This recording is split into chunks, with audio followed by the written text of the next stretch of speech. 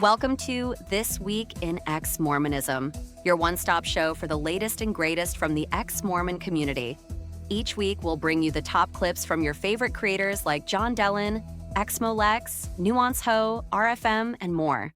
You are an attorney who knows how to spin lies for a case? That reminds me. Oh, if you haven't seen that video, go watch it. If you've been enjoying the ex-Mormons or groomers fiasco, definitely give that one a few minutes to watch. But it reminded me, did you hear about the new 70 who was called a couple weeks ago in between conferences to maybe make it quieter?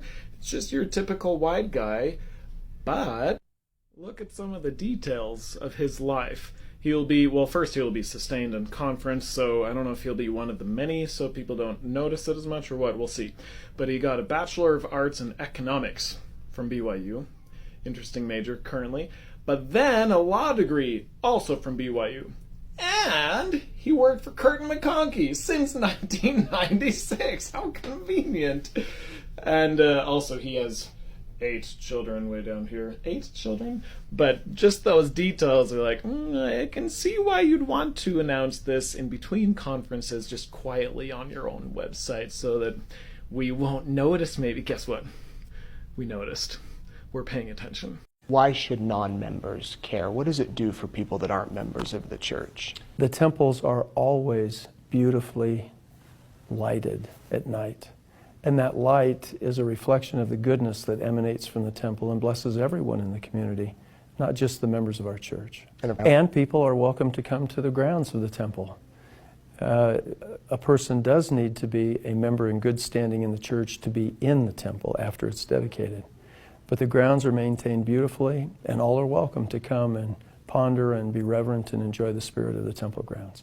I just saw this update on the fight for and against a temple that the LDS Church wants to build in Cody, Wyoming. This is a grassroots organization that is essentially one of the last lines of defense for those who are against the temple being built how and where the church was proposed. And they filed a petition in court in their efforts to try to stop it. And this post about the petition has some important context about things that I've been wondering about, so I wanted to share. Do you remember how the city zoning board held a vote that ended up being 3-1 for the building plans for the temple? But the board chairman still said that the vote failed because there are 8 members total. Well, the church is suing the city over that. But even though I am for those who don't want the temple there, that move confused me. I mean, rules are rules. The vote is 3-1, right? Well, apparently 2 out of the 3 votes have admitted that they voted for because of threats from the church of a lawsuit. I mean, that doesn't surprise me, but sheesh, it's maddening. I mean, this is the church that is desperately trying to scrub the word Mormon from everything in favor of Jesus Christ instead. I mean, this is the definition of taking the name of the Lord your God in vain. But what do I know? And before you Mormons come in the comments claiming persecution, you all just hate the church and would fight against anything that the church does. No. Take a look at this paragraph. You want a temple? Great. They are not against a temple. What they are against is the church saying, F you and your rules. We're the ones with money and power. We're going to do what we want. All they want is for the church to honor the wishes and the laws of their community. That's all. The more I learn about this case, the crazier it gets. Jesus' church is showing their true colors with this temple.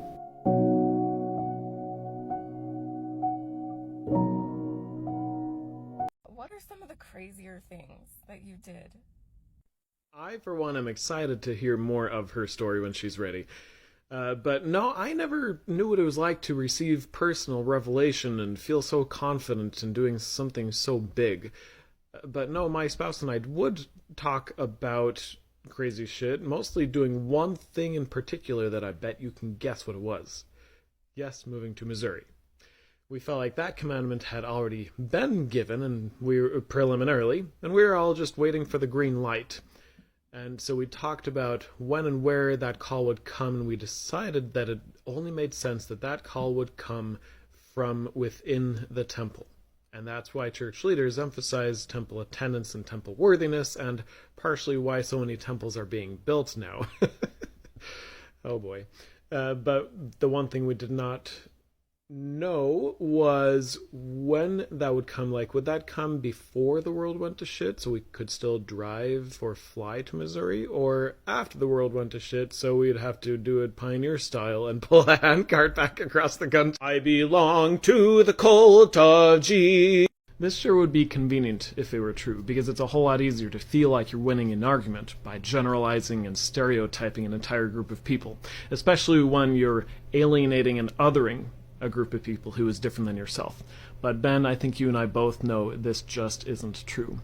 Such as with John DeLynn, a lot of ex-Mormons love John DeLynn, and a lot of ex-Mormons do not, because he has said and done some shitty things, and we call him out on it, and we do not stand by those things.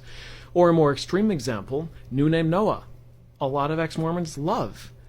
And then those of us who have seen more of who he is do not love him. He is even more of a douchebag than Josh, if that's possible. Actually, it is possible because he is. We do not stand by the shitty things. We call them out on them, and we do not claim them. Threatening an atheist with hell is like threatening a nudist with a wedgie. Ain't nothing there, bro. The best way to avoid divorce from an unfaithful, abusive, or unsupportive spouse is to avoid marriage to such a person.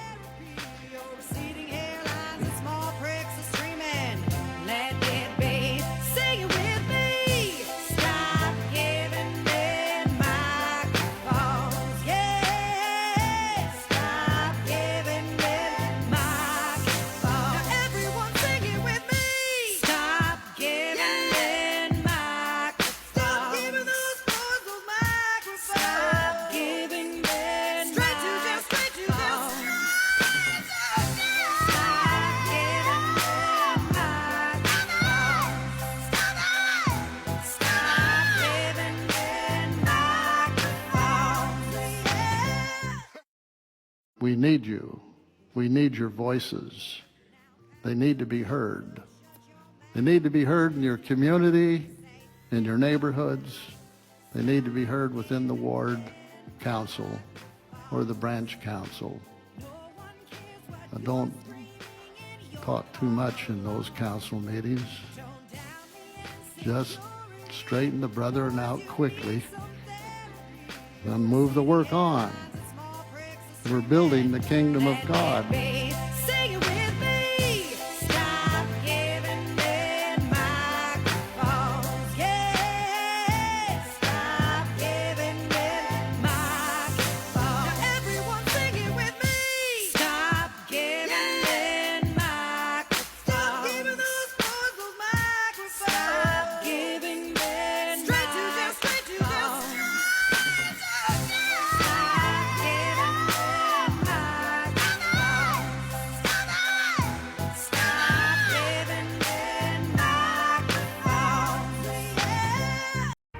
There's a lot here to be excited about. I think this could be very positive for our society and economy. Okay, in all seriousness, this does really get under my skin, because there have been so many changes to the temple over the centuries really now, but every time the church changes something in the temple, they don't announce anything. They just change it quietly and then pretend like that's how it's always been. Such as if you were to ask a woman who just went through the temple for the first time in the last couple of years, they would tell you, oh, the temple's not sexist. I don't covenant to my husband. Okay, but your mom did, and your grandma did, and your great-grandma did, and your great-great-grandma did. It's just mind-blowing to me. But this is one of those changes that have been made. And you can look up in the endowment ceremony script, and one of the biggest changes to the endowment ceremony was in 1990. So if we look up pre and post 1990, then you can see the covenant that they made. I will now explain the covenant and obligation of secrecy, which are associated with this token, its name, sign, and penalty. Like, they didn't just take out things like the penalties. They took out the word secrecy, even though it's very much still secret, not just sacred. And everyone knows it's still secret. They still treat it as secret. They won't tell you, even if it is a quiet place or whatever, because it's secret. But if the actual dictionary definition of a word doesn't suit them, they change it. They do that all the time. And I would also caution our single sisters not to become so independent and self-reliant that you decide marriage isn't worth it and you can do just as well on your own. Some of our sisters indicate that they do not want to consider marriage until after they have completed their degrees or pursued a career. This is not right. Certainly we want our single sisters to maximize their individual potential, to be well educated, and to do well at their present employment. You have much to contribute to society, to your community, and to your neighborhood.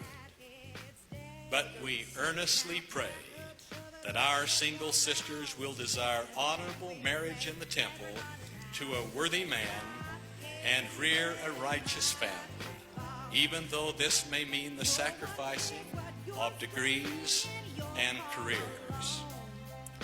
Our priorities are right when we realize there is no higher calling than to be an honorable wife and mother. Let it be. Sing it with me. Stop giving men microphones. Yeah. Stop giving men microphones. Now everyone sing it with me. Stop giving men microphones. Stop giving those boys those microphones. Stop giving men straight to them, straight to them.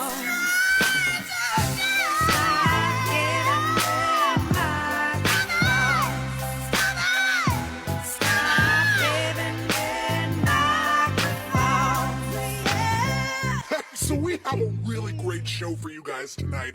How many of you deeply mourn the loss of love, respect, friendships with loved ones as a result of leaving the church? I just watched the movie Elemental, and spoiler alert, I'm going to talk about a small part of the movie. It's not crucial to the storyline, but there's a part where the father in this story has a flashback to an experience with his own father when he left his hometown place that his people are from, and as he was leaving, he did this deep bow of respect to his father in the hopes that his father would do the deep bow of respect back as a way of giving him his blessing, wishing him well. But his father felt like he was betraying the family in leaving their home and refused to do the bow back, and that really hit me because that's how I feel with loved ones of my own, that they lost respect for me, lost love for me, and I've tried to rebuild with other relationships, but there's some emotional holes that haven't been filled. But later on in the movie, the father gets an opportunity to do this with his own daughter, who does something similar, kind of leaves the family legacy, and does something that hurt his feelings. And so he had the opportunity to be stubborn like his own father and refuse to bow back. But he did bow back and made sure his daughter knew that what was most important to him was his daughter, was his child. I try to remember that when I'm hurting because of the loss of relationships and love from loved ones of my own, that I get the opportunity to change things for loved ones of my own. I have kids, and I can change things for my kids. And they know now and will always know that I have their back, that they have the freedom to live their life exactly as they see fit, and as, in a way that is best for them.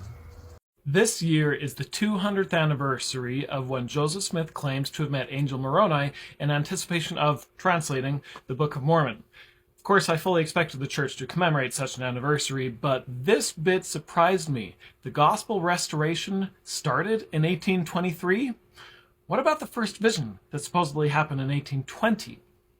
You'll see this is why the church doesn't hire historians to be their historians, but rather lawyers. Their chief lawyer historian, Kyle McKay, explained that Joseph Smith likely would have pointed to this event as the beginning of the restoration, not the first vision. And he's right. You know why? Because Joseph hadn't yet come up with the idea of the first vision yet, and he knows that. You see, the church itself even admits that there aren't any records of anyone talking about the first vision until 1832, 12 years after it supposedly happened. The version that most members know wasn't published until 1842.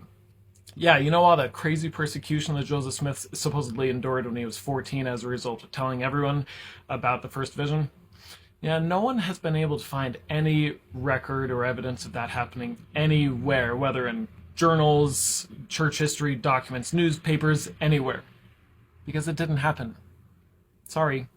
So yeah, happy anniversary to the actual beginning of the restoration. The beginnings of the Book of Mormon, Joseph Smith's first big idea.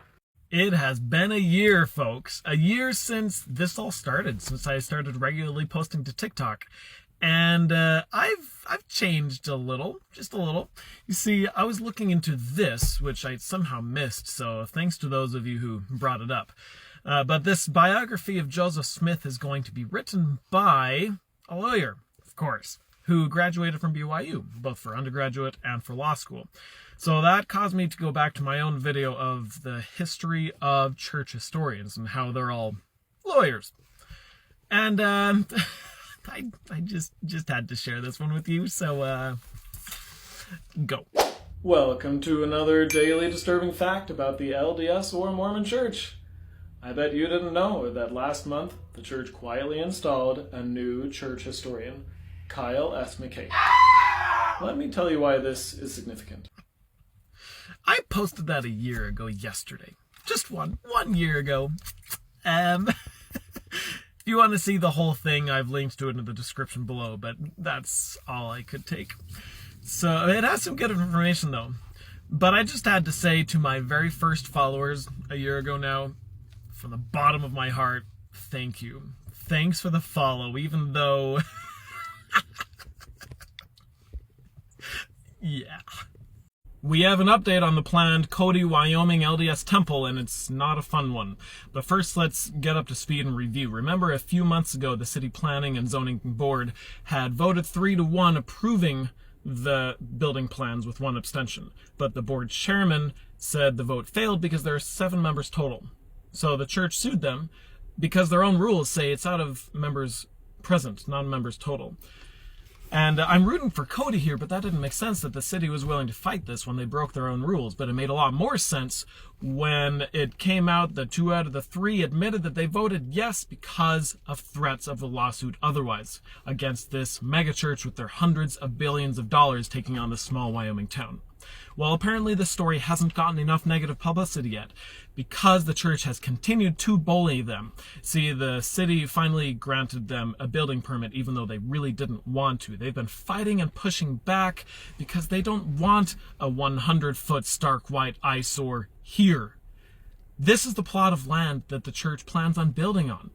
It's easy to see why the city has zoned this area for 30 feet max and why they were willing to fight for that. But they've basically given up now because, bet you can't guess why, yep, the church threatened another lawsuit. The church basically said, look, these legal setbacks are costing us money. And money is what's most important to us. So if you continue to fight this, we're going to take you to court to force you to pay our half of all these legal proceedings, which this small Wyoming town can't afford. So they basically put up their hands. And now they're just crossing their fingers that the little grassroots organization that is taking on the church now in court, Preserve Our Cody Neighborhoods, stands a chance.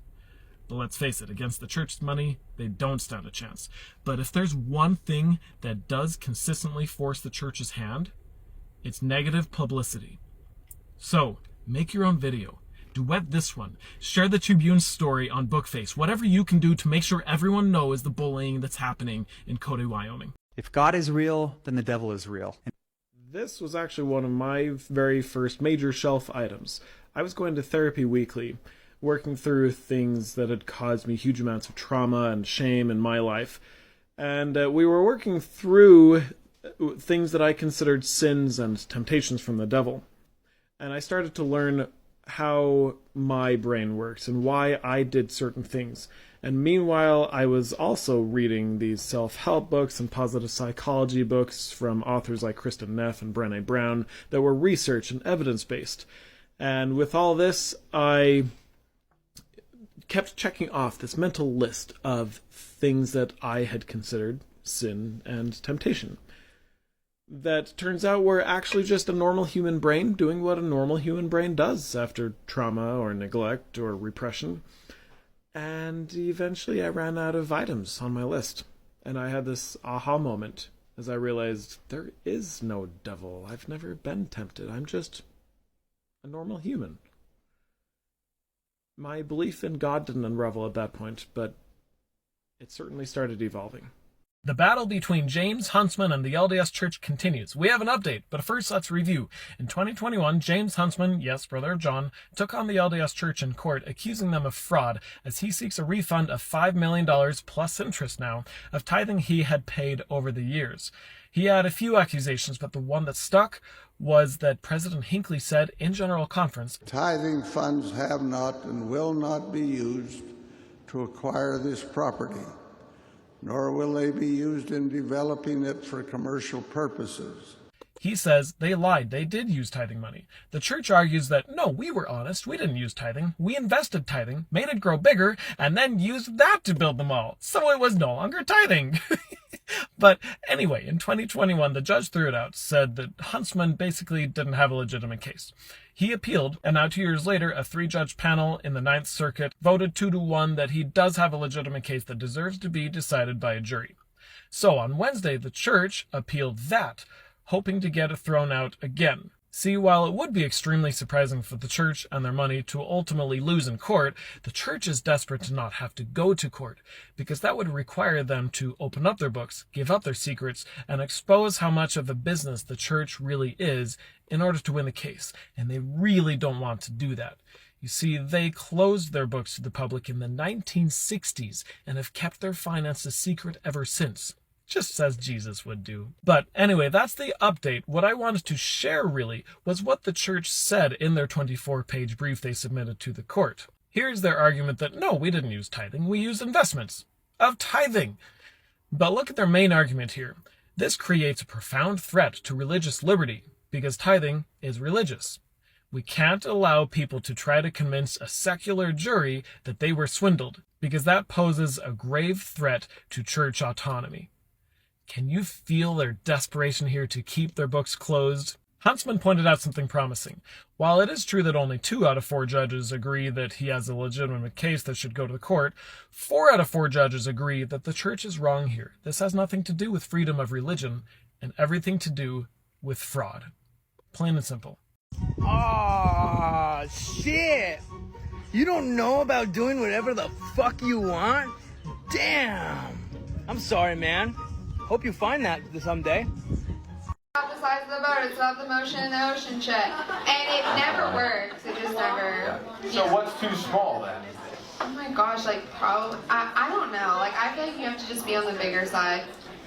Like I mean probably like 7, I don't know. A solid 7. Okay. It's there. I know I just used this example recently, but it's just so appropriate, I'm going to say it again. You know that couple where the husband cheated on the wife, and the wife's friend found out about it, who told the wife who divorced the husband? You here are the husband's friend who sides with the husband in blaming the divorce on the wife's friend. But the wife's friend wasn't the one who cheated. They were the one who were honest and helped the wife get out of an abusive situation. This isn't my ammo. I'm not giving any ammo. I'm talking about abuse. Mormons, come get your people. I believe this one's one of yours. She's replying to me simply stating, the church hurt me and others. That's it. Any victim of anything knows that this is about one of the shittiest things you can say about their abuse. Oh, you say your boyfriend abused you? Well, you obviously sincerely believe that to be the case, but I know him and know that he wouldn't actually hurt anyone.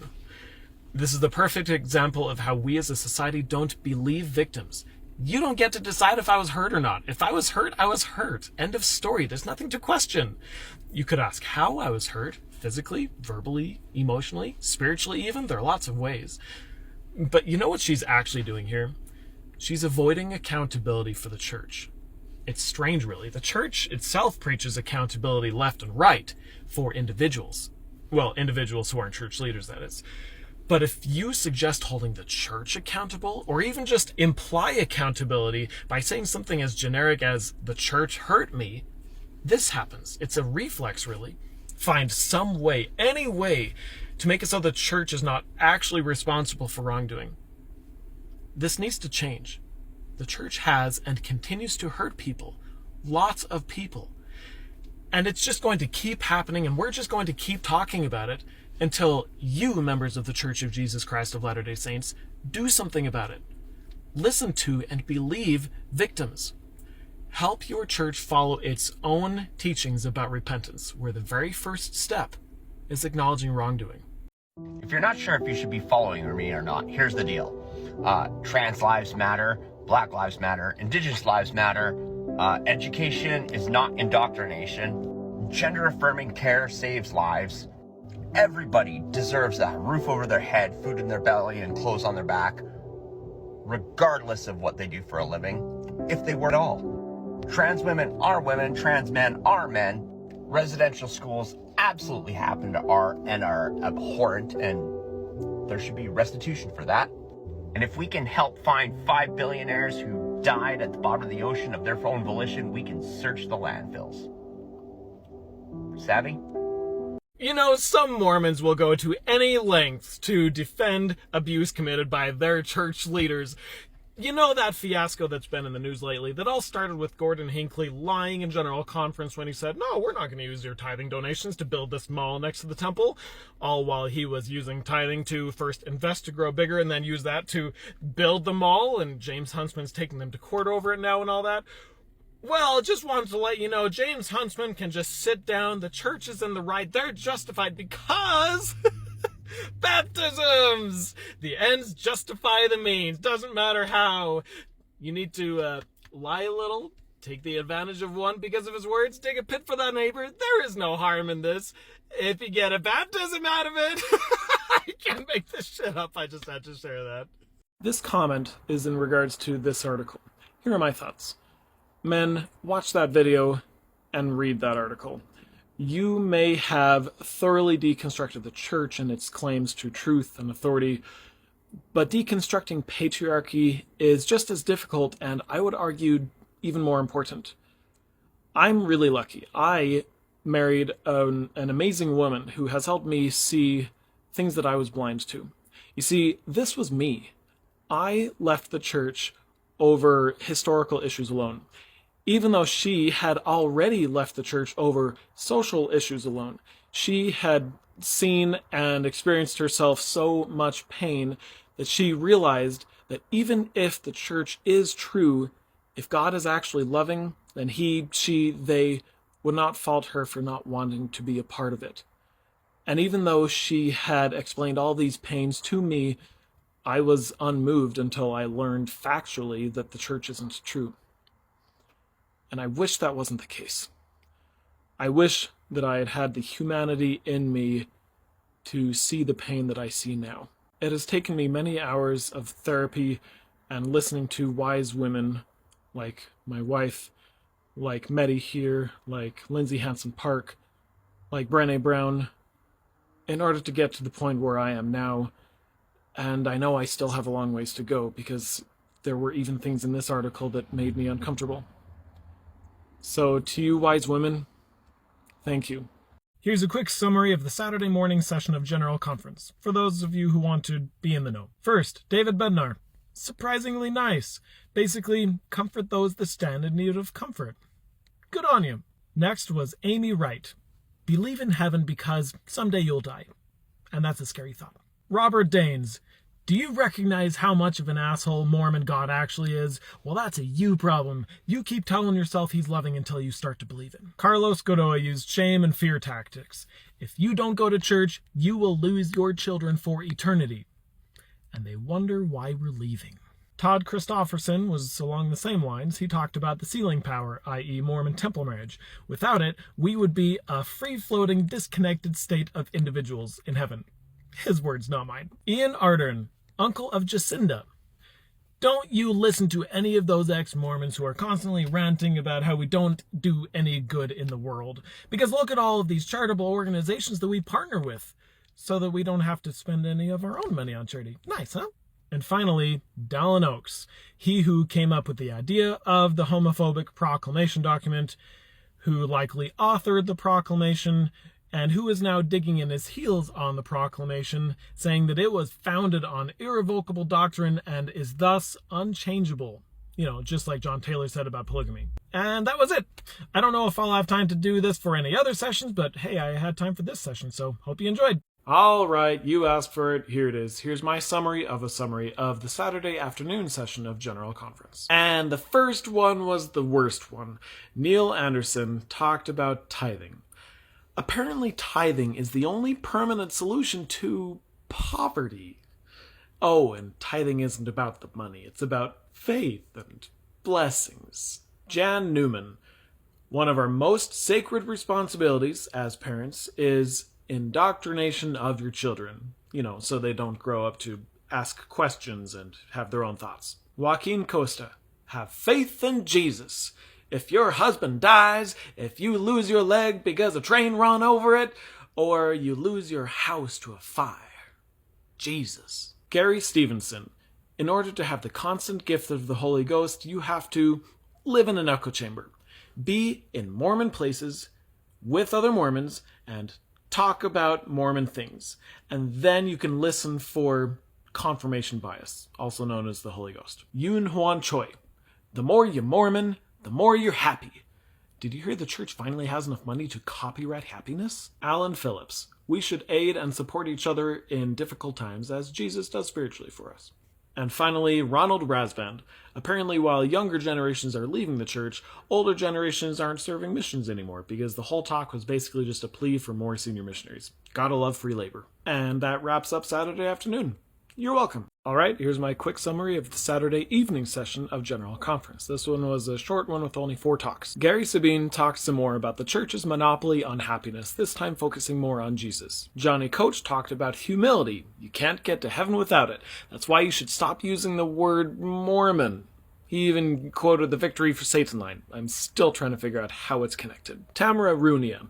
Fewer people watch the evening session than afternoon, so I guess it's okay to let a woman speak in this one.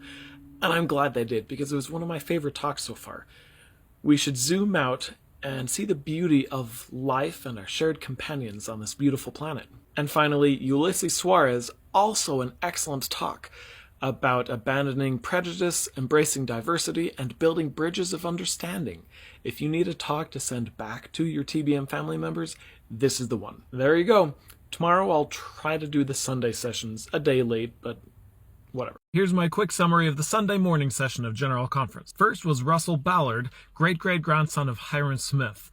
He is really old and really white, which means he has macular degeneration, and apparently it's really bad because he can't even read the teleprompter. So he just bore his testimony of Joseph Smith in the Book of Mormon. Honestly, I felt bad for the guy. Emily Freeman was the 3rd woman to speak this conference, which is 50% more than last conference. She talked about the covenant path. Basically, don't go Exmo. Adelson Perea, the whole talk, don't say Mormon. He must be wanting a promotion. Quentin Cook, why does life suck even if you're righteous? I don't know. But if you obey us regardless, you'll be blessed. Dieter Uchtdorf talked about the parable of the prodigal son, and he gave some rather awesome suggestions for some Exmo hashtags. Christopher Waddell, don't hero worship, like buying clothes that they sponsor, embracing politics that they espouse, or following their suggestion shared on social media. Something about a pot and a kettle. And last was Henry Eyring. His advice for having the Holy Ghost with you at all times? Scrupulosity. The whole talk was encouraging scrupulosity. 4 down, 1 to go. Here's my quick summary of the Sunday afternoon session of General Conference. We begin the session with Dale Renlund, who reiterated the horrendous idea that you're better off dead and clean than alive and unclean. Fuck him. But the talk itself was about encouraging temple attendance. Apparently it'll bring you closer to Jesus somehow, even though anyone who's done any temple rituals knows that very little of what happens and there even mentions the guy. Maybe he was referring to this? That'll bring you right to him. John Pingree. Members of the church should seek, recognize, and act on truth. I agree. But then he engaged in gaslighting, claiming that doctrine is truth and never changes. It's just policies that do. Right. Valerie Cordon. Parenting. He encouraged active, not passive parenting as you indoctrinate your children. Chemo Esplin. Apparently building temples heals enmity. He must not know about Cody, Wyoming. But his evidence was this American church building a temple in Okinawa, Japan, which we bombed in World War II. I feel like there's a lot to unpack there. Garrett Gong. Be patient with new converts who don't act or talk culty yet, and have more quality ward activities to unify your congregation. Christophe Girard Carrier. See everyone as God sees them, as his children and equals. Race, socioeconomic status, your callings, your orientation, none of that matters. We're all just brothers and sisters. I can get on board with that. And finally, Grandpa Russell in a pre-recorded message. Think celestial, so you don't think outside the box. Never take counsel from those who do not believe. And attend the temple more. Apparently that's where you'll be guided to solve life's most perplexing problems. I'd love to see the data on that. Oh, and new temples announced. 20 of them, including one on the island of Maui. Yeah. Well, there you go. Hope you enjoyed. Or something. He has promised us that as we are honest in our tithes, he will open the windows of heaven and pour out a blessing that there shall not be room enough to receive it. Did you ever wonder why you never felt like you got any of these promised blessings? The windows of heaven open in many ways. Some are temporal, but many are spiritual. Some are subtle and easy to overlook. Trust in the Lord's timing. The blessings always come. Now you know.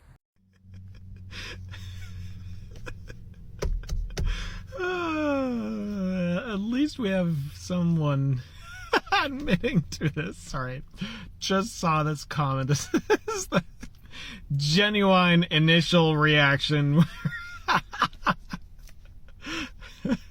Yeah, well, that's how it is. You have to set aside ration and thinking in order to have faith. You're right. There is no end to the LDS Church's deceptions. Please be prepared. Never take counsel from those who believe. How does that message make you feel? Do you think that's unifying or divisive? Helpful or harmful? Now imagine I were to really believe that, and instead of my getting closer to 17,000 followers here on TikTok, I had 17 million who all held me up on a pedestal, every single one of which who knows a member of the church, most of which in their own immediate family. How would that affect their relationships? How would that affect their family? I want you to know I don't believe that you should never take counsel from someone whose religious beliefs differ from your own. I think that idea is foolish, harmful, awful. But I know someone who does believe that.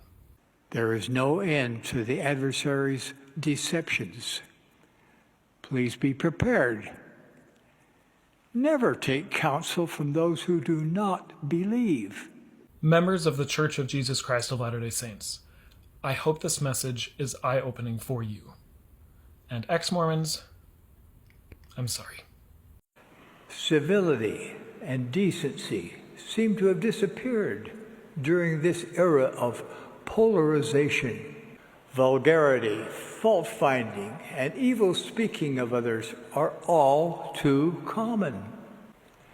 I am greatly concerned that so many people seem to believe that it is completely acceptable to condemn, malign, and vilify anyone who does not agree with them. Now is the time to cease insisting that it is your way or no way. Now is the time to stop doing things that make others walk on eggshells for fear of upsetting you. When someone you love attacks truth, think celestial and don't question your testimony. The Apostle Paul prophesied that in the latter times some shall depart from the faith, giving heed to seducing spirits and doctrines of devils. There is no end to the adversary's deceptions. Please be prepared. Never take counsel from those who do not believe. How we speak to and about others, at home, at church, at work, and online, really matters. What was the moment when you were like, hey, this is something that's true and real? To be honest with you, from the minute I started reading it. Seriously? Yeah, I wanted to deepen my connection to Heavenly Father as much as I possibly could. From the minute I opened it and started reading it, it just felt right. Like it was not necessarily a continuation, but an add-on, an enhancement of what I had been reading in the Bible. And then once Christ started being mentioned, that confirmed it more for me. I just had an aha moment while taking a shower. You want to hear my shower thoughts of the day? I've been seeing a lot of comments from faithful believing Mormons defending their supreme leader's words from this last general conference, saying, oh, he was just talking about spiritual matters. Of course he wouldn't take spiritual counsel from someone who doesn't believe as you do spiritually. And I just realized, but didn't Joseph Smith himself do just the opposite? Just about every Mormon who's ever been active for any period of their life probably knows the quote from Joseph Smith, you teach them correct principles and they govern themselves. He was so confident in what he taught them that he then stepped back and they continued to follow him. Meanwhile, we have President Nelson doing exactly the opposite, telling his people, don't you dare take counsel from anyone who doesn't believe as you do spiritually. You know, the next line, only take counsel from prophets, seers, and revelators. There was a time in Nauvoo, shortly before Joseph Smith was killed, where a Methodist minister, basically challenged him and said, oh, you wouldn't let someone like me teach your people, would you? And Joseph Smith said, oh, on the contrary, oh yeah, I'll have you teach them this Sunday, and I'll make sure they're very attentive. And so he did. Just let him teach his people. I just think it speaks a lot to the confidence level that President Nelson has, either in his teachings and doctrines, or even in the membership of the church in general, or maybe both. It ultimately is impossible for another person to offend you or to offend me. Indeed, believing that another person offended us is fundamentally false. To be offended is a choice we make. It is not a condition inflicted or imposed upon us by someone or something else. Any addiction offends God. Thus, we offend God when we serve other gods. And in nothing doth man offend God, save those who confess not his hand in all things. Every woman is a daughter of God. You cannot offend her without offending him. The name of the church is not negotiable. If we allowed nicknames to be used or adopt or even sponsor those nicknames ourselves, he is offended. The time to stop being offended is now. This community has tokenized me probably more than any other community. Troy's video got me thinking.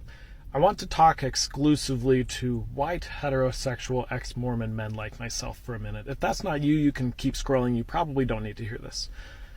Guys, we have work to do. You are not nearly as enlightened as you'd like to think you are. You know, there are two different types of ex-Mormons as far as why people leave the church. There are those who leave because the church is not good, because of the harms that it does to people and families, and those who leave because the church isn't true. I know which type you are because almost every single one of us is the second type. Why is that? My wife left the church before I did because the church isn't good. She got to the point where she saw so much harm to people that she didn't know, and she didn't care whether the church was true. She had to get out of there. And even though she had explained everything to me, I'd never been marginalized. I couldn't relate. I couldn't empathize. I had to get to the point where I knew that the church wasn't true for me to leave. You know what? Leaving the church doesn't magically give you that empathy. You are still a jerk more often than you know. For example, how many ex-Mormon women's groups are there out there on various platforms? Loads. They're everywhere on Facebook, Marco Polo, in person. How many men's groups do you know of? I don't personally know of even one. Why? Main reason? We don't need them. We don't need that extra safe space away from others who don't even know when they're being an ass. That's us. If you don't believe me, go ask an ex-Mormon woman why women's groups exist. Another reason, now I'm going out on a limb here speculating, but I think we also don't want them. I've seen them started, I've seen them attempted, but they never survive. Because I think the patriarchy within us makes us more comfortable in environments where we feel superior to others. If it's just men, we're all on equal footing. We feel more comfortable with women in there too. You know I'm right. So, we have work to do. First step, go watch Troy's video and listen to him. When women speak out against men, listen to them. Then seek out other voices, indigenous voices, LGBTQ voices, any voice that you cannot personally relate to. They're all out there just begging for people like you to hear them, because we as a community of men are not a safe place. We're just not.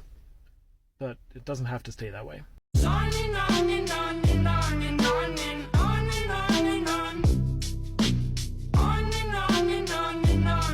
No one else can do what a righteous woman can do. No one can duplicate the influence of a mother. Men can and often do communicate the love of Heavenly Father and the Savior to others. But women have a special gift for it, a divine endowment. You have the capacity to sense what someone needs and when they need it. You can reach out, comfort, teach, and strengthen someone in his or her very moment of need. Women see things differently than men do. And oh, how we need your perspective. Your nature leads you to think of others first, to consider the effect that any course of action will have on others. My dear sisters, we need you. We need your strength, your conversion, your conviction, your ability to lead, your wisdom, and your voices. We simply cannot gather Israel without you. I believe we can, through the eye of faith, zoom out and view ourselves and our families with hope and joy. Before we interact with a loved one, can we ask ourselves this question: is what I'm about to do or say helpful or hurtful? Because our words are one of our superpowers, and family members are like human blackboards standing in front of us saying, "Write what you think of me." These messages, whether intentional or unintentional, should be hopeful and encouraging. On rare occasions, we may feel prompted to correct, but most often, let's tell our loved ones in spoken and unspoken ways the messages they long to hear. Our family feels whole and complete because you are in it. You will be loved for the rest of your life, no matter what. Sometimes what we need is empathy more than advice, listening more than a lecture. Someone who hears and wonders, how would I have to feel to say what they just said? Let's admit, in a fallen world, there's no way to be a perfect spouse, parent, son, daughter, grandchild, mentor, or friend, but a million ways to be a good one. By lifting the people around us, we ascend together. Love is the thing that changes hearts. It is the purest motive of all, and others can feel it. Surely those who love the most and the longest win. When life or loved ones let you down, think celestial. If we unwisely choose to live telestial laws now, we are choosing not to live with our families forever.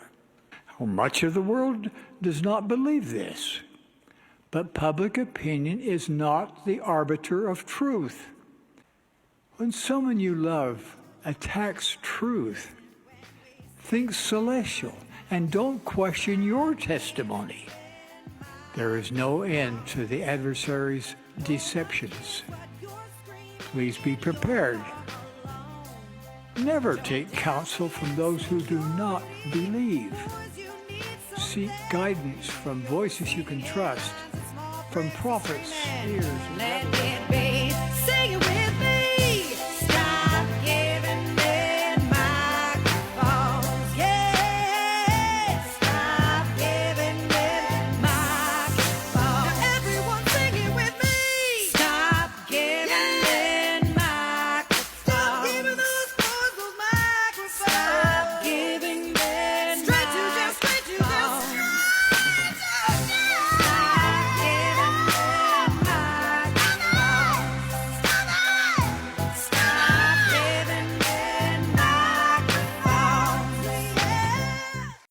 When you are confronted with a dilemma, think celestial.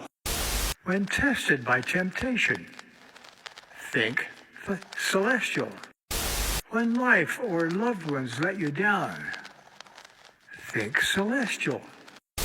When someone dies prematurely, think celestial. A friend of mine posted this to Facebook. Yes, that's a CTR ring. I know I don't even have to say it. So many of us, in so many ways, can very much relate to that finger. And then a man will share the same idea, but not reference the woman. Sarah, thanks for pointing this out. I needed it. I like to think we ex-Mormons are a community of not-so-lazy learners who are willing to have the uncomfortable conversations, admit when we've done something wrong, and try harder next time, essentially.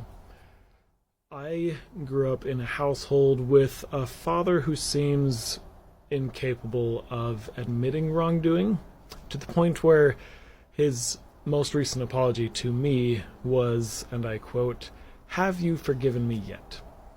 That was it. I try to not follow his example in that. So when you made your original video explaining the two main reasons people leave the LDS Church, that was so striking to me because I had been talking about that subject for years now, but didn't have the language for it. I had this lengthy explanation for how my wife's experience leaving the church was so different from my own, and she's not alone in that, and you just gave it a word, and that was amazing, and I've been using your language ever since. So when I made my video that's referenced, it didn't even cross my mind to give you credit, to reference where this new language of mine came from. And it has been pointed out today that that was the patriarchy within me that made me feel like, or give me the tendency to not give credit where credit is due. So I apologize for that. I was in the wrong. I would like to call you out on the patriarchy within you, though. In your video, you still softened the blow. Still said, maybe I'm making a mountain out of a molehill, and all of that. And you didn't need to do that. I was in the wrong. I'll apologize. Thanks for being enough of a friend to be willing to point out something that I honestly need to work on. Therefore, just as we revere his holy name, we likewise revere the name that he decreed for his church. Yesterday, I posted a video of the history of Israel versus Palestine, demonstrating how Israel has and continues to view and treat Palestinians as a whole as animals, and how nothing in the area will change until that changes first. I wasn't aware that as I was preparing that video, the Israeli office of the Prime Minister, Benjamin Netanyahu's office, tweeted and deleted this. I love coming into this room. It helps me remember what it was like when I was a new bride here in the temple.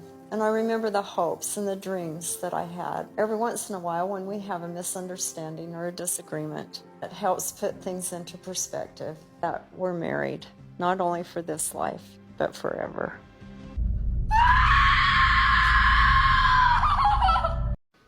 If any one of you is faltering in your faith, I ask you the same question that Peter asked. To whom shall you go? If you choose to become inactive or to leave the restored church of Jesus Christ of Latter-day Sean, what just happened? I had a ton of time out here to reflect, Jeff, on what means the absolute most to me in this entire world. And that's my husband. And the core of me, everything in me, just wants to be spending every single moment that I can with my husband.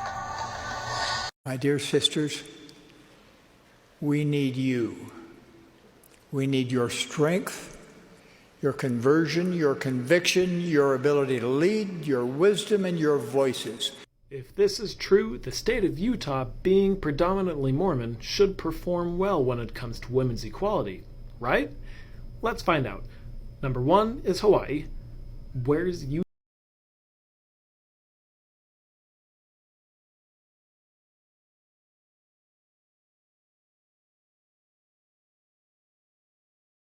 Yesterday, the United Nations voted on a ceasefire in Israel and Palestine. Now remember, Hamas killed more than 1,400 Israelis on October 7th, the day they attacked. But since then, more than 7,000 Palestinians have died, the majority of which are women and children. So with that in mind, take a look at who voted for and who voted against a ceasefire. If you still think we're the good guys, you're wrong. And it's obvious that the history books are going to agree with me. I pray for moisture that it rain, conserving you. Cultural Hall, your Exmo tunes are entirely too hilarious. Literally, because now you're getting me in trouble for them. The LDS Church is a real estate empire masquerading as a church, and you can't change my mind. I mean, look at this week's news.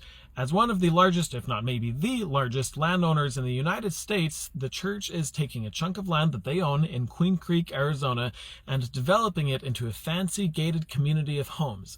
But not homes to sell, homes to rent. Let that sink in. Apparently 5 years ago, just a little bit of church-owned land, and by a little bit, I mean 516 acres, was annexed by the town. So maybe I should be surprised that they're doing so little. I mean, in Florida, the church has plans of building a major city rivaling Orlando in size. I belong to a real estate empire in the United States. The LDS Church is known for its giving, or rather, bragging about giving, but also for hiding its immense wealth. $5 million fine!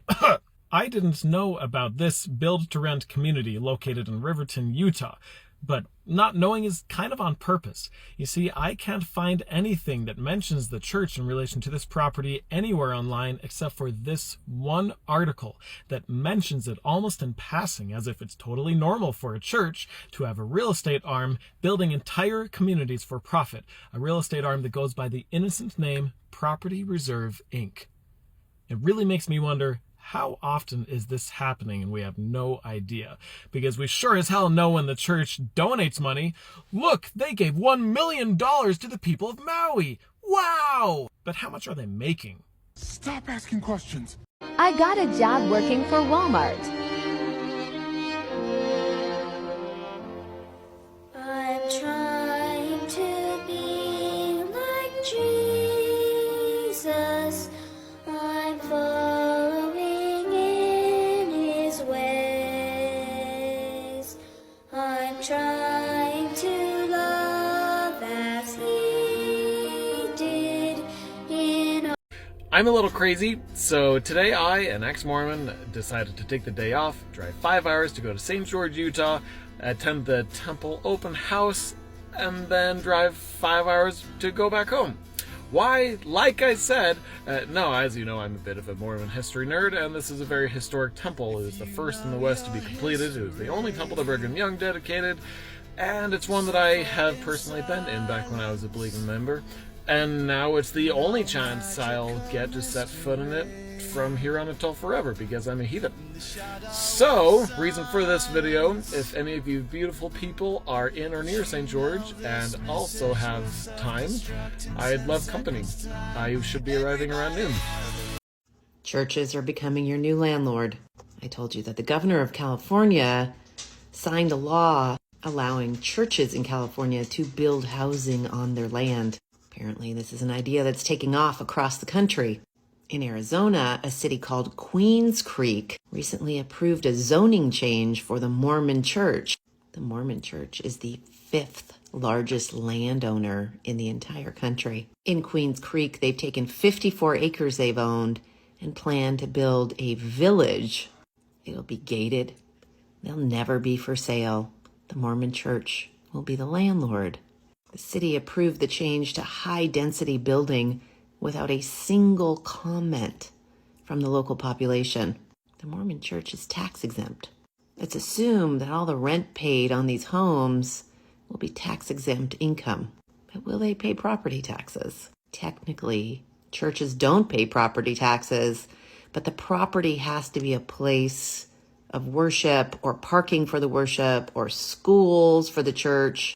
So housing creates a new conundrum. Additionally, there are federal housing laws where rentals cannot be accepted or denied based on the religion of the applicant.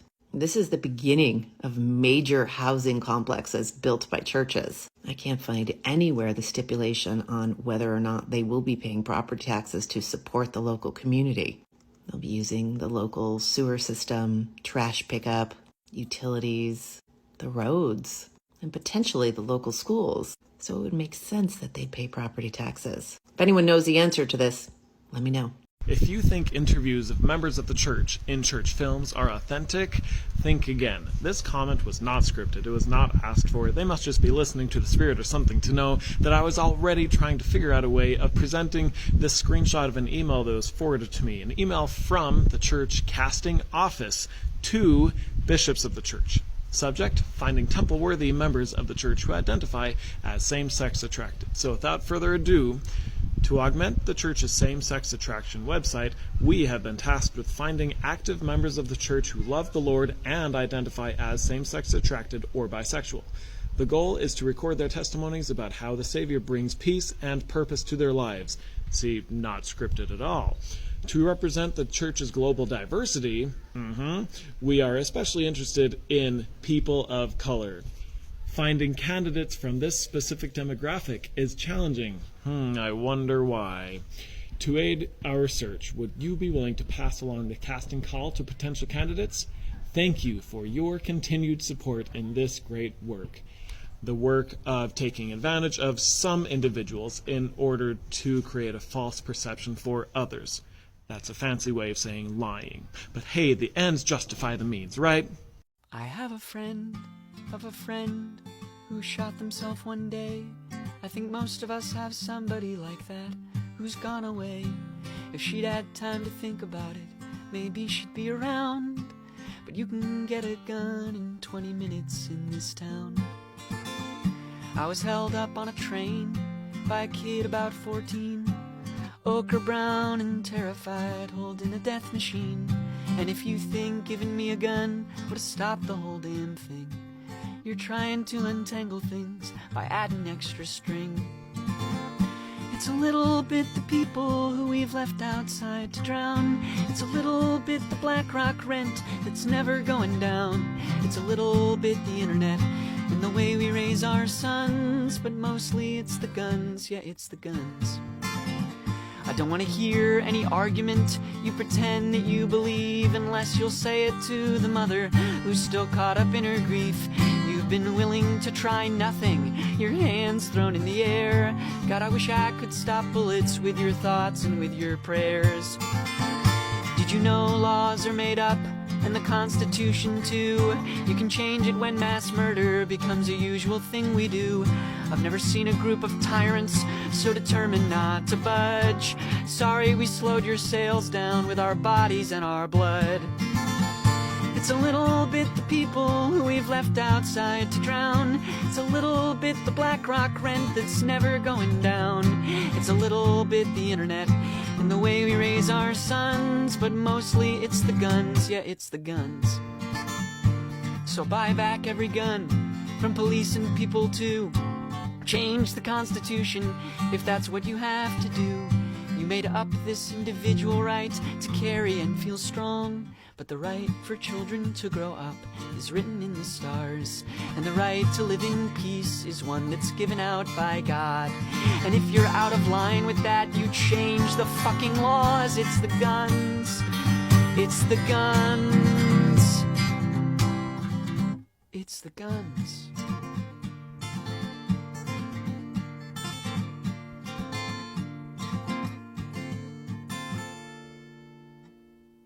We have an update on the planned controversial Heber Valley Temple.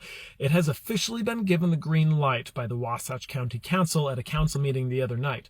But green light is putting it mildly. The vote approving it was unanimous, which, if you've been following this story, is kind of sus. This temple has been hugely controversial, with significant issues over zoning, height, lighting, water, traffic, you name it, it has been a fight. So to have the vote be unanimous made me wonder, is every single council member Mormon? You can probably guess the answer, but this conflict of interest is bigger than you might think. Council Chair Spencer Park kind of addressed this conflict of interest at the meeting the other night, and basically he thinks we should leave it alone. He admitted he is LDS, but thinks that shouldn't matter, and then 3 other council members shared similar sentiments, according to this article. So just forget about it, okay? So we know these 4 are LDS because they admitted it. The others may have kept quiet about their own religious affiliation in the meeting, but make no mistake, they're Mormon too. This guy served an LDS mission in Brazil. This guy here attended BYU. But if there's any one member who should recuse himself from this vote, it's this guy, Mark Nelson, pictured here on his own Facebook profile, breaking ground for the temple next to Mormon prophet Russell Nelson. Do you think there's any chance in hell he would vote no? But no, he just stayed quiet about this enormous conflict of interest and voted yes. And so it goes here in Utah, where we like to pretend we're a democracy while running things as a theocracy, as one community member practically admitted to when he said that Heber City is predominantly Mormon, so the Mormon church should get free reign so long as they check their legal boxes. God, I love it here. I wanted to highlight this comment because this is not what I usually get, which is Mormons coming at me for criticizing the Mormon church. This video that they're commenting on is my Cliff Notes version of the history of Israel versus Palestine.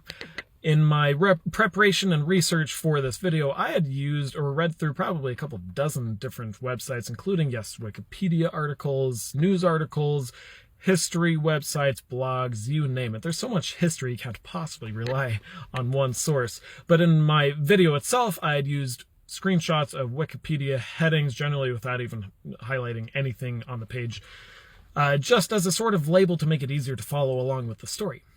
But apparently this individual grew up being taught, as most of us Americans were, that Israel is the good guy and Palestine is the bad guy. But when you honestly look into the history of just the past 100 years, that paradigm falls apart. Same thing happens with the Mormon church when you honestly look into Mormon history.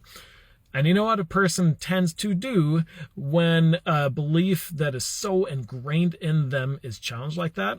They lash out at the source. That can't possibly be true, so your source must be bogus. That's a pretty good indication that they learned something that is challenging their current paradigm and making them uncomfortable. It's called cognitive dissonance. And instead of honestly reflecting and researching and shifting paradigms where necessary, they do this. Just thought pointing that out might be helpful to anyone else who might be currently caught in between what you think you know and what you are learning that's making you uncomfortable. Let the evil win. They say coffee is a sin. If so, losing exaltation is alright. outer darkness can't be that bad. Am I right?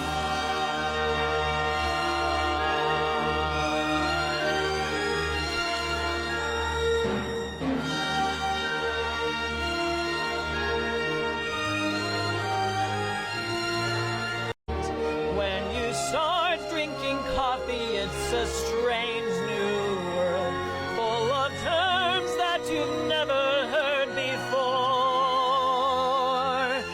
It's so Starbucks is where you ought to be.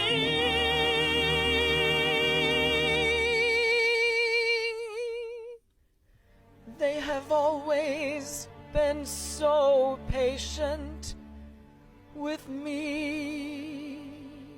No, because that Christian Ziobot logic has got me all the way fucked up. All the way! It has me so shook. You're trying to tell me that the grand master plan, the purpose of everything in your life is to bring back your guy, right? Y'all want Jesus, alayhi salam, to come back, yes? And y'all are very obviously aware that your homeboy is Palestinian, right?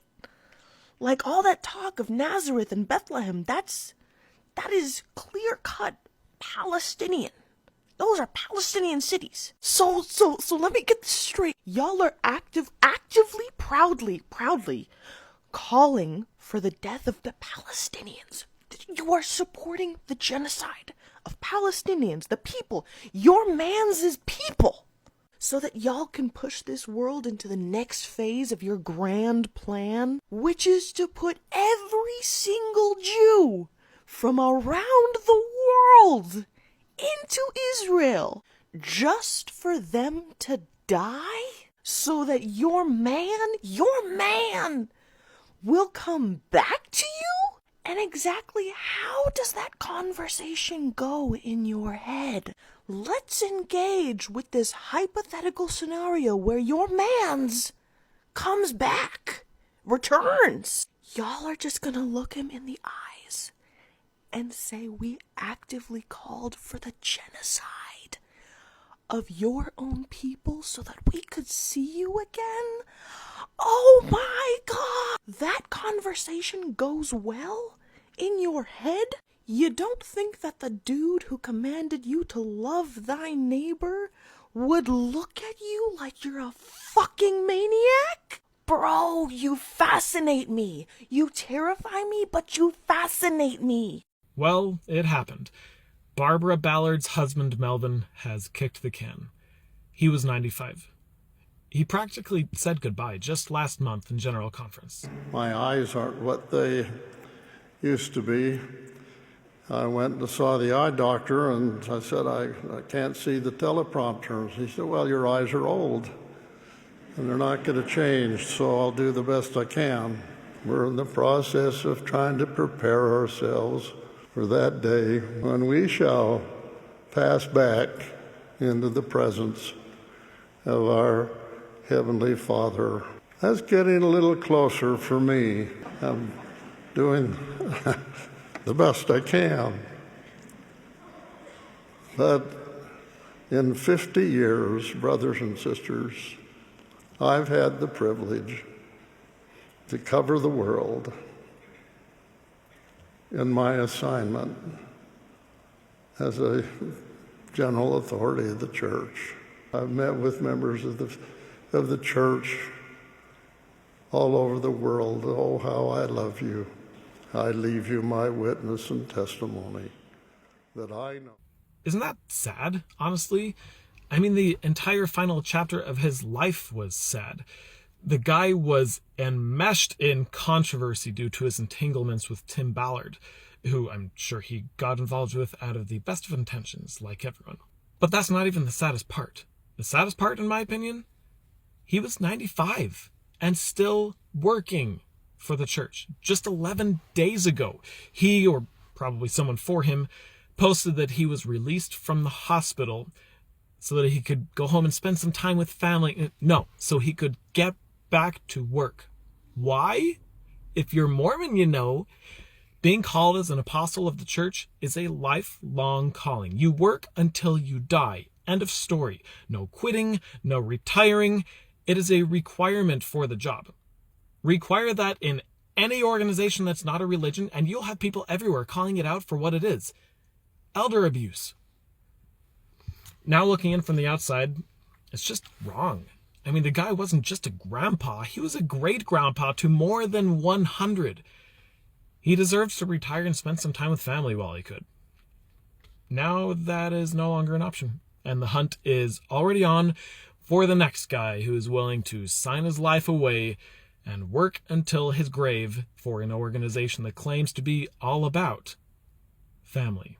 Those on the ground in Gaza will tell you it's absolutely a humanitarian crisis. Just watch this woman who works with Doctors Without Borders. It is the worst humanitarian catastrophe I've experienced in my lifetime. You know, there's an acronym in the Gaza Strip right now. You know, I'm a pediatric intensive care doctor. I see a lot of suffering in my career. There's an acronym that is unique to the Gaza Strip, and it's WCNSF. Wounded child, no surviving family. Children, and it is used not infrequently in the last 3 weeks. Wounded child, no surviving family should not exist as an acronym. She's right. And personally, I'm going to take my cues about what constitutes a humanitarian crisis from the humanitarians here. And I really don't have it in me to show you footage of people in agony tonight, but I do want you to see some kids in Gaza who've been displaced speak about what they've been going through.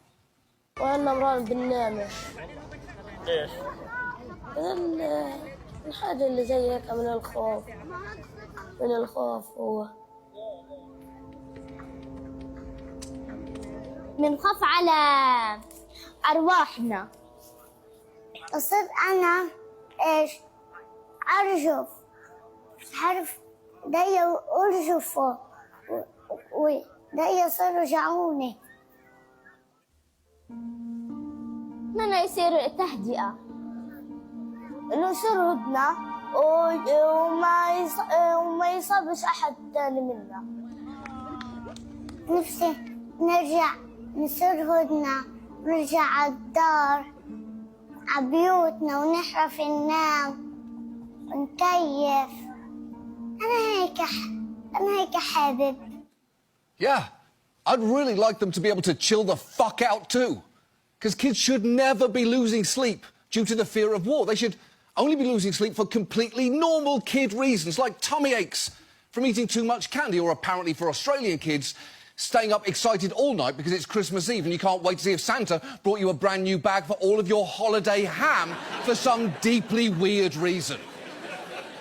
It should be impossible to watch those kids and not feel shattered. There is a natural human impulse to protect children, to grab a toddler you don't know if you see them running into traffic. And if that impulse is broken or disincentivized by a government, there is absolutely a humanitarian crisis, no matter what any arsehole has to say about it. So we really have a TikTok problem, a Gen Z problem, that our community needs to put the same brains that gave us Taglit, the same brains that gave us all these other amazing innovations, need to put our energy toward this, like, fast.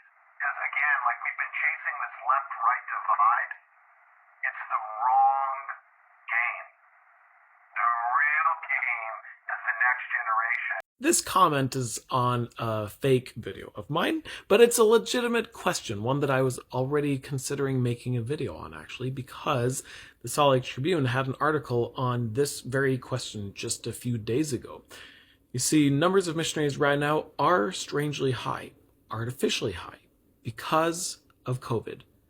There were a lot of people who would have been on missions in 2020 and 2021, but who are only just now on missions, along with those who already would have been on missions now. So, the number of missionaries right now is artificially high, but will plummet about a year from now. And this has already happened before. Remember when Monson lowered the age of missionaries for young men and young women, which made the numbers of missionaries artificially high back then as well. And it was so exciting, and then it plummeted. And I like how this article also points out that even though the numbers of missionaries were high, the membership growth rate plummeted. That's interesting. What in the world? Oh! Hang on. Wait a minute. You know what? Holy smokes. This is the bad place. This is the bad place. This is the bad place. This is the bad place. The pigs getting angry. This is the bad place. Beef, beef, beef, beef. Oh, this is the bad place. I keep telling you about these cases where the LDS Church walks all over a community because they can, because it just keeps happening. First we had Cody, Wyoming, where the church is getting their way and building a temple where they want it, how they want it, because of threats of lawsuits. And then there's the Heber Valley Temple, where the Wasatch County Council recently unanimously approved the building of the temple, despite it being hugely controversial in multiple ways still, because every single member of the council is Mormon. And now we have another one. At least this one's not a temple. No, it's the visitor center for a temple. The Nauvoo Temple, actually. Where the church is yet again getting their way, building a temple where they want it, despite objections in the community, people who actually live there, because the church feels strongly about its location. And they have money and lawyers. There are even members of the church fighting this visitor center location. Even temple workers fighting this location. But no, they feel strongly, so they're going to get their way. And the city doesn't have enough money to fight. When are they going to learn? The church knows they have a huge PR problem where lots of people really dislike them, and yet they keep doing the very same things that makes people really dislike them. You think switching from the word Mormon to the word Jesus and putting crosses on Google Maps is going to fix that?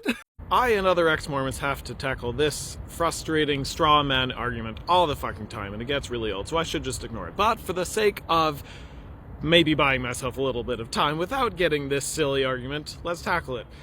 What you need to know really is, I am an ex-Mormon, and this is an ex-Mormon channel. Period. That's all you need to know. Makes sense? But for the sake of argument, let's say this is a valid question, even just a little bit.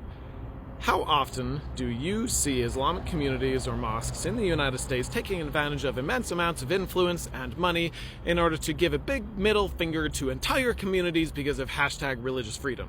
I don't see that, even a little bit. But I live in the theocracy called Utah, so I wouldn't tend to see that. Do you? You want to play this game? Okay, let's play this game. How many times have you heard of a Muslim polygamist in the United States kidnapping little girls from their beds in order to make them one of their plural wives? How many times have you heard of a Muslim in the United States using murder as a way of distracting authorities from other crimes they were committing? How many times have you heard of a Muslim using their doctrine to justify murdering dozens of individuals on his hit list? How many times have you heard of a Muslim using their doctrine to justify murdering specifically a young mother and her infant? How many times have you heard of Muslim mothers using their religion to justify murdering their own kids? How many times have you heard of Muslim family annihilators in the United States? My point is, your argument only shows how truly bigoted you are. You think violence is specific to Islamic extremists? Far from. I didn't even go back in history. Ever heard of Mountain Meadows? And that's just the most well-known one. Go watch my pinned video of Brigham Young's order to wipe out the Timpanogos Shoshone tribe in Utah Valley. Don't you dare fucking say that we should fear Islamic extremists as if they have a monopoly on violence. May I be so bold as to remind you of a scripture, of a mote versus a beam in your eye. I made a fake video. That one. I thought it was obvious.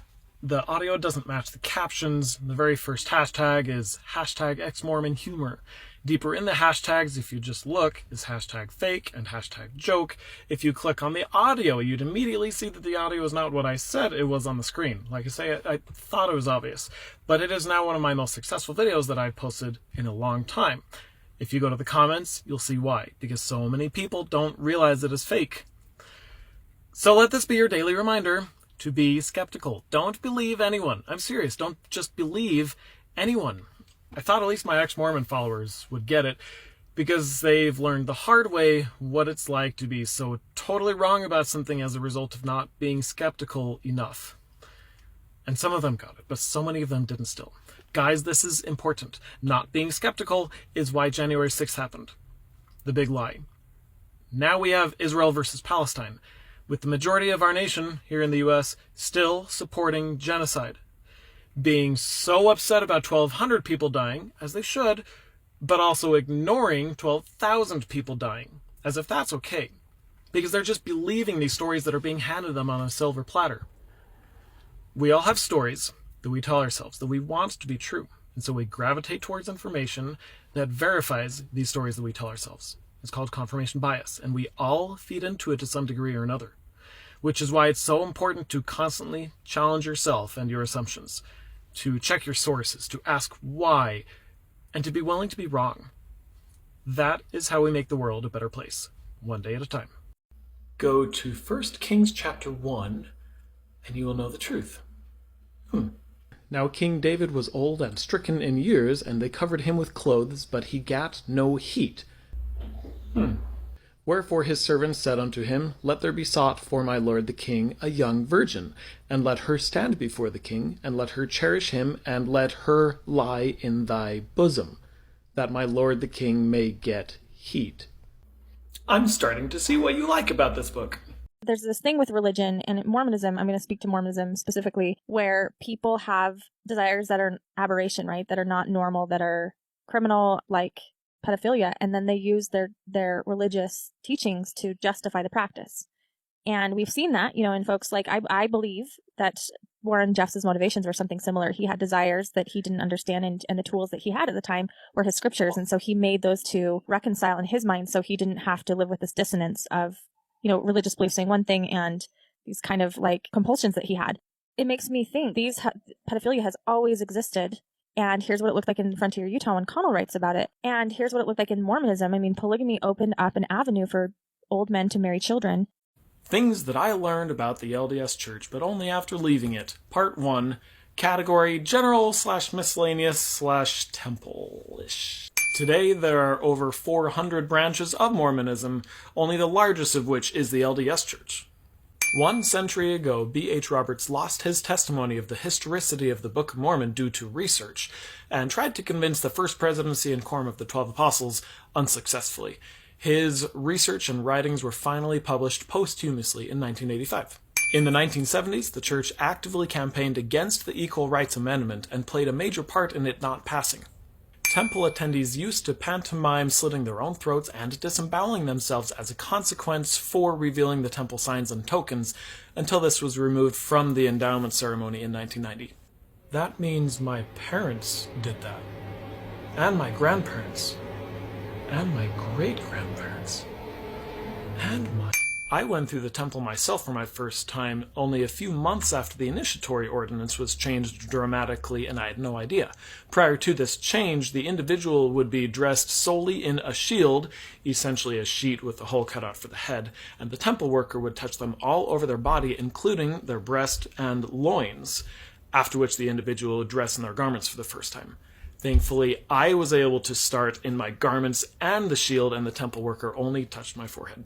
And finally, having your calling and election made sure is an actual temple ritual, the second anointing, that general authorities do for each other and for others they have selected. It has nothing to do with Jesus appearing to you. Stick around for part 2. Money. Hey everybody, apparently we can all just ignore all the harm the baby boomers have done to all of us because, hey, we don't speak German. Okay, setting aside the fact that that wasn't boomers, that would be your parents. Let's talk about what we can thank baby boomers for. Are you ready? The following is the generalization. If the generalization doesn't apply to you, thank you. Baby boomers were born during the era JFK was president. He was the one who said, ask not what your country can do for you, ask what you can do for your country.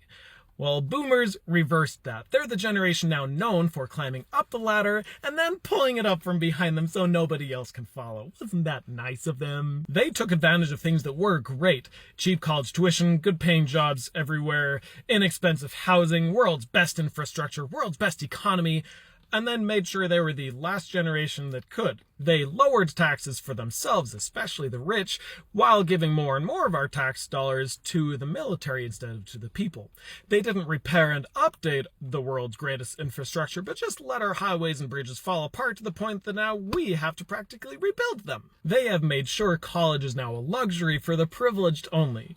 They pride themselves on the equity they have in their homes, yes, plural, while making so much money off of that alone that now Gen Z and beyond will never be able to afford even one home for themselves. Boomers have fought against climate change activism. They have fought against unions. They have fought for keeping the minimum wage at a fraction of what it costs now to just fucking pay your rent, all while building up all these business empires that now control this country via our congressmen with pretty little gold chains. It's a good thing I really love my children, because I am never planning on them being able to afford moving out.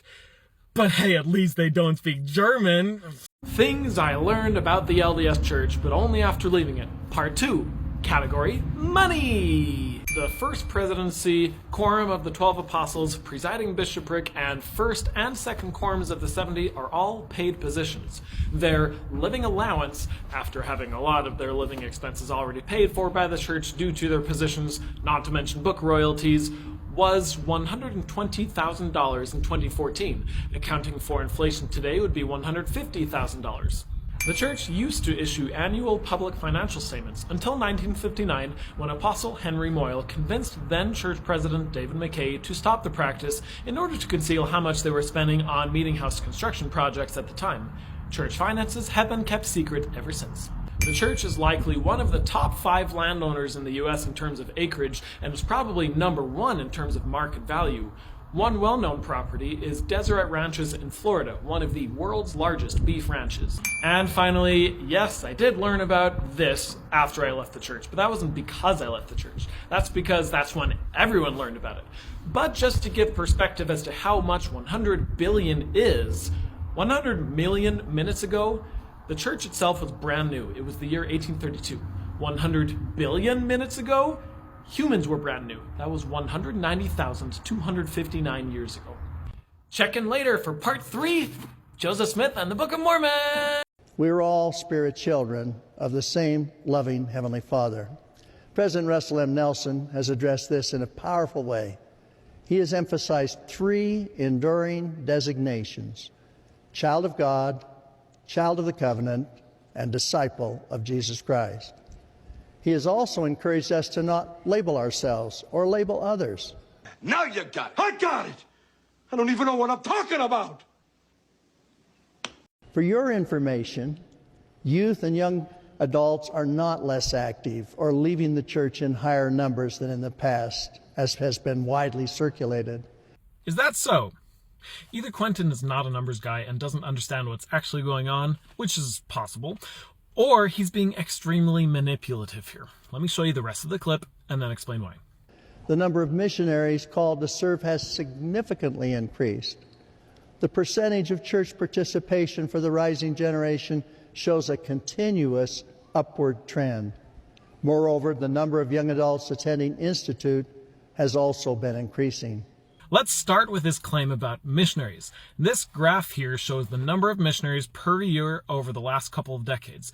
This outlier here was a result of President Monson lowering the mission age requirement. So for a couple of years, you had those who had waited for the previous older age requirement, in addition to those who could suddenly go earlier than expected. Apparently Jeff Holland is not a numbers guy, because this led to him predicting that we would have 100,000 missionaries by the year 2019. Obviously that didn't happen. It just normalized again after a couple of years, although admittedly at slightly higher levels than the previous older age requirements. And now it's going up again. This year is predicted to reach 72,000. So exciting. The apostles are saying the same thing as before. But you see this dip right here? In 2020, something happened that made a bunch of people delay their missions. So now we have those who would have normally been serving now, in addition to those who have delayed their missions until now. So of course it's going up. In a year from now, it's going to start to go down again and normalize. And Apostle Cook is about to be a lot quieter about it at that point. His claim about the number of young adults attending Institute is basically the same thing. Here are the numbers he was referencing. Yeah, it's going up right now. Funny how it was doing exactly the opposite pre-pandemic. That's what's going to happen once things normalize again. But his last claim was the most manipulative. Again, here's what he said. The percentage of church participation for the rising generation shows a continuous upward trend. Notice the value that he used, percentage. Question, what does it mean to leave the church? To some, it simply means to stop believing and attending. But to more and more of us, it also means to remove your name, and often that of your entire family, from the records of the church. What does that do to the percentage of church activity when those who are no longer attending are no longer even in the equation? It has a continuous upward trend. So if church leaders start to talk more and more about percentages instead of raw values, you can know they are manipulating you. And behind closed doors, they are not nearly as confident as that face they put on behind the pulpit. The church never misses an opportunity to capitalize off of tragedy. It's just like that scripture. Whosoever exalteth himself, the same is greatest in the kingdom of heaven. That's how it went, right? Now, let's talk about Joseph Smith and the Book of Mormon with my continuing series, Things That I Learned About the LDS Church, but Only After Leaving It. Part 3.1, because when it comes to the very foundational truth claims, there's a lot the church would rather us not talk about. You'll see why. Although Joseph Smith claims to have received immense persecution for talking about his first vision encounter in 1820,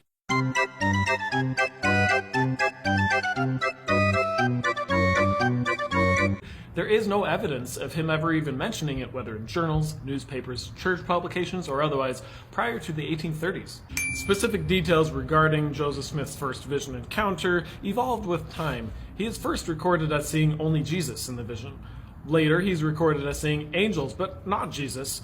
And his later accounts record what we have in the Pearl of Great Price today as seeing God and Jesus. After Joseph's death, many still believed it to have been an angel who appeared to Joseph, with Brigham Young even being recorded in the Journal of Discourses, preaching as much in 1855, 11 years after Joseph's death. The Book of Mormon witnesses didn't actually see or feel the plates. Some of them later clarified that they saw them with their spiritual eyes, not physical eyes. Joseph Smith translated a portion of the Kinderhook plates, which were brass plates of supposedly ancient origin dug up in Illinois. He said they were written by a descendant of Ham through the loins of Pharaoh, king of Egypt. Unfortunately, Joseph died without the knowledge of being victim to an elaborate prank. Turns out the men who discovered the plates had fabricated, buried, and then discovered them in order to see what Joseph would do. Although the men had confessed to this during their lifetimes, this wasn't actually proven until 1980, until which time the church had continued to periodically publish articles in its magazines regarding their authenticity. Alright, that's it for now. Check in later for part 3.2. And welcome back to another Things That I Learned About the LDS Church, but Only After Leaving It, Part 4. More about Joseph Smith and the Book of Mormon. The papyrus that became the Book of Abraham, or what's left of it, including the facsimiles that are still in the Pearl of Great Price, has now been translated by professional Egyptologists. It's a common funerary text written centuries after Abraham's time, and has literally nothing to do with the text that's in our Pearl of Great Price. Speaking of Abraham, scholars think Abraham was most likely not a real person, but merely an ancient fabrication. 2nd Isaiah and Deutero-Isaiah are nicknames for Isaiah chapters 40 through 55, some of which is included in 1st and 2nd Nephi in the Book of Mormon. They were written by an anonymous individual who lived 2 centuries after Isaiah himself, during the century after which Lehi would have left Jerusalem. In the splintering of the church immediately following the deaths of Joseph and Hiram, the second largest group of Mormons was the followers of James Strang, who had claimed to have received a vision the moment Joseph died, revealing him to be Joseph's successor. Like Joseph, Strang produced ancient metal plates containing an unknown language, translated their contents using a Urim and Thummim, and had witnesses testify to their authenticity. Also like Joseph, Strang was ultimately shot to death, and most of his followers went on to join what became the RLDS Church. The transfiguration of Brigham Young into the image of Joseph Smith after Smith's death didn't actually happen, but was merely a myth that began circulating decades later. After Joseph died, Brigham didn't claim to be the prophet, just the church president. The term prophet was reserved just for Joseph. Years later, when others started referring to Brigham as the prophet, he adopted the title. Well, that's it for now. Come back next time for Part 5, Polygamy! The LDS Church is the George Santos of religions, and I'll tell you why. The church is being sued by James Huntsman, brother of John, as he seeks a refund of $5 million he says he donated under false pretenses. Basically, the church said they would not use charitable donations for for-profit ventures, and then proceeded to do exactly that. But the similarities with Santos don't end there. Now follow me for just a minute. Apparently a group of 4 nonprofits have joined forces and together submitted an amicus brief to the court in defense of the church. Basically, they say that the church did nothing wrong because their dishonesty is standard practice among nonprofits. That's not how they worded it, but that's what they were saying. Now, if you know me, you know I'm always a little suspicious when it comes to the church and its money, but this especially set off alarm bells in my brain. I mean, what kind of nonprofit would come to the church's defense like that? So I did a little digging into these 4 nonprofits, and if you're thinking what I'm thinking, you'd be right. First of the 4 is Iuda Humanitarian, which provides free dental care in poor areas around the world. Apparently, it was formed at the request of Church President Spencer W. Kimball. If that's not the church by a different name, I don't know what is. Second is Charity Vision, which is basically the same thing but for eyes instead of teeth. Its president is Josh Romney. Can you guess who his daddy is? Next is the 512 Foundation, which makes weekend food packs for elementary students in poor communities. They are based out of Alpine, Utah, which, if you know Alpine, is really all you need to know. But apparently the same Mormon family that brings you Built protein bars also made the 512 Foundation. And the last of the 4 is the most well-known, Thanksgiving Point in Lehi, Utah. Its CEO was the managing director of external relations at BYU until 2018, and he's still an adjunct professor for their business school. Its chief visionary officer, whatever that is, has been a successful business leader and motivational speaker. She even did a TEDx talk. And she was her state's Young Women's president for several years. So yeah, these aren't just nonprofits. They're nonprofits that are all run by super Mormons. My only question is, are they getting paid under the table by the church, or are they all just obedient little soldiers? But in any case, they're basically the church pretending to be someone else. Like I said, the church is the George Santos of religion. If we remove ourselves from the light of the gospel, our own light begins to dim. Not in a day or a week, but gradually over time, until we look back and can't quite understand why we had ever believed the gospel was true. Our previous knowledge might even seem foolish to us because what once was so clear has again become blurred, hazy, and distant. 2,400 years ago, one of history's most famous thinkers said life is like being chained up in a cave, forced to watch shadows flitting across a stone wall. Pretty cheery, right? That's actually what Plato suggested in his allegory of the cave. In the allegory, a group of prisoners have been confined in a cavern since birth, with no knowledge of the outside world. They are chained facing a wall, unable to turn their heads, while a fire behind them gives off a faint light. Occasionally, people pass by the fire carrying figures of animals and other objects that cast shadows on the wall. The prisoners name and classify these illusions, believing they're perceiving actual entities. Suddenly, one prisoner is freed and brought outside for the first time. The sunlight hurts his eyes, and he finds the new environment disorienting. When told that the things around him are real, while the shadows were mere reflections, he cannot believe it. The shadows appeared much clearer to him, but gradually his eyes adjust until he can look at reflections in the water, at objects directly, and finally at the sun, whose light is the ultimate source of everything he has seen. The prisoner returns to the cave to share his discovery, but he is no longer used to the darkness and has a hard time seeing the shadows on the wall. The other prisoners think the journey has made him stupid and blind and violently resist any attempts to free them. Did anyone else wonder why would the church only give $1 million when they're sitting on a pile of hundreds of billions of dollars, as if they ran out of budget for the year or something? Well, by the looks of it, that's probably what happened. By their fruits you shall know them.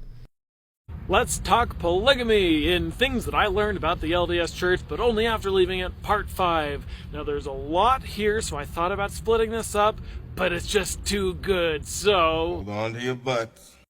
Joseph Smith had around 30 to 40 wives at the time of his death.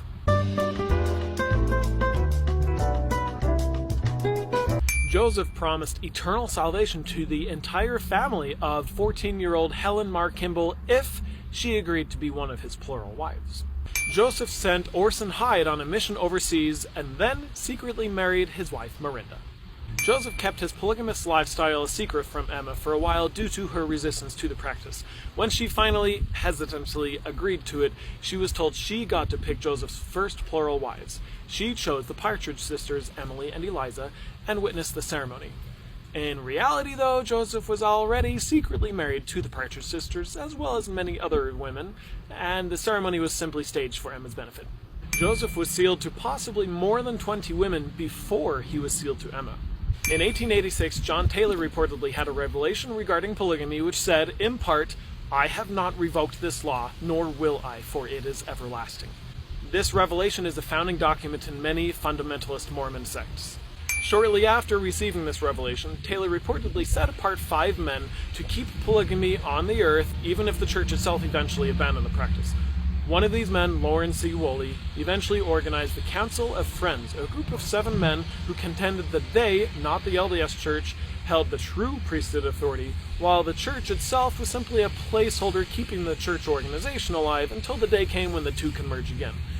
This was the origin of many modern fundamentalist groups, such as the FLDS Church.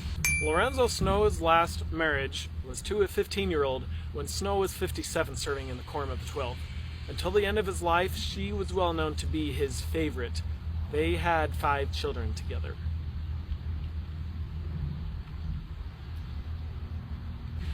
Speaking of Snow, this is getting exciting. Rather than a revelation, the discontinuation of polygamy via the manifesto was catalyzed by the federal government revealing their intent and legality to confiscate church property, including temples, if they continued practicing polygamy. The term celestial marriage was always understood by church leaders and members to refer to plural marriage, until the church was forced to discontinue practicing polygamy. Okay, I changed my mind. This is getting nuts. End of part 5. Come back next time for part 6 and we'll finish up polygamy. Sheesh, welcome to Utah. Alright, let's finish up polygamy with things that I learned about the LDS Church, but only after leaving it. Part 6. The period immediately following the 1890 manifesto that had officially ended polygamy was confusing. The saints had been taught for decades that living polygamy was necessary for their exaltation.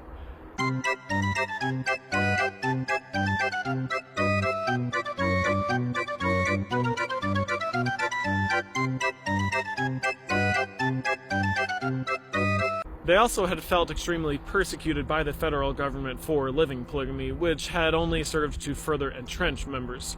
When the saints were suddenly told via the manifesto to cease forming new polygamous marriages, many, including some apostles, believed it was simply to appease the federal government, while they continued to live polygamy in secret. This is what made necessary the second manifesto of 1904 that officially made excommunication a consequence for forming new polygamous marriages.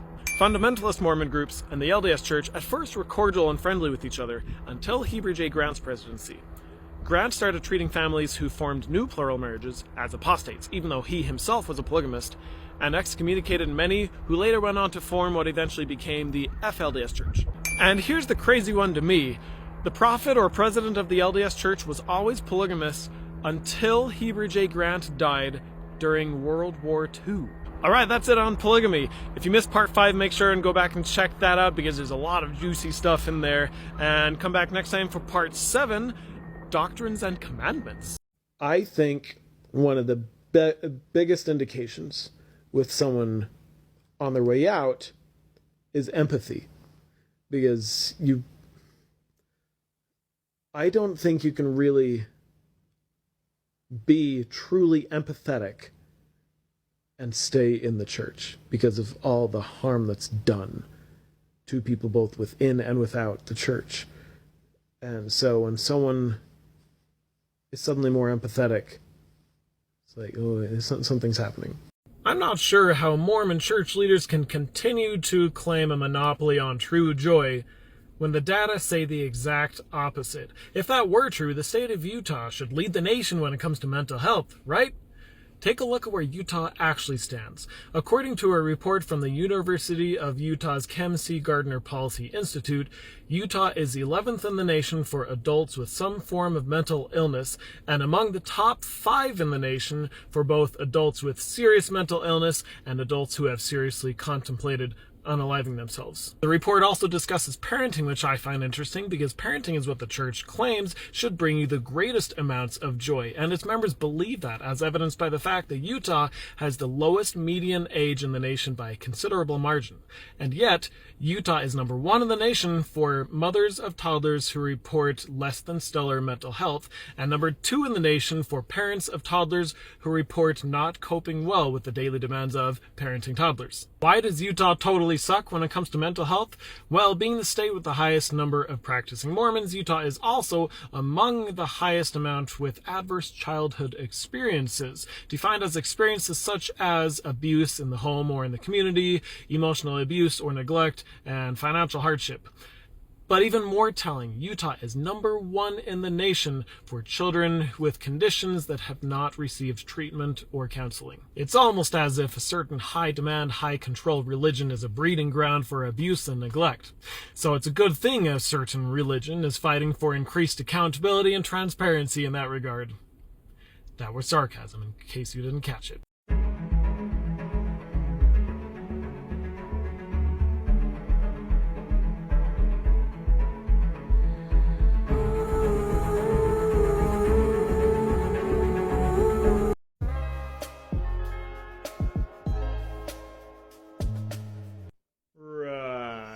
Let's find out.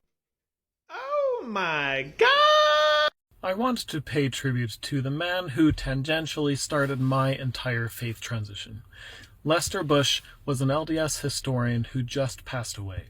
And while you may not have heard of him, if you are or were LDS, he had a profound influence on your life and beliefs. Bush published an article in Dialogue 5 years after the end of the civil rights movement about how the racist doctrine of withholding the priesthood and temple blessings from members of the church with African ancestry did not originate with Joseph Smith, but rather Brigham Young. That was new information to practically everyone at that time, and it reverberated throughout the entire church from the bottom ranks to the very top. President Spencer W. Kimball even admitted in his diary that the article influenced his thinking on the subject, and apparently so, because he was the one who finally changed that doctrine with the landmark 1978 revelation that finally ended the priesthood and temple ban. In 2017, a friend of mine posted to the Book of Faces a link to an essay that, like Bush's article of 1973, attempts to demonstrate from a faithful perspective how the church's position on a certain issue has no doctrinal foundation, is harming a great many people, and deserves prayerful reconsideration by the prophet and apostles. But instead of racism, this issue is homophobia.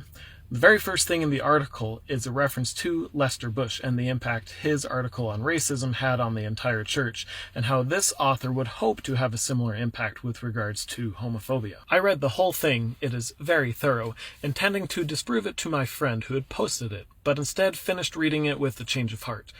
That was the first time I realized and admitted that the church is totally wrong on something, my first major shelf item, and it remained my only significant shelf item for a couple of years. I've done a lot of painful growing and deconstructing since then, and life is so much more rich and fulfilling as a result, and I can trace that all back to Lester Bush for being willing to take risks in pushing back and fighting for what is right, inspiring others to do the same. Rest in peace, Mr. Bush. Devin, I have bad news for you. Oh, this is difficult. I hate to be the one to tell you this, but, I don't know, maybe we're talking about 2 different Joseph Smiths. John Taylor came third, we know. Then Milford will jump for Renzo's snow. Joseph Smith, remember the Make my wish come true. All I want for Christmas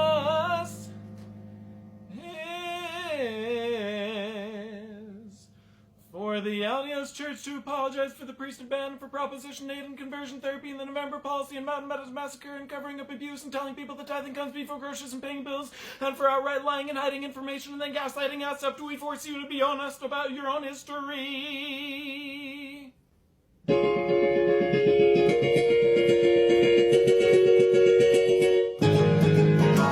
The Mormon Church has its new apostle, filling the vacancy left by the passing of 95-year-old Melvin Ballard. Patrick Kieran, age 62, was called and ordained by Church President Russell Nelson yesterday, who ultimately is the only person who has a say in selecting new apostles who help lead the entire church. So here are my thoughts about what we know about Patrick. First and foremost, what's his middle initial? We have to have an initial in there somewhere, otherwise he's not a legitimate general authority. So I'm already suspicious. Something else I wasn't expecting, he's not an attorney. I don't know what he was, though, as nothing will say beyond how he worked in a wide range of industries, from healthcare to food to the automotive industry, as well as running his own communication consultancy, whatever that is. A man of many talents, apparently. Yet another thing, this guy isn't American. You want a diversity? You got it. He's British. What? That doesn't count. Shut up.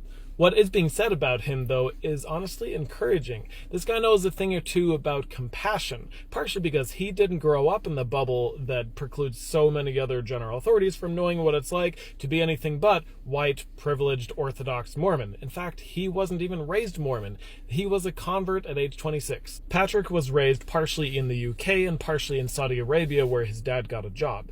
At age 10, his parents sent him back to the UK to boarding school, and this separation was apparently really hard on him. Being baptized at age 26 made him a certified menace to society.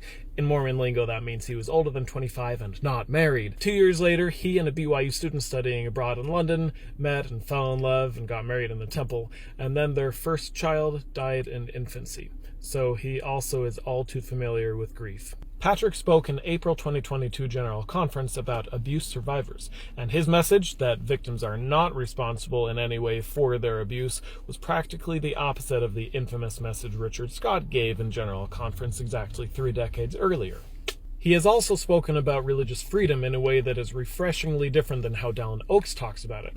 Dallin helped lead the fight in California's Proposition 8 of 2008 that attempted to force his homophobic religious views on the entire state of California, and yet he hypocritically talks as if others are out to get their right to worship as they choose, which is just not the case. Patrick, on the other hand, has spoken on the importance of diversity in maintaining religious freedom, that we have to fight for the rights of all, not just our own personal interests. I'll be honest, when I heard the news that there was a new apostle, I thought I'd be able to dig up some dirt on the guy, but I can't find any. So I can't believe I'm saying this, but good choice, Russell. Here's to hoping he makes some waves in this new job of his. A new apostle has been announced for the Church of Jesus Christ of Latter-day Saints. It was just yesterday that he was called and ordained to the Quorum of the 12 Apostles. The code is more what you call guidelines than actual rules.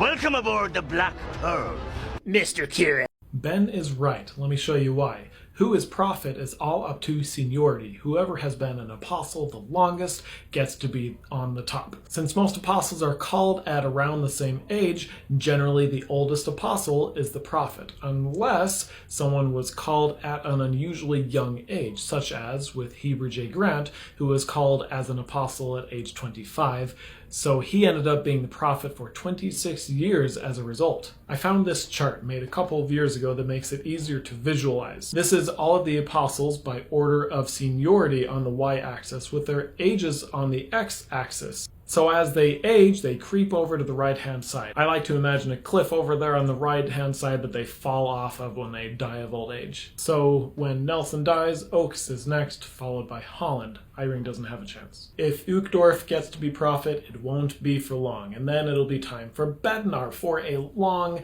time. Again, Cook and Christofferson won't have a chance. They're too old. When Bednar dies of old age, all of these guys will be too, so at this point it's a crapshoot who will be after him.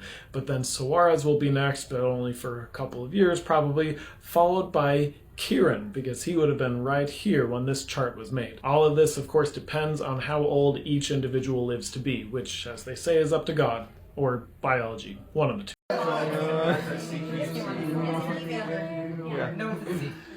God you till we meet again. By his counsel's guide uphold you. With his sheep securely fold you. God be with you till we meet again. Till we meet. Till we meet. Till we meet. Till we meet at Jesus' feet. Till we meet. Till we meet. Till we meet. Till we meet. Till we meet. God be with you till we meet again. Sister Bednar and I are acquainted with a returned missionary who had dated a special young woman for a period of time. This young man cared for the young woman very much, and he was desirous of making his relationship with her more serious. He was considering and hoping for engagement and marriage.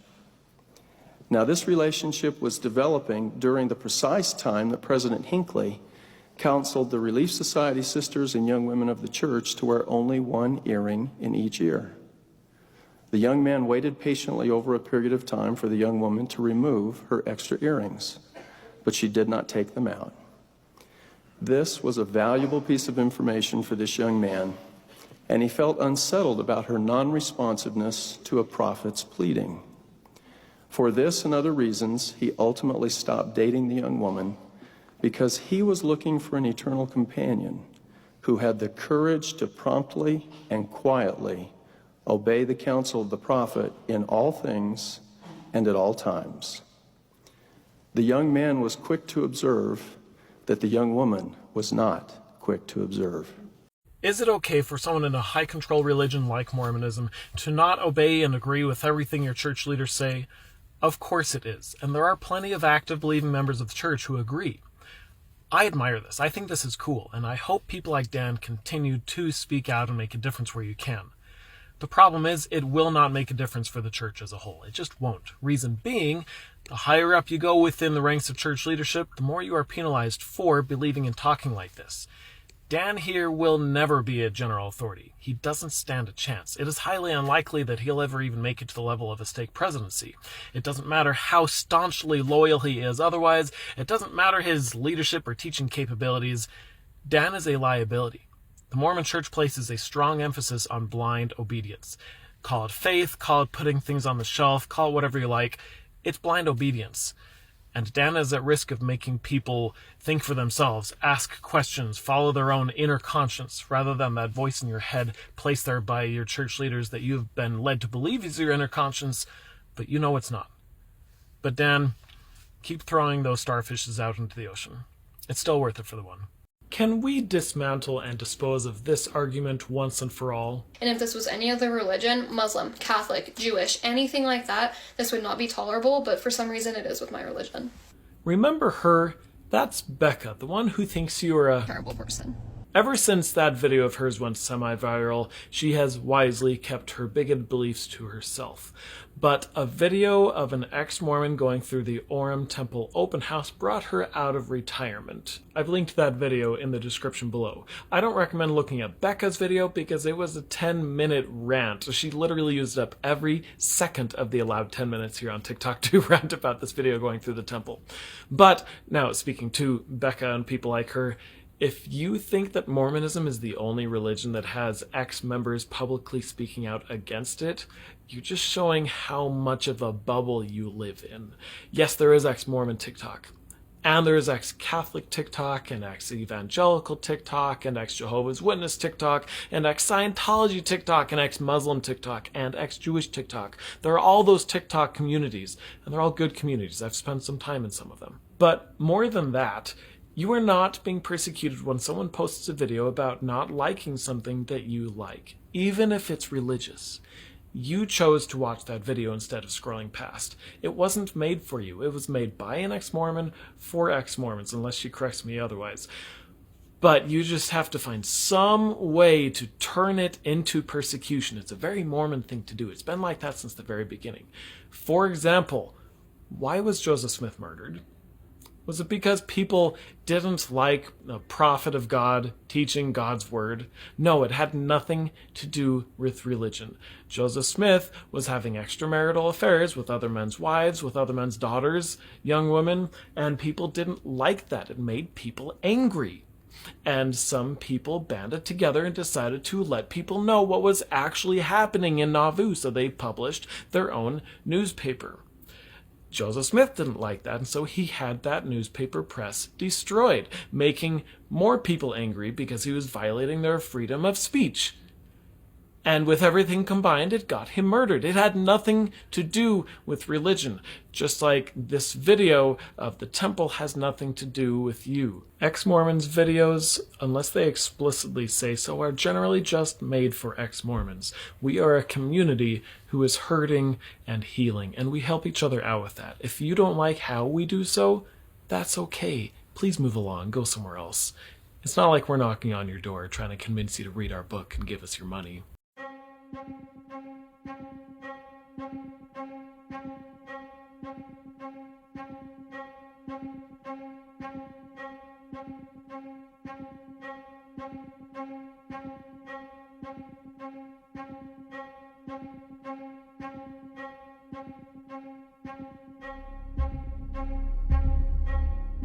בוקר טוב למשפחת הרי זהב. אנחנו נמצאים פה בתרגיל בצפון וחי"ר. יש פה כמה פצועים שנפלו בכוח. מה נשמע הרי זהב? וואי, מתגעגע לכם. אנחנו כאן בלב עזה, עושים מה שעושים.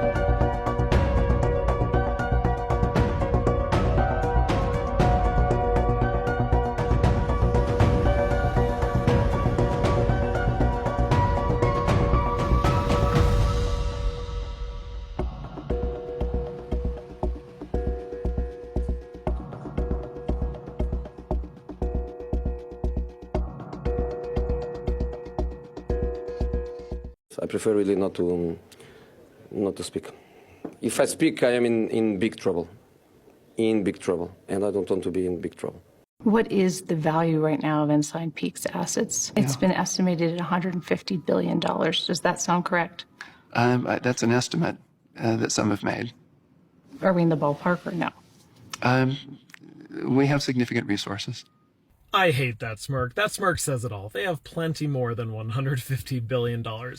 But let's explore that number. Just how much is $150 billion? You know this obnoxious game, guess how many Skittles are in the jar, and whoever's closest gets a prize. Well, let's play guess how many temples are in $150 billion, but with a spin on it. Each temple costs somewhere in the ballpark of $50 million. Some cost more, some cost less. But if the church were to build one temple a day, at a cost of $50 million each, when would they run out of $150 billion? Want to guess? Pause here if you want to think about it. But if they were to start today, the date they would run out of that money would be March 7th, 2032. Yep, by then we would have had 2 presidential elections and would be voting in the primaries of the 3rd one. That is, if we still have elections by then. So when the church brags about one of their largest donations ever, when their normal donations are more like this, I hope you can understand why I roll my eyes. That's like having a huge birthday celebration at the restaurant and then leaving a $5 tip on the table. Huh. Cool. And she looked at me and she was like, I already believe I'm going to be with my family forever. I grew up in the Mormon church loving the song, Families Can Be Together Forever, because I love my family. I served a mission and for 2 years regularly asked people on the streets and in their homes, do you want to be with your family forever? And then I'd use their guaranteed yes as a springboard for my message. I don't remember ever once asking anyone, do you already believe that you will be with your family forever? It's only been in the last several years that someone somewhere pointed out to me that the vast majority of the religious world already believes that, for no other reason than that's what a loving God would do in heaven. So it's been kind of disturbing to come to the realization that what makes the Mormon Church unique is not their teaching that you can be with your family forever. That's apparently a really common belief. What makes the Mormon Church unique is their teaching that you won't be with your family forever unless you do things their way. That's messed up. When someone you love attacks truth, think celestial, and don't question your testimony. The Apostle Paul prophesied that in the latter times some shall depart from the faith, giving heed to seducing spirits and doctrines of devils. There is no end to the adversary's deceptions. Please be prepared. Never take counsel from those who do not believe. Seek guidance from voices you can trust, from prophets, seers, and revelators, and from the whisperings of the Holy Ghost, who will show unto you the things what ye should do. The only permanent solution to the poverty of this world is the gospel of Jesus Christ. The Apostle Paul warned that the wisdom of men understands the things of men, but has difficulty understanding the things of God. The world speaks of tithing in terms of our money, but the sacred law of tithing is principally a matter of our faith. Being honest in our tithes is one way we show our willingness to put the Lord first in our lives, above our own cares and interests. Ah, I see. You believe, so there's no need to research. Your confirmation from God is your research. Wise words. You know, this applies to all sorts of circumstances. If you happen to be a billionaire and another billionaire invites you to go on a ride in his homemade submarine to go visit the Titanic, just go for it. What could go wrong? Or if a politician tells you, I think I'm the most honest human being, perhaps, that God ever created. Well, honesty is what we want more of in politics, so believe him and then do everything he tells you to do. What harm could it do? Oh, but this especially applies to religion. If you're a Scientologist and you get a good feeling inside whenever your church leaders tell you, it would be damaging to your mental and spiritual health and growth if you even see anything negative about Scientology, or if you see or hear anything about the confidential materials of Scientology. Then you'd better obey that. It must be true. Or if you're FLDS and you get it burning in your bosom whenever you think about the phrases keep sweet or pray and obey, then don't you dare research anything. Just have faith. You know your good feelings inside are just as valid as anyone's research. So thanks, Colton, for bringing this up. It's a good reminder that emotions trump facts, that confirmation bias is infinitely more valuable than honest data-driven research or scrutiny. Yeah, you claim that Kyle was so much of a jerk to you, and yet it's like you don't even realize there are other guys out there. I don't hear you complaining about any other jerks. Well, yeah, I know you dated Kyle, but people say Josh is a jerk too. I don't hear you complaining about him. Well, it shouldn't matter that you didn't date Josh. You can't possibly be sincere if you're not going to be fair and complain about everyone who's supposedly a jerk. No,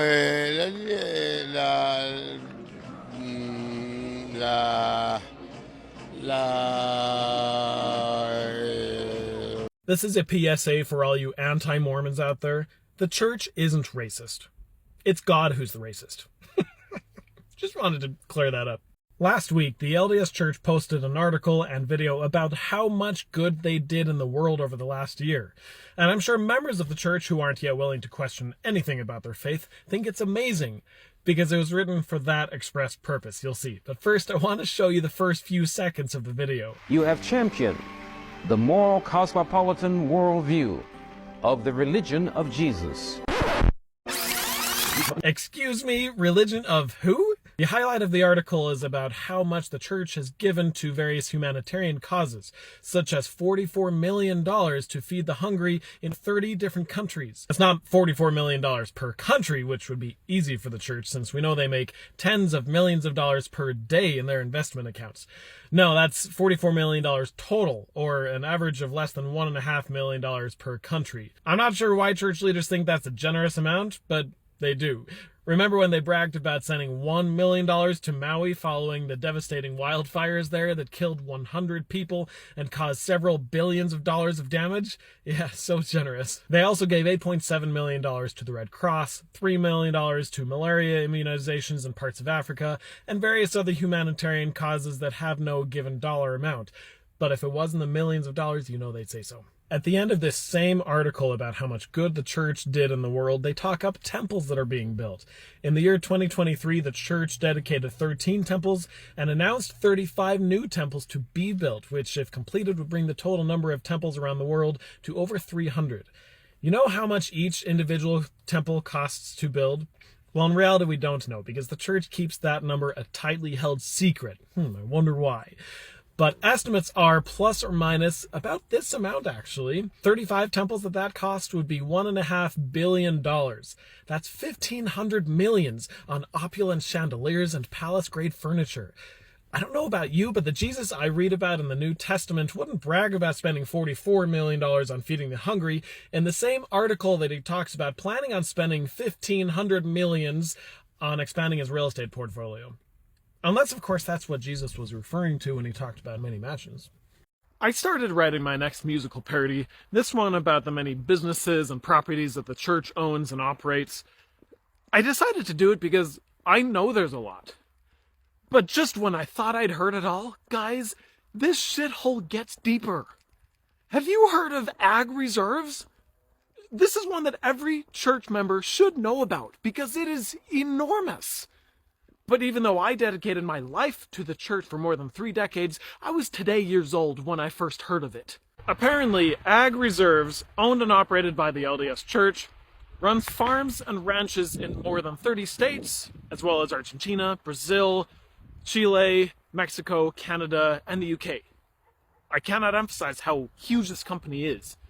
For example, they apparently made a purchase of a huge amount of land in Florida in 2013 for $565 million. And as a result, the church is now the largest private landowner of the state of Florida. The LDS Church owns 2% of Florida. Not Utah. I mean, Utah too, but that's a given in the theocracy that is Utah. But Florida. And that's just a tiny sliver of what this company does. In researching it, I've come across this quote a couple of times. This screenshot is from their own video, which is the first thing you see if you go to the company's website. With such a wonderful purpose, how much of what this company produces do you think goes to Welfare Square in Salt Lake City? Or the church's granary in Kaysville? Or their cannery in Ogden? All part of the church's well-advertised humanitarian arm? Zero. This is a for-profit business. Humanitarian aid doesn't make them money. I'm just fuming about all this. I thought I'd heard it all. This is a prime example of how the church doesn't have a business arm. The business, that is the corporation of the president of the Church of Jesus Christ of Latter-day Saints, has a religious arm. It's not a church. The LDS Church is a business, masquerading as a church. Question for Mormons and former Mormons. Where is Zion, the New Jerusalem, supposed to be built? If your answer is Independence, Missouri, you are correct, but did you know that was actually God's second choice of location? Many of us know people who have faithfully moved from Utah or elsewhere to Jackson County, Missouri in anticipation of the prophet's call to build a temple/city there that will welcome Jesus for his second coming. Many of us also know people who eventually gave up when the call never came and moved back, but don't you worry, I'm sure it'll happen any day now. Never mind the many hundreds of acres that the church has recently gotten rid of in that area. I'm assuming because it wasn't making them any money. But I digress. The point is that specific location has affected the lives of countless individuals and will continue to do so for the uber-righteous. Which is funny because that's not where it was originally supposed to be. You know how the Book of Mormon is all about supposed ancient inhabitants of the Americas and how it was written to their descendants, who Joseph Smith said were the Native Americans? Well, one of his first big ideas was to gather Israel. And he said that the Native Americans were descendants of the families of Ishmael and Lehi, who were of the house of Israel, so they had to be gathered. So the first missionaries of the church were sent to convert Native Americans. That's when this revelation was received. In 1830, the year the church was born. The revelation says that Zion would be built among the Lamanites, meaning on Native American land where the missionaries had been sent to preach. But preaching among the Native Americans didn't last long. Parley P. Pratt said in his autobiography that the missionaries were kicked out of Indian country as disturbers of the peace. Joseph's big idea was crushed. So the revelation had to be updated from saying among the Lamanites to on the borders by the Lamanites, as verified by the Joseph Smith Papers Project here, and that's the way it still stands in Our Doctrine It Comes today. So my question is, since that phrase of the revelation obviously wasn't inspired, why would the rest of it be? Or any of his revelations for that matter? Just a thought. The Church of No, We're Not a Business Masquerading as a Church of Latter-day Saints has just made a series of enormous purchases totaling $178 million in an industrial park in southern Florida. They purchased 6 warehouses, 2 of which are still under construction, totaling more than 1 million square feet. Keep in mind, this is the church that already owns more than 2% of Florida's landmass and would like to build a megacity nearby and rivaling Orlando with their massive resources.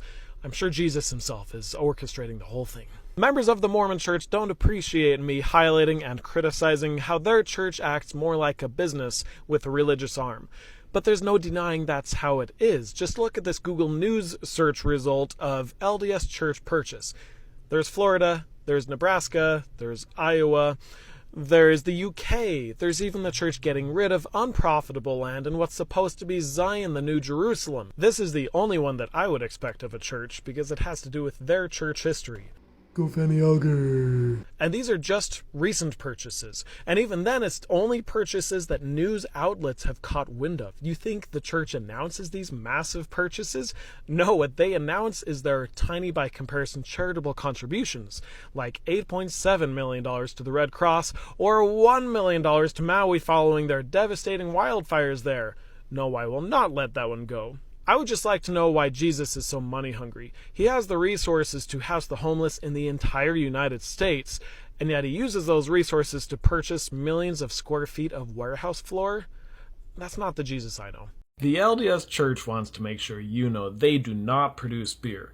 Yeah, I know, you already knew that, but they want to make extra sure, because of all things to fight in the world today, one fight that they have chosen is the name of this beer, Deseret IPA, produced by Bewilder Brewing Company, a small local brewery that's been around for a whopping 4 years and has dozens of beers listed on their website.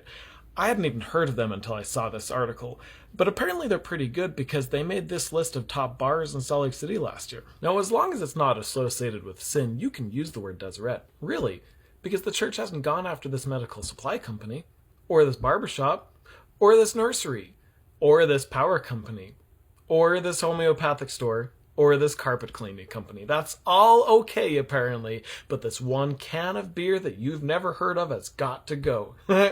Okay. Oh, by the way, did you know that Mormon-produced wine known as Dixie wine was placed in the cornerstone of the St. George Temple when it was originally dedicated? True story.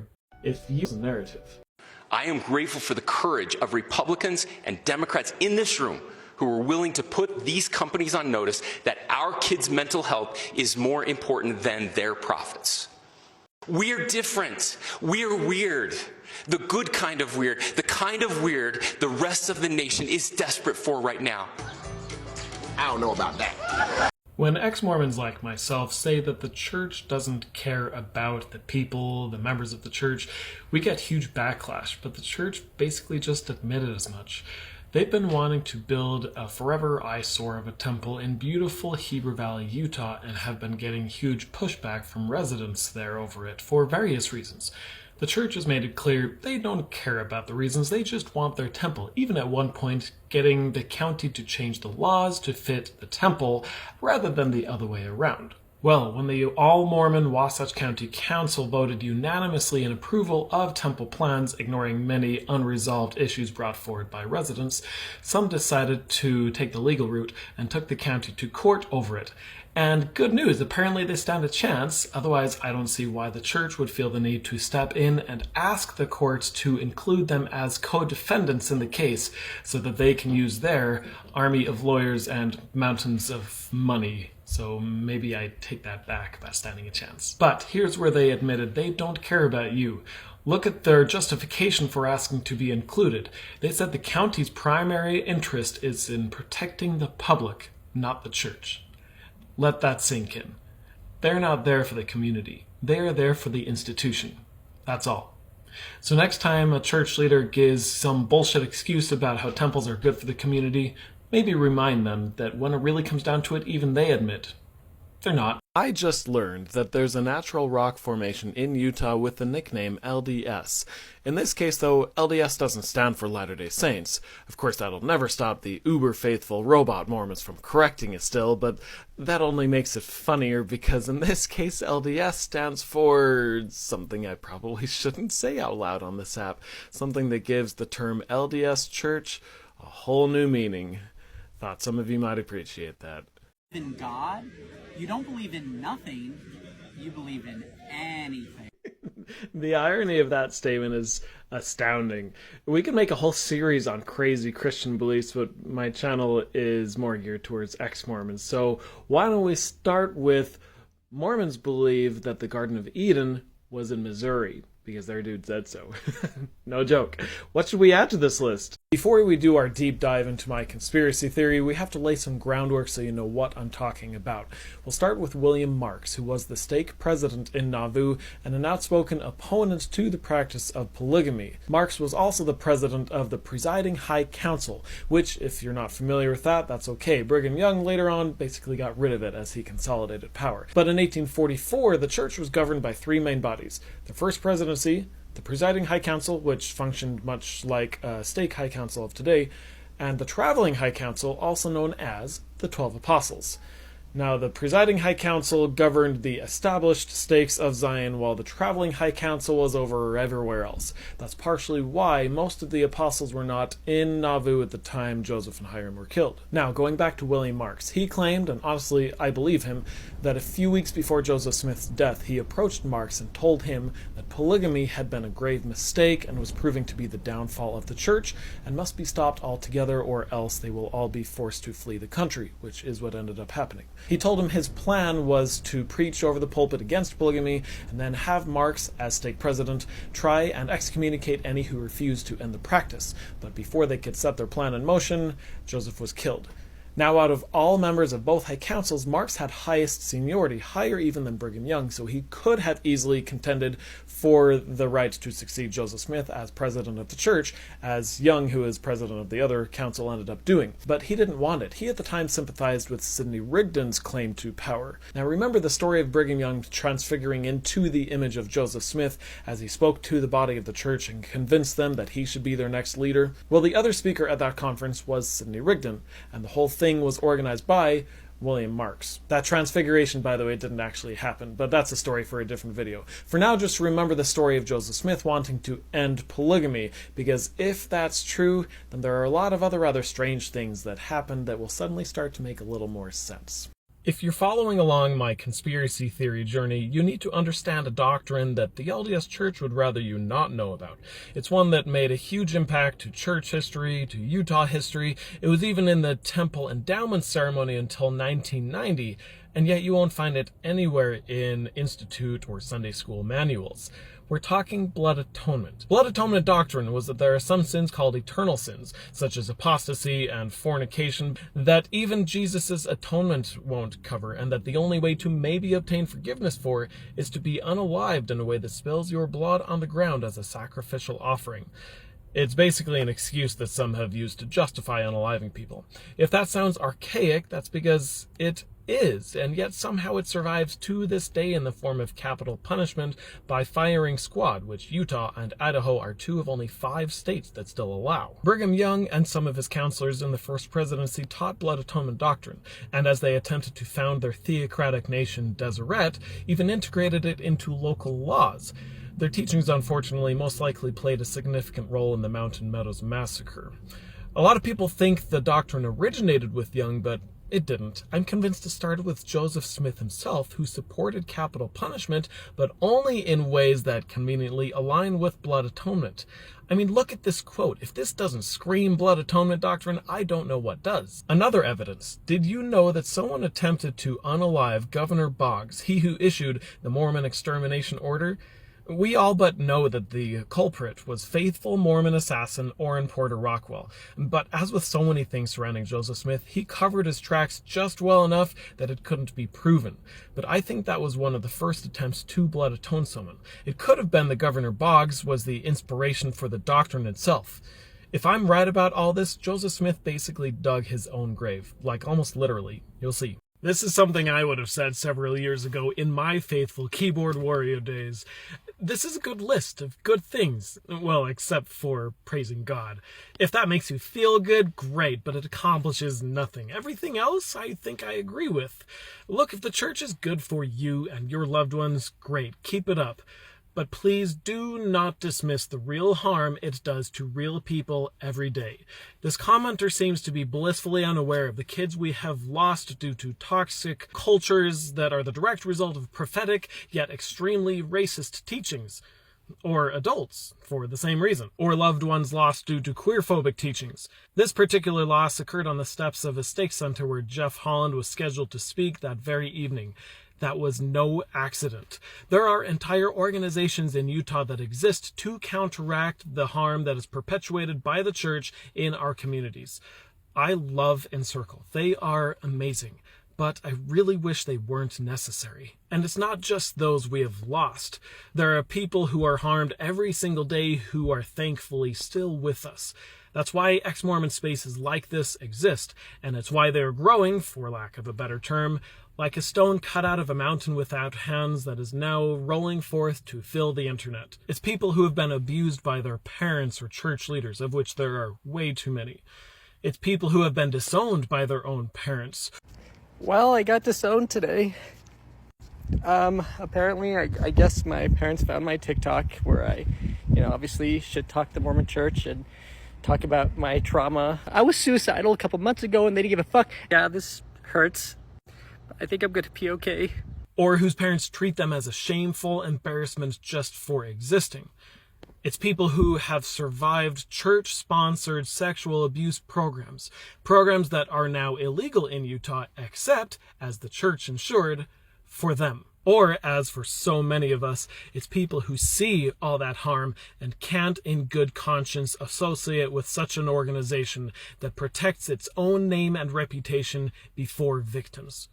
So, you can go ahead and keep pretending that the church does nothing but good for people, but know that in so doing, you are complicit in everything I've mentioned here. Our topic of the day is polygamy today in the LDS Church. My inspiration for said topic is believing Mormons who keep making up offenses whenever I bring it up and reporting me, so it's apparently something that needs to be talked about. The church itself says that polygamy today is strictly prohibited, and this is half true. What's the other half? You won't find it on their website, but question, how many wives does current church president Russell Nelson have? Trick question. He's currently married, as in for time, to one woman, but he is sealed, as in for eternity, to two. So is his first counselor in the presidency, Dallin Oaks. They both remarried after their first wives died. But that's a normal thing to do, right? Well, let me ask you this. How common is it for an elderly widower to marry a virgin? Because while Russell and Dallin are both on their second marriages, for their wives, it's their first. And yes, that matters. Let's pull up Joseph Smith's polygamy revelation in the LDS version of Doctrine and Covenants, section 132. If you Control F for virgin, it'll take you straight to God's rules on polygamy, which, as you can see, have a lot to do with marrying virgins. I know, gross, but it's Mormon God's rules, not mine. Still don't believe me that Russell and Dallin did that on purpose? Well, let me just remind you that Russell has been alive for a whole century. He was born only 2 decades after polygamy was actually ended with the Second Manifesto of 1904. His dad was born a few years before the First Manifesto of 1890, the one that many church members thought was a wink-wink, nod-nod type of thing in order to just win Utah statehood. You think one of the most faithful people from that time period doesn't believe that polygamy is necessary for his salvation, as every prophet before that time period had taught? But this isn't restricted to the first presidency. Oh no, any man in the church can be sealed to multiple women so long as their where earthly marriages aren't concurrent. Even if a couple just divorces, the ex-husband can immediately be married and sealed to another woman of his choice, but the ex-wife would have to convince the first presidency, yeah, these guys, to cancel her first sealing in order to be sealed to another man. If that sounds potentially traumatic, it gets worse. Children born in the covenant or born to parents who were sealed in the temple belong to the Father in heaven. So if this divorcing couple had kids and the ex-wife falls in love with someone else she wants to spend eternity with, she is forced to choose between him and her kids because she can't have both in the celestial kingdom. Again, it's not my rules, it's Mormon God's rules, but it's exactly those types of rules that made my wife, for example, say, I don't care if the church is true. If it is true, there's going to be an uprising in heaven, and I'm joining. Thanks for coming to my sacrament talk. For what we love determines what we seek. What we seek determines what we think and do. What we think and do determines who we are and who we will become. So somebody, excuse me, somebody had to do it. I am the chosen one. Somebody had to do it. I first learned that Joseph Smith was allegedly a polygamist and had a few dozen wives when I was 32 and had been totally faithful to the LDS Church up to that point, having served a mission, married in the temple. I always went to church on vacation. I was totally in, thought I knew it all.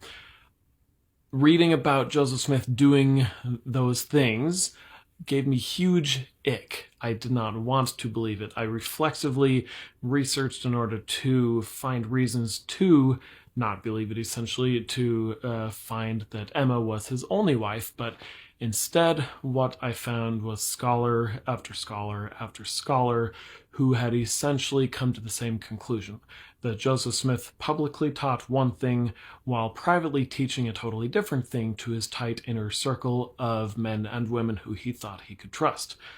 I also learned about the LDS Church, now known as Community of Christ, who had staked practically everything on their belief that Joseph Smith was not a polygamist.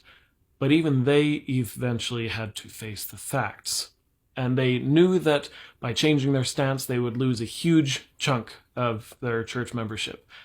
And yet they did it anyway because they thought it was the right thing to do. I admit I haven't looked into all of your sources and arguments, but I also have a hard time wanting to when a lot of your arguments mirror those who, by your own admission, have significant bias and who come to conclusions that frankly remind me of conspiracy theories of the moon landings having been faked. Way too many people would have had to have been in on it. Plus, your conclusions discount the testimonies of victims of Elizabethan-type women who publicly admitted to having intercourse with a man they were not legally married to, an admission that in that day and age would have carried a huge amount of shame and embarrassment. That's not to say that your conclusions are entirely foolish. I mean, it's been 180 years and we're still having this debate, but that's where I'm coming from. Something has changed within me. Shook hands with the Mormon prophet. If you do, you're crazy, because that never happened. Queen Elizabeth was head of state over the span of 9 prophets. 9. And not one of them got to meet her. Well, okay. One of them got to meet her. Ezra Taft Benson, 3 decades before he was prophet, was serving in Dwight D. Eisenhower's cabinet as Secretary of Agriculture. That's the closest she ever got to meeting a Mormon prophet, which is kind of weird because it's not like the church passes up photo opportunities with heads of state. They love that. Well, rumor has it that's not for lack of trying on the church's part. This Reddit user claims that church leaders tried repeatedly over the years to have an opportunity for the prophet to meet the queen, but she refused, which, as I've thought about it, makes sense. She ruled for over 70 years and met so many important people, including religious leaders. That had to have been on purpose. Why, though, when the church does nothing but good in the world, right? Well, maybe she knew that people have tended to learn more accurate church history from South Park than from the church. Or maybe she knew that the church founder was a predator, which the church itself finally admitted to only 10 years ago now. Or maybe it's because of their extremely racist doctrines that she knew they refused to give up until well after the end of the civil rights movement. Or maybe she could see that we're going through the same thing today, only with queer phobia instead of racism. Speaking of which, maybe she saw when the church got involved with socially progressive legislation, but only to ensure that they had a loophole to continue to harm people. It's happened multiple times now. Or, being in the UK, maybe it was because of baseball baptisms, a program in England where missions artificially inflated their numbers by requiring baptism, and only baptism, for those who wanted to join their community baseball teams, which were established for that express purpose. Actually, out of this whole list, that's probably the most likely. I served my mission there more than 4 decades after the program ended, and that's still what locals know the church for. The British never forget. But in any case, the Queen was well known to be a wise woman who was cautious about who she associated with, and this was no exception. God save the Queen. Not really. Maybe. It's classified. A trans kid kills themselves because they couldn't access the gender-affirming care they needed. Do you think the parents of that kid would care that you had a conversation at the governor's mansion about legislation before you passed it? First of all, no one in Utah has taken their life because there wasn't gender-affirming care available. I care deeply about these kids. I love these kids. I want these kids to thrive. I want these kids to be successful. And I think there's a better way to do that than having genital mutilation surgeries. Genital mutilation surgeries. Genital mutilation surgeries. Paid for by Utahns who are tired of having a lying, two-faced fucking transphobe as their governor. Speaking of which, did you know Spencer is up for re-election this year? In all my research with this, one name keeps coming up as, let's say, a person of interest. It's a name I was familiar with, but honestly didn't know much about until now. It's someone who just so happens to be Brigham Young's first cousin, converted by Brigham Young, actually. The name is Willard Richards. Richards was one of the 2 survivors from Carthage jail, but he didn't have to be there in the first place. He wasn't one who was arrested. According to himself, he went with the Smith brothers to Carthage jail, knowing there were angry mobs wanting to unalive them, out of the goodness of his heart. Of course, he said all this after they were 6 feet under. But another probable reason, or excuse, for Richards to voluntarily go to jail with Joseph was because he was the church historian. It was his job to record everything Joseph did, essentially. He got that job in the end of 1842 and remained church historian until his death in 1854. That means that one of the only 2 eyewitnesses to what actually happened inside that jail literally wrote the history books. And the only person who could have corrected him, John Taylor, waited until Richards was dead to speak publicly himself about it. Speaking of writing the history books, when Richards published his story about how it all went down in Carthage jail, he gave one detail that to me is sus. If his story is true, there were pew-pews going off everywhere. Through the door, through the window, Joseph himself was firing a revolver through the doorway. But somehow in all that commotion, Richards noticed that Joseph's revolver misfired 3 times. A rather odd detail to notice in all that commotion in the first place, and then to feel the need to include in the official account. Coincidentally, John Taylor was wounded 3 times, and at least 2 of those were too small to have been from muskets, which is what he said the mob had. They were much more consistent with wounds that result from smaller weapons, like a revolver. Remember how Joseph had jumped out the window. According to members of the mob, he hadn't yet been wounded when he fell out, but his brother had. Remember Hiram's head wounds? Looked like he had either taken himself out, or someone in close quarters had come from behind and done it for him. If I had seen that happen knowing I was next, I probably would have defended myself first and then gone out the window too. That's not even all the dirt I have on Richards, but the rest deserves its own video because it's even more damning. See, isn't this getting fun?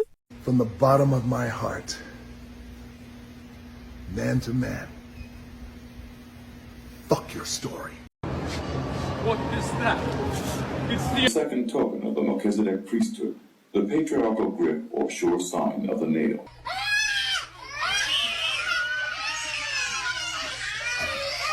Yesterday was a big day for Mormon history. You know the Kirtland Temple? It was the first temple ever built by Latter-day Saints, and it is significant especially because it was built before Joseph Smith had even come up with the idea of the endowment ceremony or second anointing. Most LDS temples today don't even have what the Kirtland Temple has, except for Pioneer-era temples like the Salt Lake City Temple, but even then it's only the uppermost room that even active temple-going members will probably never set foot in anyway. Well, the RLDS Church, now known as Community of Christ, has owned and taken care of the Kirtland Temple and some other church history sites for generations. The only reason some of these sites didn't just rot in the first place when Brigham Young went west is because of them. We all owe them a huge debt. But ever since the 1960s, when their church leadership had a collective faith crisis of sorts, they have been focusing less on being right and more on doing good. Well, as part of that, yesterday, Community of Christ and the LDS Church issued a joint statement that the Kirtland Temple and some other church history sites, along with some historical artifacts and documents, have been purchased by the LDS Church for a grand total of $192.5 million. The most interesting part of the statement to me is where each respective party says why they are doing it. Community of Christ says this funding will help them fulfill their mission priorities around the world. Priorities that, according to their website, include things like pursuing justice and peacemaking. I mean, they do some cool stuff, but because they try to actually use their money for good, they have been struggling financially lately, and this purchase will make a big difference for them. Meanwhile, the LDS Church is just excited to have more stuff whose monetary value will continue to increase, I might add. You see, the LDS Church likes to pretend that they are the only Mormon church. They are still very much focusing on being right, so this purchase will help accomplish that mission as well. I said, why? He says, oh, because it seemed popular on TikTok, it seemed popular on social media. You know, I've been thinking about that story because when I first heard it, it kind of made me mad. Mad that Brad would make up a story so obviously fake just to give ex-Mormons a bad name and scare people into staying in the church. But the more I've thought about it, the more I've wondered, maybe he's telling the truth. I mean, obviously the story itself didn't happen, but maybe someone actually did tell him that story.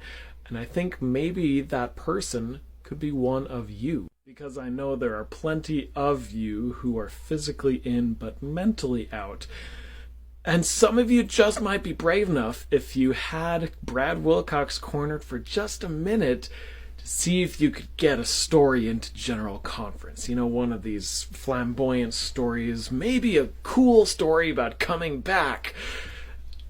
Because he would totally take it hook, line, and sinker and brag about that story. So, was it? Was it one of you? Who was it? Fess up, come on, I want to hear it. One of the last things you need to understand with all of this is the succession crisis that unfolded immediately after Joseph and Hiram's deaths. Now, if you don't want all the historical details, you just want the juice with my theory, go ahead and skip to the next video. I'll link it in the comments. From my research, it seems apparent that the line of succession after Joseph should have been first Hiram, then Samuel. But with both of them gone, who was next in line was questionable. Some said it would be the next Smith, which would have been William. If Joseph Smith III had been old enough, it 100% would have been him, but he wasn't old enough. Some said William Marks, who was president of both the Nauvoo stake and the presiding High Council, which governed the main body of the church wherever stakes were established. If I had been in Nauvoo then, knowing what I know now, that's who I would have supported.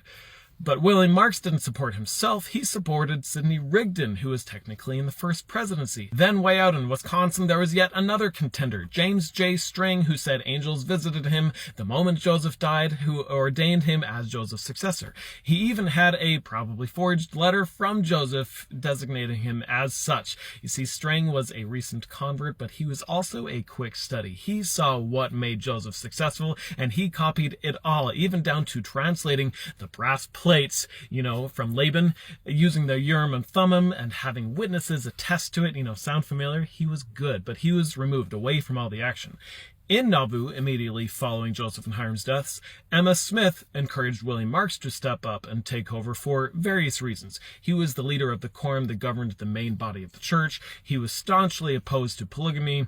Emma also needed someone close to her to step in as trustee in trust of the church to help settle disagreements on what properties were now her family's and which were the church's, because Joseph didn't distinguish between the two. So she wanted him to take over for all of those reasons, but also because most of the 12, you know, the traveling High Council, most notably Brigham Young, were still out of town, and I think she knew they wanted to take over. But two things got in the way of her plan. First, William Marks wasn't power hungry. As opposed to Brigham Young, it seems that Marks was just a good, honest guy, and he didn't stand up for himself nearly as much as Emma wanted him to. The other thing that got in the way of Emma's plan to keep the 12 apostles from taking over is the other thing that got in the way of Emma's plan to keep the 12 apostles from taking over is that one guy whose name keeps coming up over and over and over again. That one guy who just so happens to be Brigham Young's first cousin, who accompanied Joseph to jail out of the goodness of his heart, according to himself, who was still wearing a coat in a south-facing upstairs bedroom on a hot summer afternoon,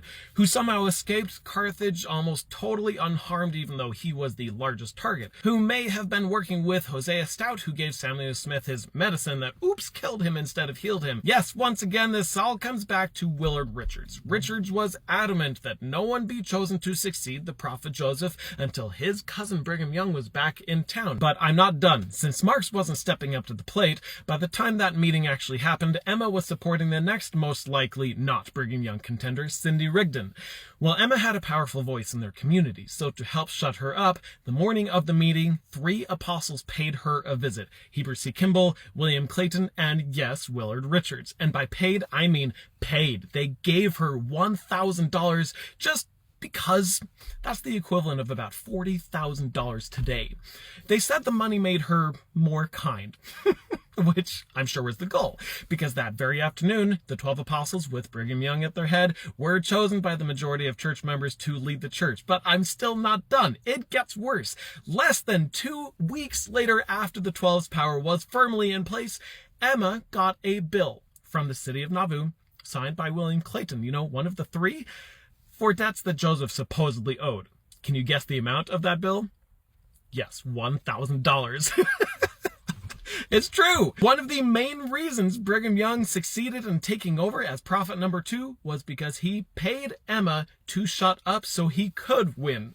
And then after he succeeded, he immediately tried to take that money back, although I have no idea if she actually paid that bill or not. But if you've ever wondered why Emma didn't go west with Brigham Young, wonder no more. She knew they didn't have the right to take over, and the Brigham Young and the 12 were power and money-hungry assholes. I started doing TikTok partially to expose manipulation like this. Hopefully with the goal of helping people out, people who were like myself, who, at least before 5 years ago, when I thought to be a good person, you had to be a good Mormon. And to be a good Mormon, you had to know the church is true. And so I knew, because others told me that I knew, and so I thought, okay, I know the church is true. And I didn't question things. If the church said jump, I said how high. If they said that the church tells the whole story in this manual, then I just believed them. Here is a screenshot from my video with that page you're talking about. Look at that second paragraph. I underlined what you were talking about. But look at it. A Kirtland financial institution? Financial institution. It was a bank, and an illegal bank. Established by church members? Which church members? The First Presidency, including Joseph Smith himself. Remember, Joseph Smith and Sidney Rigdon were tried and found guilty and fined for illegal banking. Yes, that happened. And this kind of leaves out that detail. Isn't that kind of an important detail? Anyway, I just wanted to highlight this manipulation tactic because it would have fooled me back in the day, and there are still many people like me. My goal is not to pull people out of the church. My goal is to open up your eyes, maybe inspire confidence to do a little research yourself. Don't be afraid to kick against the pricks, to push boundaries, and to think for yourself. Whoa, whoa, whoa, you cannot be serious. Sheesh, there's a lot to unpack in this one comment. We could go on and on about which principles taught in the faith work. For example, does the principle that all are equal in God's sight count? Or is it the one that says different races exist because God cursed some with a darker skin so as to be less attractive to the righteous ones with white skin? Is it the principle of repentance that works? Or the fact that Jesus' church is exempt from that principle? Do the principles in the family proclamation work for everyone, or only for those who fit a very specific mold of a 1950s era traditional family? And if you said everyone, how do you know? Have you ever had a conversation with someone who does not fit the mold, and how well those principles work for them? But what really rubs this church history nerd the wrong way is your awful excuse to ignore anything that doesn't align with your chosen narrative. I'm going to go out on a limb here and say that you periodically stand in front of your whole congregation and say something to the effect of, I know that Joseph Smith saw God and Jesus Christ in the sacred grove when he was 14 years old. But did you know that we have an account of the first vision written by Joseph Smith himself in his own handwriting, and that almost every detail of what actually happened there contradicts the version of the story that you are telling when you bury your testimony? Does that matter? Does that count? Apparently not, because Joseph Smith is dead. How convenient. This is one of the most blatant examples of a self-admission of extreme confirmation bias that I have ever seen. I mean, you are giving yourself permission to totally dismiss any work of any historian, no matter how well qualified, no matter how well researched, because what they're studying is dead people. Really? Dumb. Stupid. Crazy. Dangerous.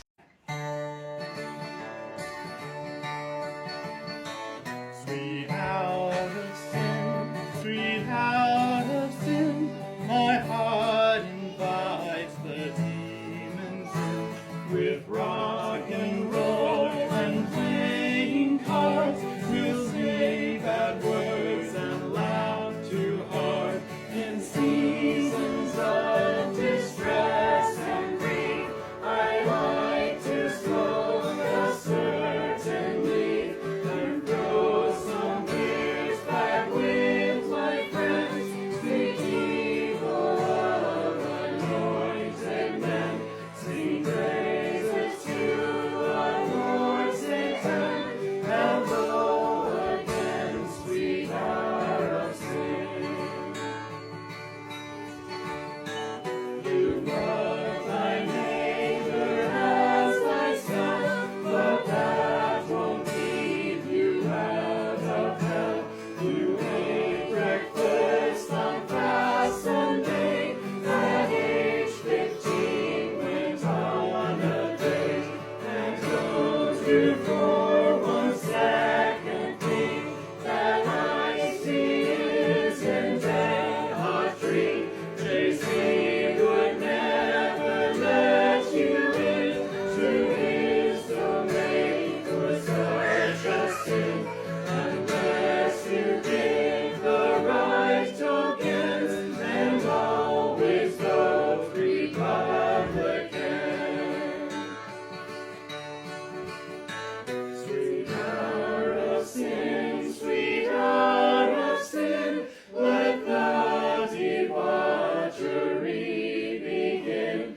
Like growing beards at BYU, or seeking signs to judge what's true. Sometimes I go grocery shopping before I even pay tithing.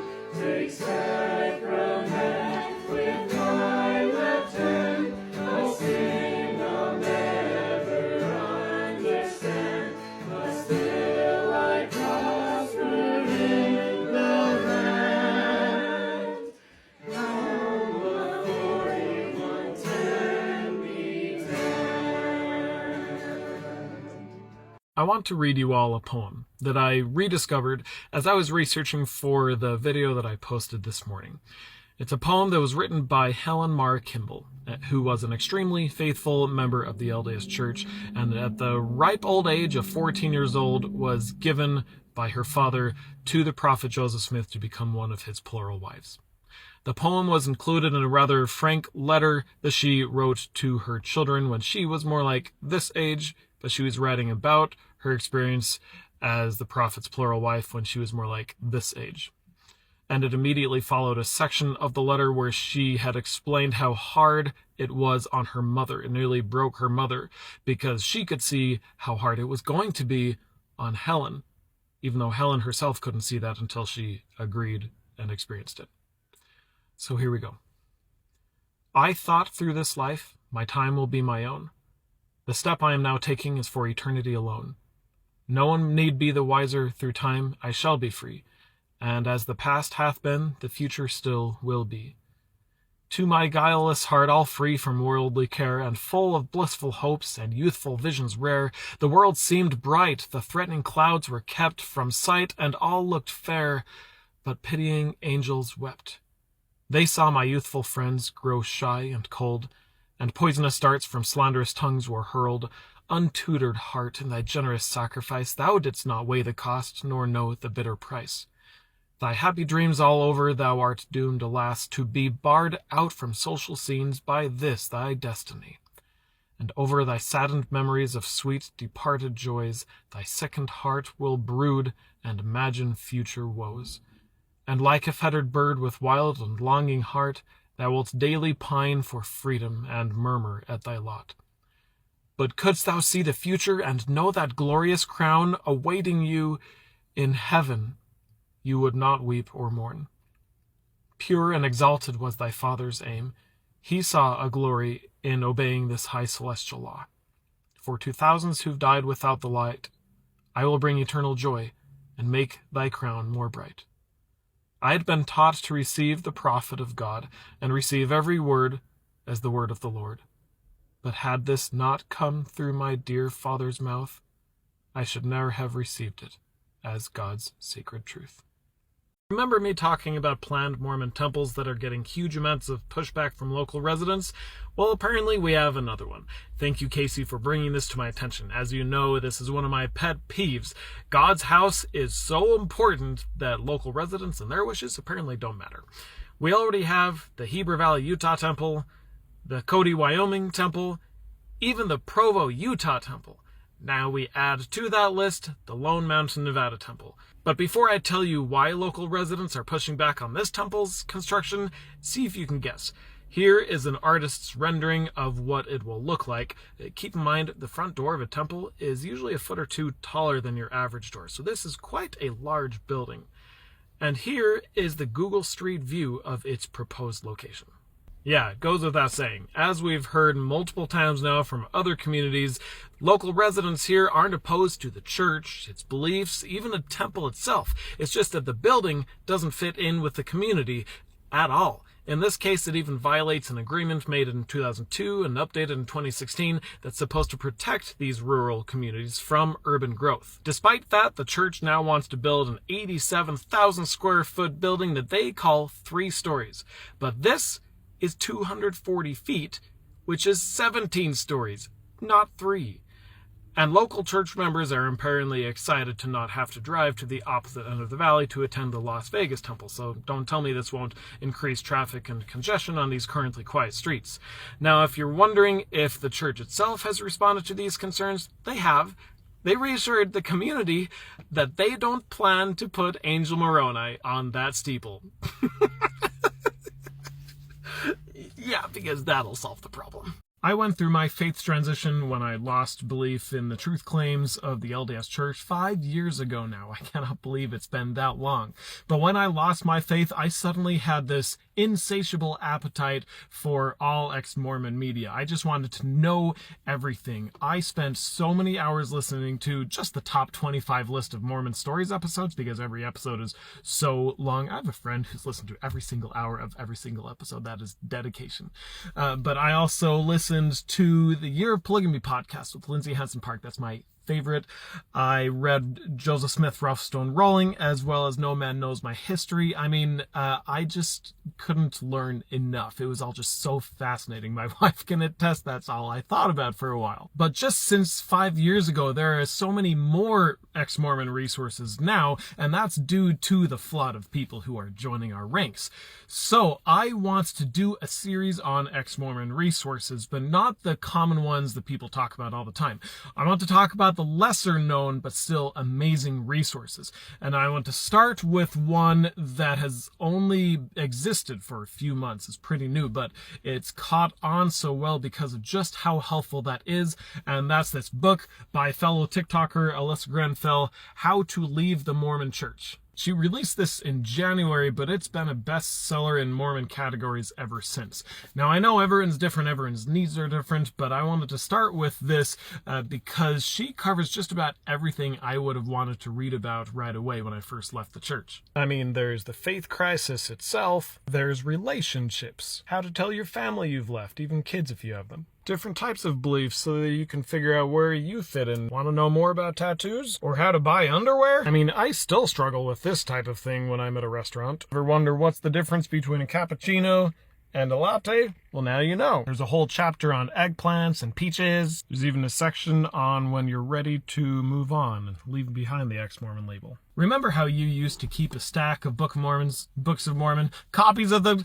I still don't know. But remember that, just in case there was ever the opportunity to hand one out. Well, this is what you should keep on hand now for when a friend or family member confides in you that they've left the church. Trust me, they'll love you forever for it. Now, I want to know what's your favorite ex-Mormon resource that you love, but most people don't know about, because I have a few ideas of my own, but I'm just one guy. So let me know in the comments what you think I should cover. This video is going to be meant for believing Mormons, but I realize it's really applicable to people of all faiths. As a vocal ex-believer, I wanted to share one of the most commonly asked questions that I receive in private, which is this: how do I tell my parents I no longer believe? You and I probably both believe that a parent should be one of the safest people to confide in. But you and I also probably both know that often parents react poorly when they find out their child no longer believes the same things that they believe, and that one bit of information can be a wedge that ultimately destroys the whole relationship. Now, people ask me this because they love you and they don't want to harm their relationship with you, but they're afraid because within the ex-faith community, we see it all the time. One minute you think you're as close as ever with someone, and the next you find out that friendship was actually conditioned upon your religious beliefs aligning with theirs. We within the ex-faith community don't want that. It hurts us. We love you the same as we always have. We also didn't want to lose faith in the church. In fact, most of us desperately tried to retain our faith until at last we realized that that was like putting the genie back in the bottle. There are some things you just can't unlearn.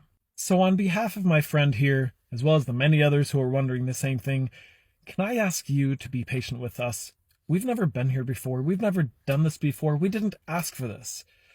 I also want you to know that we're not here because we were tempted or tricked by some devil, or because we were lazy or want to sin, or we weren't reading our scriptures often enough, or any of the other lazy assumptions that make it easier for you to make sense of your world while not having to take the time to listen to or understand us. If your child or sibling or friend confides in you that they no longer believe in the church, I hope that, one, you take that as a compliment, that they trust you with that sensitive information. And two, I hope you take a lesson from Jesus in the New Testament, who dined with those considered to be sinners and who befriended the woman accused of adultery. Even in Jesus' story of the prodigal son, which was really a story contrasting two sons, it wasn't the son who chose a different lifestyle who Jesus condemned, but rather his haughty, judgmental older brother. After all, what are the two great commandments? Love. I wish to congratulate Leonard here on actually finding something that I was wrong about. Good job, and thank you, because I don't like being wrong, so keep it up. And I apologize for my snark when I thought that I had done my homework to verify what my memory was telling me. But I made the mistake of trusting a church source above others, which I really should know better. But did you know that for the most part, people don't care about Mormons enough to talk about Mormons, except for Mormons? It's true. So some things don't make the news. But this is newsworthy in my book. Let me tell you why. Follow me for just a second here.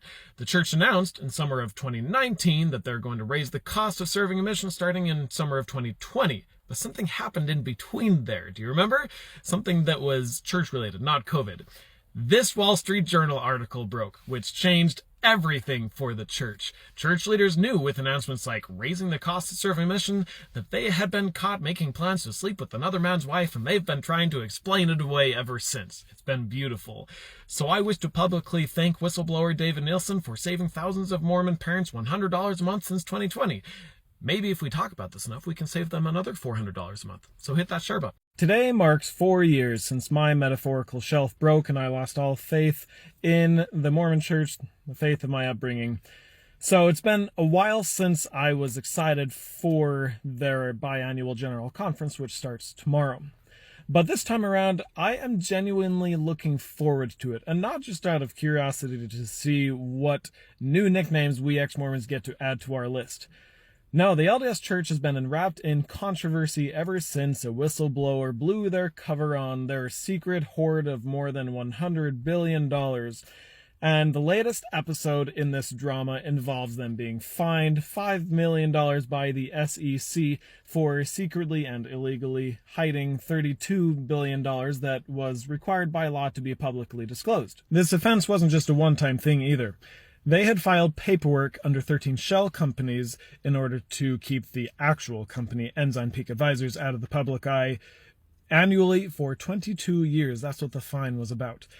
Meanwhile, in each and every one of those 22 years, they presented a financial audit in their April General Conference that I covered in this video, where they claimed every time that all was well in Zion financially.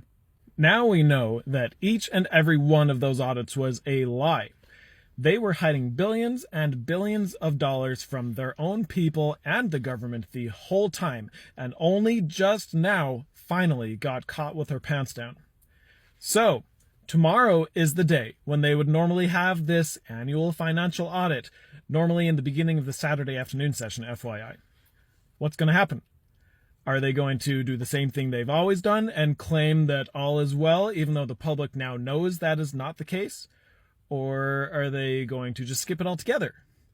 It's got to be one of those two, because we know it won't be the third alternative where they are honest about the fact that they f***ed up big time, because current church leadership have made it abundantly clear that they, as a church, do not have to follow their own rules of repentance. What's going to happen?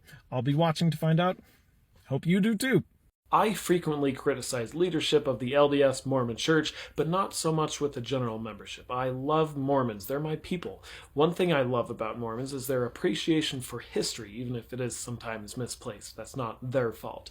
But it's their appreciation for history that makes me confidently say, this was not done by a Mormon. Have you seen this story? It is infuriating.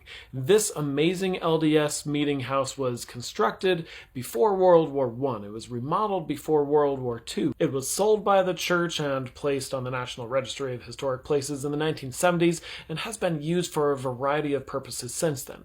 At one point, it was even a concert venue that hosted Nirvana. I mean, this is a cool building with a cool history. But on Easter morning, a contractor started illegally tearing the whole thing down. But it wasn't the contractor's fault. He was told by the owner of the building, who hired him, that this was all legal, that he had obtained all the necessary permits to demolish the building, which was a lie. He had taken the necessary steps to get a permit from the state of Utah to demolish the building, but that was the easy part. Getting a permit with the city of Salt Lake City would have been a lot more difficult, if not impossible, because that's where he would have had to overcome the whole historic registry hassle. So instead, he decided to seek forgiveness instead of permission, lie his way through, and bulldoze both the building and the opinions of anyone who loved the building and its history. What type of a rainbow would do this, you say? Well, for a moment, picture in your mind the face of an daffodil who would do such a thing, and then make his face a little more punchable.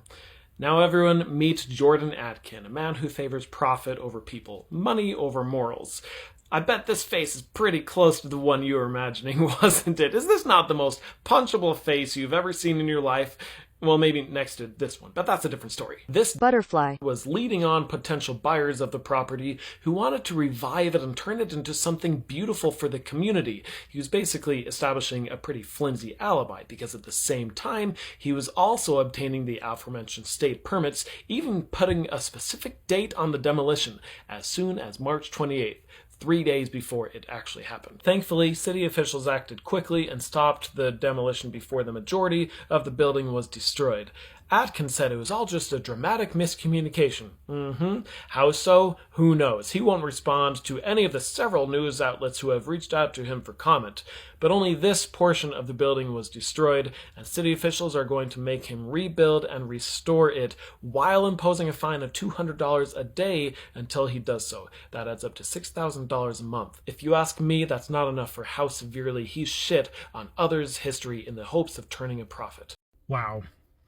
I made a video about a man who took advantage of his money and privilege to knowingly break the law as he destroyed a big, beautiful 114-year-old church building that countless people have known and loved throughout the years. And in this video, I made a joke about how punchable his face looks.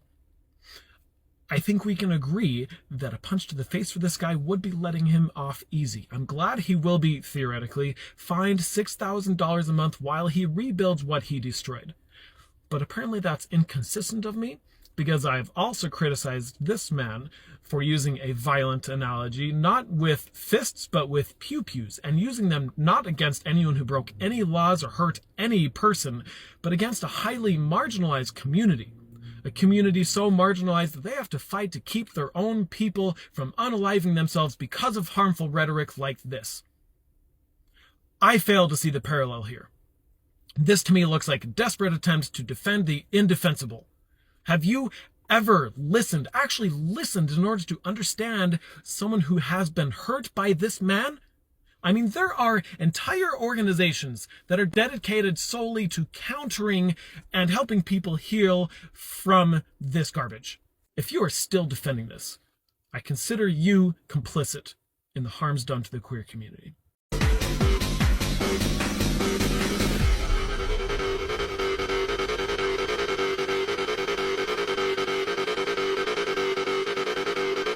The Council on the Disposition of the Tithes, composed of the First Presidency, the Quorum of the 12 Apostles, and the presiding bishopric, authorizes the expenditure of church funds. Based upon audits performed, church auditing is of the opinion that in all material respects, contributions received, expenditures made, and assets of the church for the year 2023 have been recorded and administered in accordance with church-approved budgets, accounting practices, and policies. The church follows the practices taught to its members of living within a budget, avoiding debt, and saving against a time of need. This is my summary of the Saturday morning session of General Conference. It started with Oakes doing the sustaining of general authorities and officers of the church, which is to say, the men. The only women who got mentioned were wives of a few general authorities who were released. The only thing of note that happened was a new Sunday school general presidency was announced. One thing I noticed, though, was that the camera timing was impeccable. They were always perfectly on the audience during the all in favor part, and always perfectly on Oak's face only during the those opposed, if any, part. Next was the annual financial audit, which is laughable. If you've seen any April General Conference, you've seen it. It is always the exact same, word for word, no matter how many financial scandals were in the news over the past year. They are always of the opinion that you should pay no attention to the man behind the curtain. The first speaker was Jeff Holland, who spoke about his recovery in the hospital, which happened shortly after his wife Patricia did not recover in the hospital. And he somehow turned that into a talk about the importance of prayer, even though that to me says that whatever's going to happen is going to happen. He seems glad to be God's favored, though, unlike tens of thousands of Watermelon people. Yay for him, God is great. The second talk was our first token woman, Annette Dennis, first counselor in the Relief Society General Presidency. Now this was the third General Conference in a row where the second speaker has been a woman, followed by many men. Annette was the one who just made headlines for saying that she knows of no other organization that gives such power and authority to women.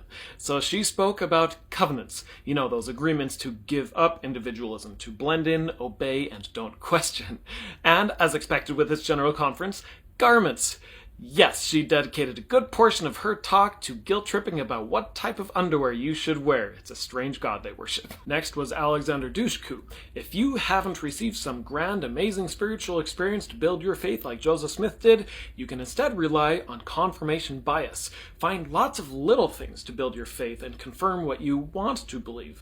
And I can testify that works. Ulysses Suarez next spoke more about covenants, but this time in relation to temples. It's exciting that they're building so many these days, but they'd rather not look foolish by having them be empty all the time, so make sure to always have your next temple appointment scheduled. Jack Gerard spoke on integrity. According to him, integrity means being true to God, to each other, and to your divine identity. Inconceivable! And the last talk of the session was a pre-recorded talk by Henry Eyring, who spoke more about temples and covenants. Are you noticing a pattern yet? He told an interesting story of when the Teton Dam collapsed when his kids were in Rexburg, and he didn't know if they were okay, and he didn't seem to care, because they were sealed in the temple anyway.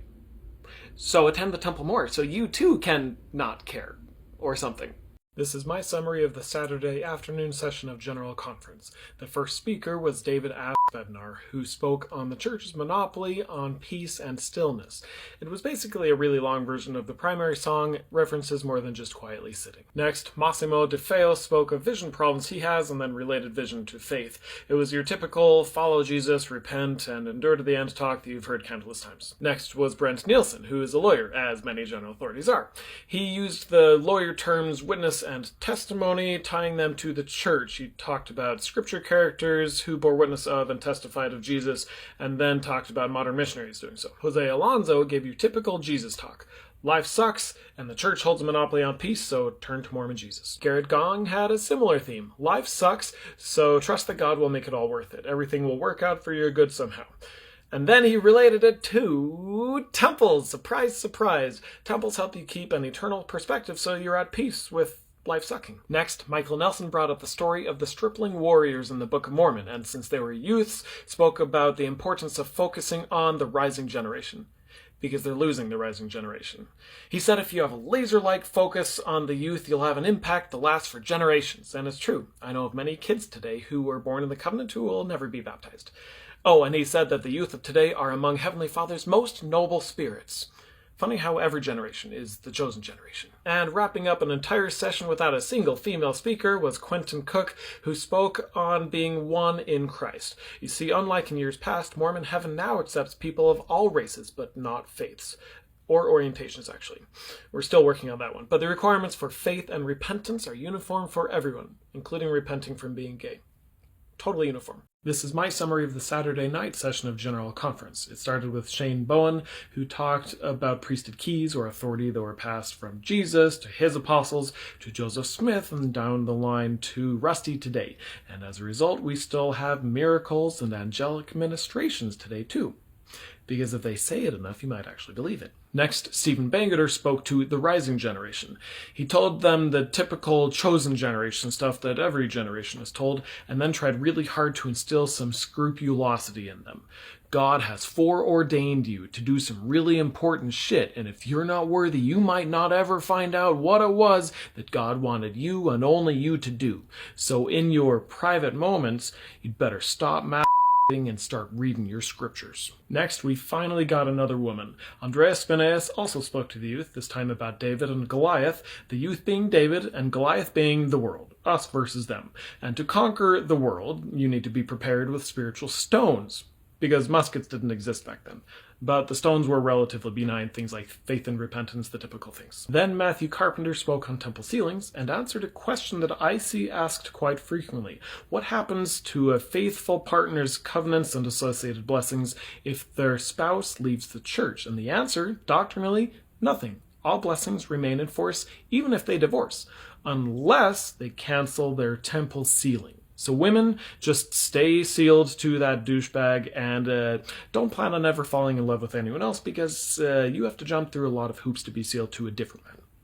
Men, don't even bother paying attention because you can be sealed to as many women as you want to. And last was Dieter Uchtdorf, who spoke about joy. You know, one of those things that the church has a monopoly on, only he didn't talk like that, mostly. He even said that some people need help from trained mental health professionals to be able to feel joy. I hope my parents were listening. He also said that feeling sad is not a sign of failure, and that you can even find joy from non-religious sources. Overall, it was a pretty cool talk. Of course, he still had to tie it into their monopoly on joy by saying that pure joy from Jesus is better, higher, and holier. But how to find that pure joy is with simple things like bringing joy to others. I think this talk might have even made up for his unruly child talk. This is my summary of the Sunday morning session of General Conference. We started with Ronald Rasband, who talked about words. In our emoji-filled world, words still matter, so choose your words wisely. So, did Joseph translate the Book of Abraham or write the Book of Abraham?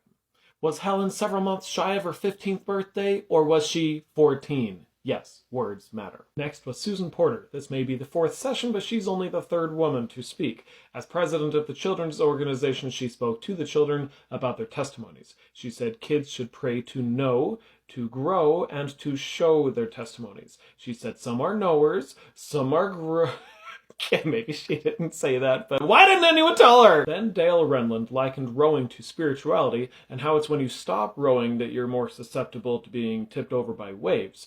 See, it's important to keep up constant re-indoctrination in order to keep yourself from any amount of critical thinking. Paul Piper spoke of relationships and how all relationships require mutual trust, including your relationship with God.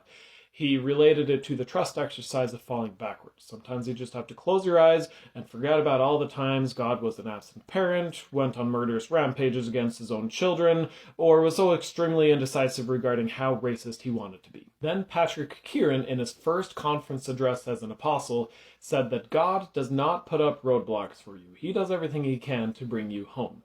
God's plan of happiness is your happiness now and in the eternities, not worry and fear. I'm excited for this guy. Next, Brian Taylor talked about finding faith and hope when life sucks. Like, really sucks. He told an awful story about a mother who unsuccessfully tried to save her son from a fire and now has burn scars to forever remind her of losing him. But Jesus. And finally, Dallin Oaks said that covenants are commitments to fulfill responsibility. Why do I hear my father's voice when I say that? But can you guess which covenant he guilt-tripped about the entire talk? Yep, underwear. He said covenants do not take a day off, so you should wear your garments continuously, with the only exceptions being those obviously necessary. So men, now you know that hole is not just for the urinal. A lot of people have been wondering this, and for good reason. He was at the conference, but this is what he actually looked like. I don't think the video is AI, but it is fake to some degree because, and how many of you noticed this? I missed it. Someone pointed it out on Reddit. But Russell here is not actually sitting in a fancy padded red velvet chair. He's sitting in a wheelchair and then green screened onto a fancy padded red velvet chair. It really makes one wonder how much of this video is fake. It really makes me wonder, why would a prophet of God feel the need to do this? I mean, the man was a heart surgeon. A lot of his patients were old and frail and disabled.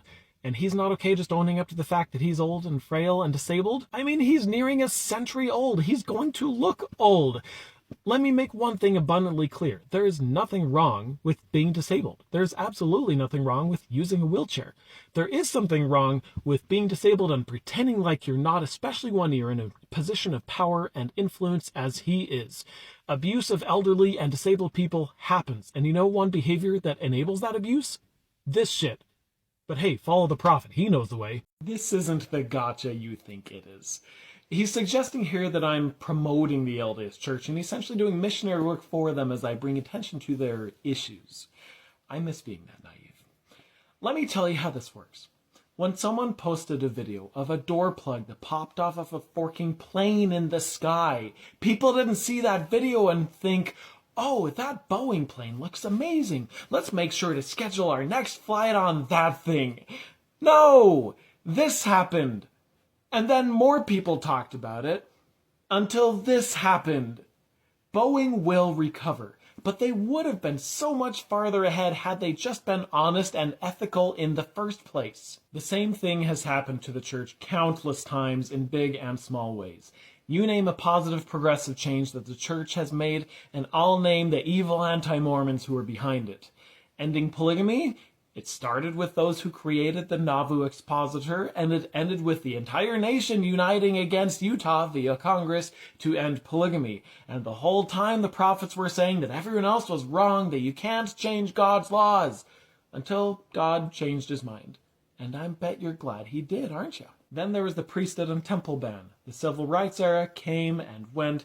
The Civil Rights Act was long since passed, and people were calling out the church for still being extremely racist, because they were. And the prophets again said that you can't change God's laws until God changed his mind. And I bet you're glad he did. Now we're repeating history again with LGBT and other issues. And church leaders again are saying that God's laws cannot be changed. But they will. And you can thank evil anti-Mormons like myself for helping God change his mind. Again. We're just full of gotchas today, aren't we? But I'm glad you brought this one up. This is one of the best analogies you could have used for a prophet. Are you ready? Your meteorologist doesn't just claim to be right about the weather more often than others. He claims to be right every time, because he's the only one with the perfect weather forecasting system, a system that conveniently is impossible to duplicate. I watch your meteorologist to notice two things. One, his weather predictions are so broad and vague that frankly it's hard to be wrong. And two, even still, his weather forecasts are wrong just as often as any other meteorologist out there anyway. And everyone except for his loyal followers sees that, but he has never owned up to being wrong, and frankly never will. Oh, he admits that his predecessors had been wrong sometimes. You see, he didn't invent this perfect weather forecasting system. It was passed down to him, and he sings praises to those who used it before him. But he says that when they were wrong, it's because back then everyone was wrong sometimes. We didn't fully understand how weather worked. We're constantly learning. I try to point out to him that that doesn't make sense because they've been using the exact same system the entire time. If they were wrong sometimes back then, why would you be less wrong now? I even point out specific examples of when he was wrong and hasn't admitted it, but it falls on deaf ears. I never get a reply. But his loyal fans, like yourself, have a reply and excuse for everything. I bet some have even come to mind as I've been talking. For example, they love to shame me for thinking that I might possibly know more than this amazing professional meteorologist. Oh, I can question other meteorologists, even his predecessors to some degree, but not this guy. Or maybe they'll blame members of his team because he has to rely on them for some things and they're only human. Or maybe they'll try to gaslight me into thinking that I'm overthinking it, that it doesn't really matter whether he's right or wrong, that he's the best regardless, and that I would benefit from following his forecasts even when they're wrong. Sound familiar? And about that green screen. Oh, he doesn't use one. He just has his technology, his perfect system, behind him the whole time. Except in one segment, something slips, and it's revealed that that technology is a green screen. At least in that segment, and it was recorded in his parents' basement. Has he been doing that the whole time? I don't know. He did that time, though. It does make you wonder what else he's been faking, though. Maybe even the whole time. I'll kidnap 1,000 children before I let this company die, and I'll silence anyone who gets in my way! I've been pondering this conversation between Porter and Danny as I've been mowing the lawn. Conversation about Jeff Holland, his Muscafire talk, and the LGBT community. And this comment especially struck me because Danny had worded things so well that even Porter was almost willing to peek underneath his blindfold that he so willingly and obediently puts on. The blindfold of I knows. I know that the church is true. I know that Jeff Holland is a prophet of God. And it's those I knows that keeps him from trying to listen and understand how and why people are actually hurt by Elder Holland. Instead, he listens in order to try to figure out how it's their fault, because it can't possibly be Jeff Holland's fault. But you know what? It's not really a blindfold as much as it is a VR headset, because he's seeing the world, just not for what it really is. He's seeing the church-approved view of the world. Now, I can just hear believing Mormons right now saying, but you do the exact same thing.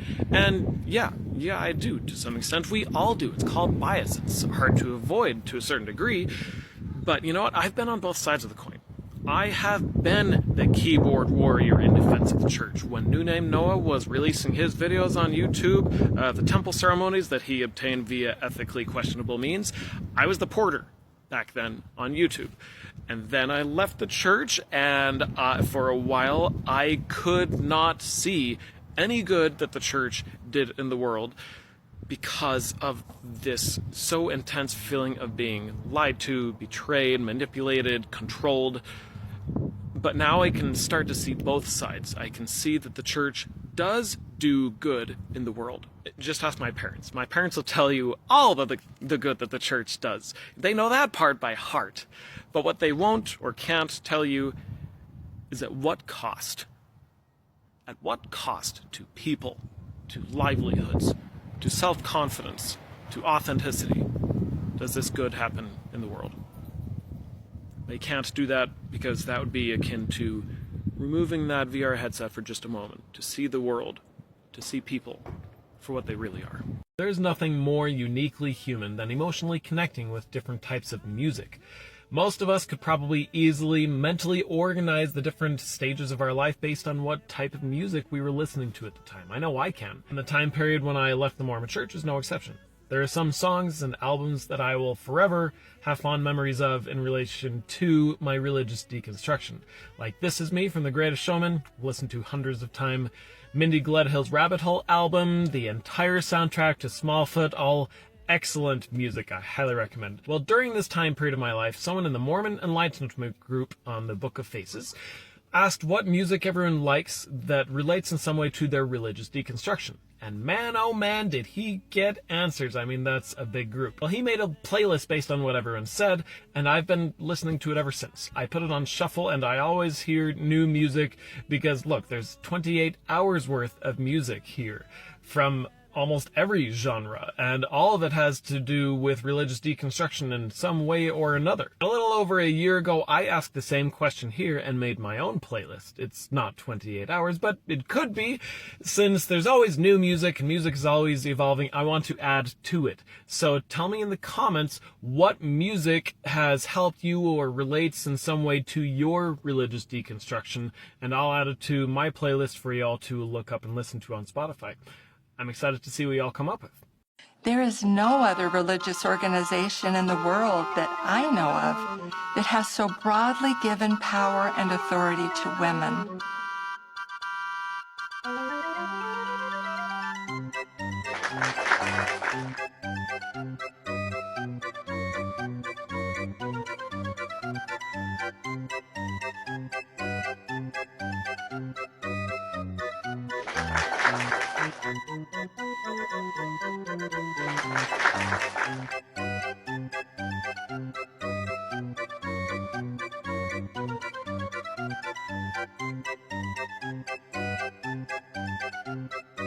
My dear sisters, we need you.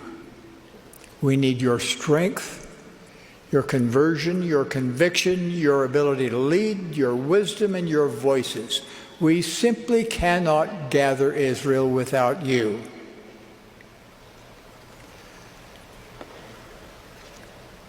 I love you. Stop it. Get some help. And now, highlights from last week's Mormon General Conference. To this day, the idea of biting into a juicy, ripe peach with its tangy flavor makes my mouth water. When fully matured peaches are they last 2 to 4 days before they spoil. This has been highlights from last week's Mormon General Conference. It's a joy to be with you tonight, brethren, and wonderful to see so many young men with their fathers. We are assembled because of our desire to hearken to the leaders of the church. But this congregation is unique. I don't see any mothers. Not one of us could be here without a mother. Yet we're all here without our mothers. Tonight, I'm attending with a son, sons-in-law, and grandsons. Where are their mothers? Gathered in the kitchen of our home. What are they doing? Making large batches of homemade donuts. And when we return home, we will feast on those donuts. While we enjoy them, these mothers, sisters, and daughters will listen intently as each of us speaks of things he learned here tonight. It's a nice family tradition. symbolic of the fact that everything we learn and do as priesthood bearers should bless our families. Let us speak about our worthy and wonderful sisters. Years ago, when my brothers and I were boys, our mother had radical cancer surgery. She came very close to death. Much of the tissue in her neck and shoulder had to be removed, and for a very long time it was difficult, painful for her to use her right arm. One morning, about a year after the surgery, my father took Mother to an appliance store and asked the manager to show her how to use a machine he had for ironing clothes. The machine was called an iron right. It was operated from a chair by pressing pedals with one's knees to lower a padded roller against a heated metal surface and turn the roller, feeding in shirts, pants, dresses, and other articles. You can see that this would make ironing, of which there was a great deal in our family of 5 boys, much easier, especially for a woman with limited use of her arm. Mother was shocked when Dad told the manager they would buy the machine and then paid cash for it. Despite my father's good income as a veterinarian, Mother's surgery and medications had left them in a difficult financial situation. On the way home, my mother was upset. How can we afford it? Where did the money come from? How will we get along now? Finally, Dad told her that he had gone without lunches for nearly a year to save enough money. Now, when you iron, he said, you won't have to stop and go into the bedroom and cry until the pain in your arm stops. She didn't know he knew about that. I was not aware of my father's sacrifice and active love for my mother at the time, but now that I know, I say to myself, there is a man. What is a cult that pretends it's not a cult? Some religious clothing is worn publicly, some only in special places or for special ceremonies. Many members of the Church of Jesus Christ of Latter-day Saints also wear religious clothing, but underneath their regular clothes. Similar to ordinary modest underclothing, it comes in 2 pieces and is usually referred to as the temple garment. Some people incorrectly refer to temple garments as Mormon underwear or even magic underwear, but the more respectful term is temple garments. It's underwear worn exclusively by worthy Mormons that they are taught endows them with this spiritual power that protects them both spiritually and physically. Magic.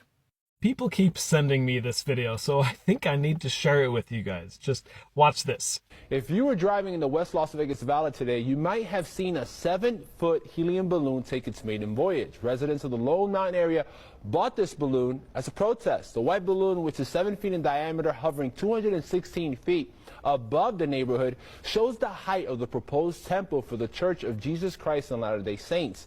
Some residents say they are worried over the impact the temple will have in the community, but add they have no problem with members of the LDS faith. Isn't that a brilliant way to show just how ridiculous this all is? Here's some more images of that balloon. I mean, this temple, as usual, is going to be enormous.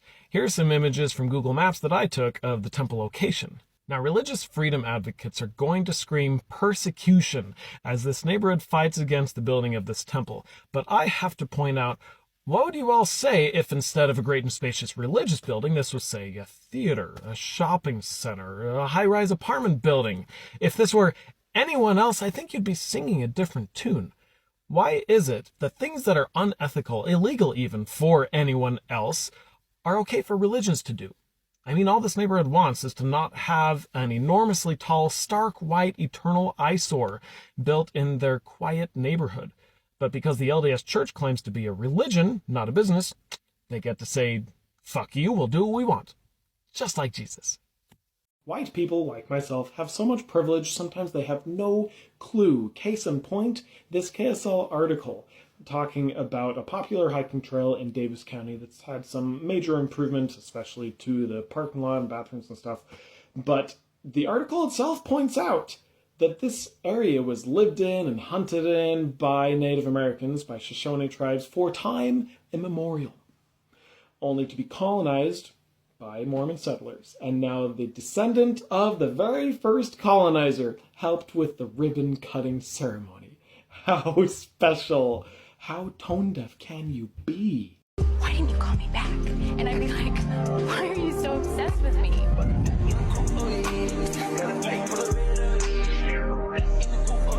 You know something that's annoying about Mormonism?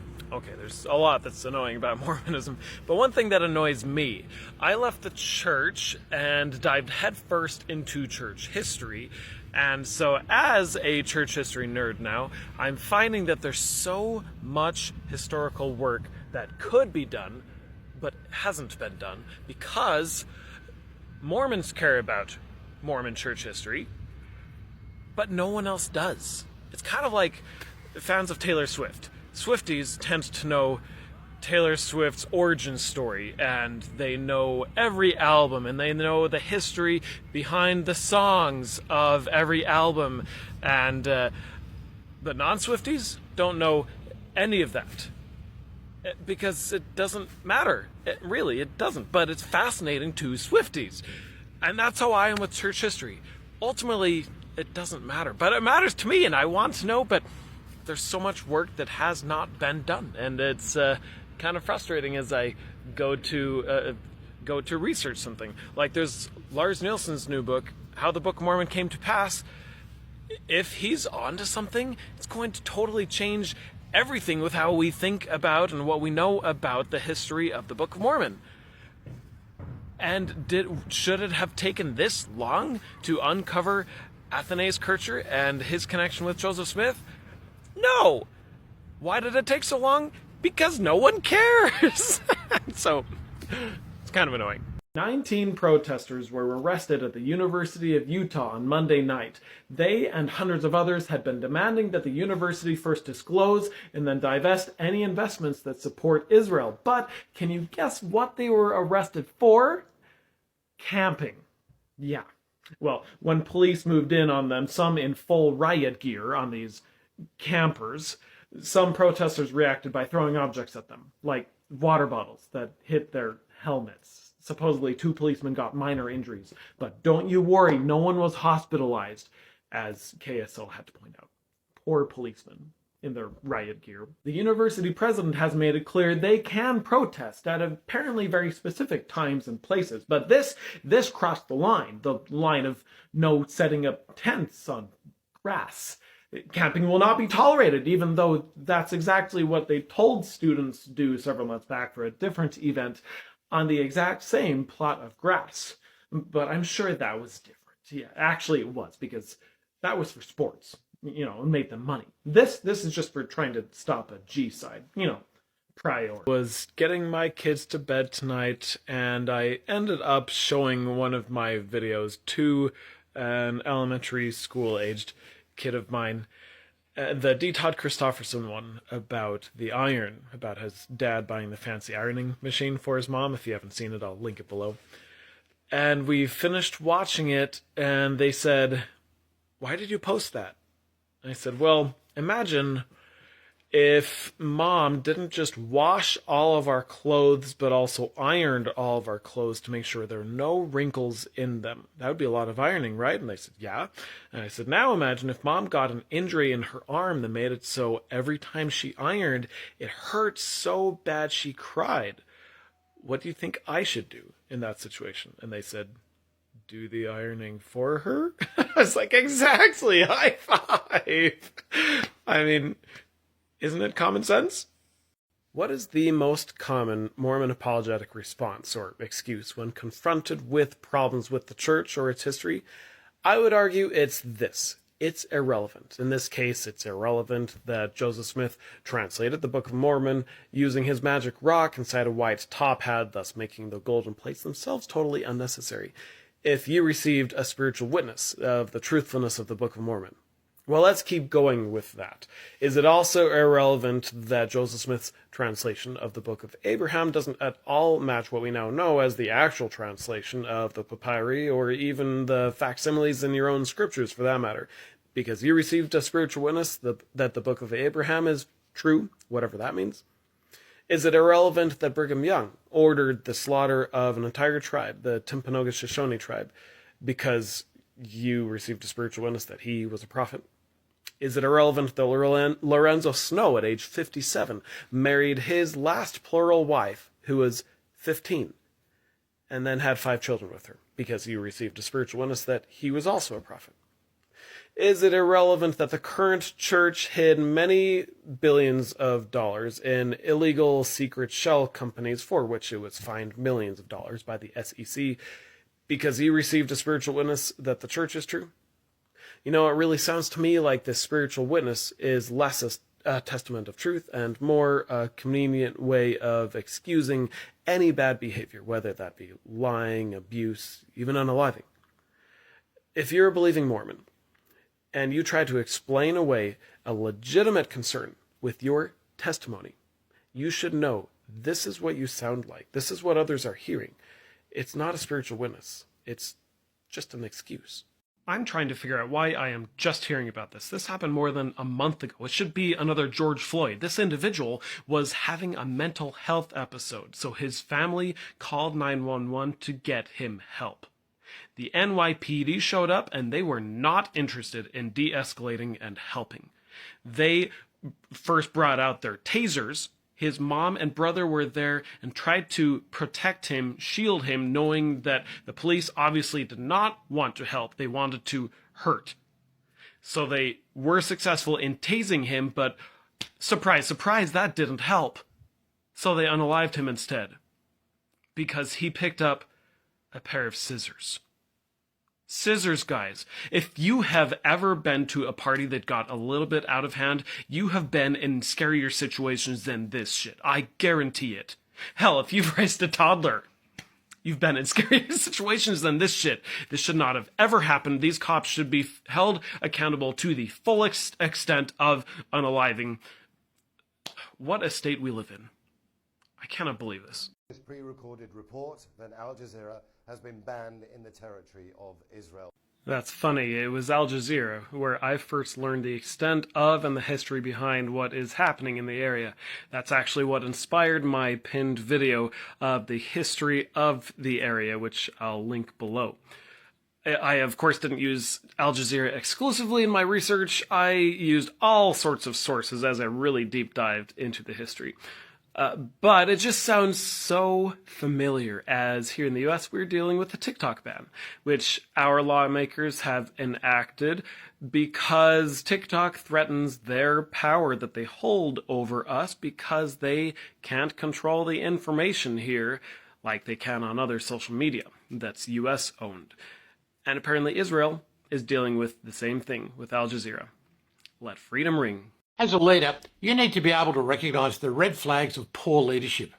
Here are 5 warning signs. 1, lack of transparency. Poor leaders often withhold information and that erodes trust. 2, ineffective communication.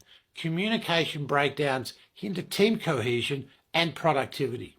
3, micromanagement. Micromanaging stifles creativity and it really does demoralise the team, but please don't confuse micromanaging with attention to detail and accountability. And resistance to change. Poor leaders resist change. They pretty much never admit that, even to themselves, but it really does hinder growth. 5, lack of accountability. Leaders must take responsibility. Poor leaders avoid accountability. Spot these red flags for healthier leadership. Remember, leadership doesn't have to be rocket science. Your actions and behaviours will make the difference.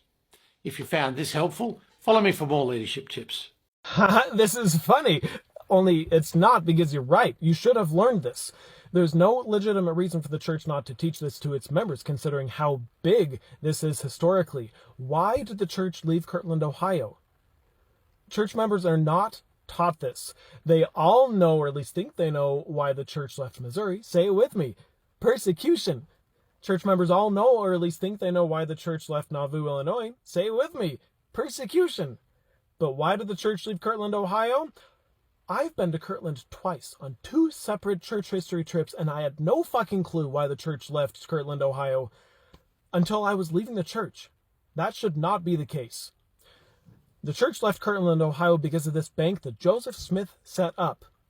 And the saints had divine assurance that they can and should invest in this illegal bank, and so they did.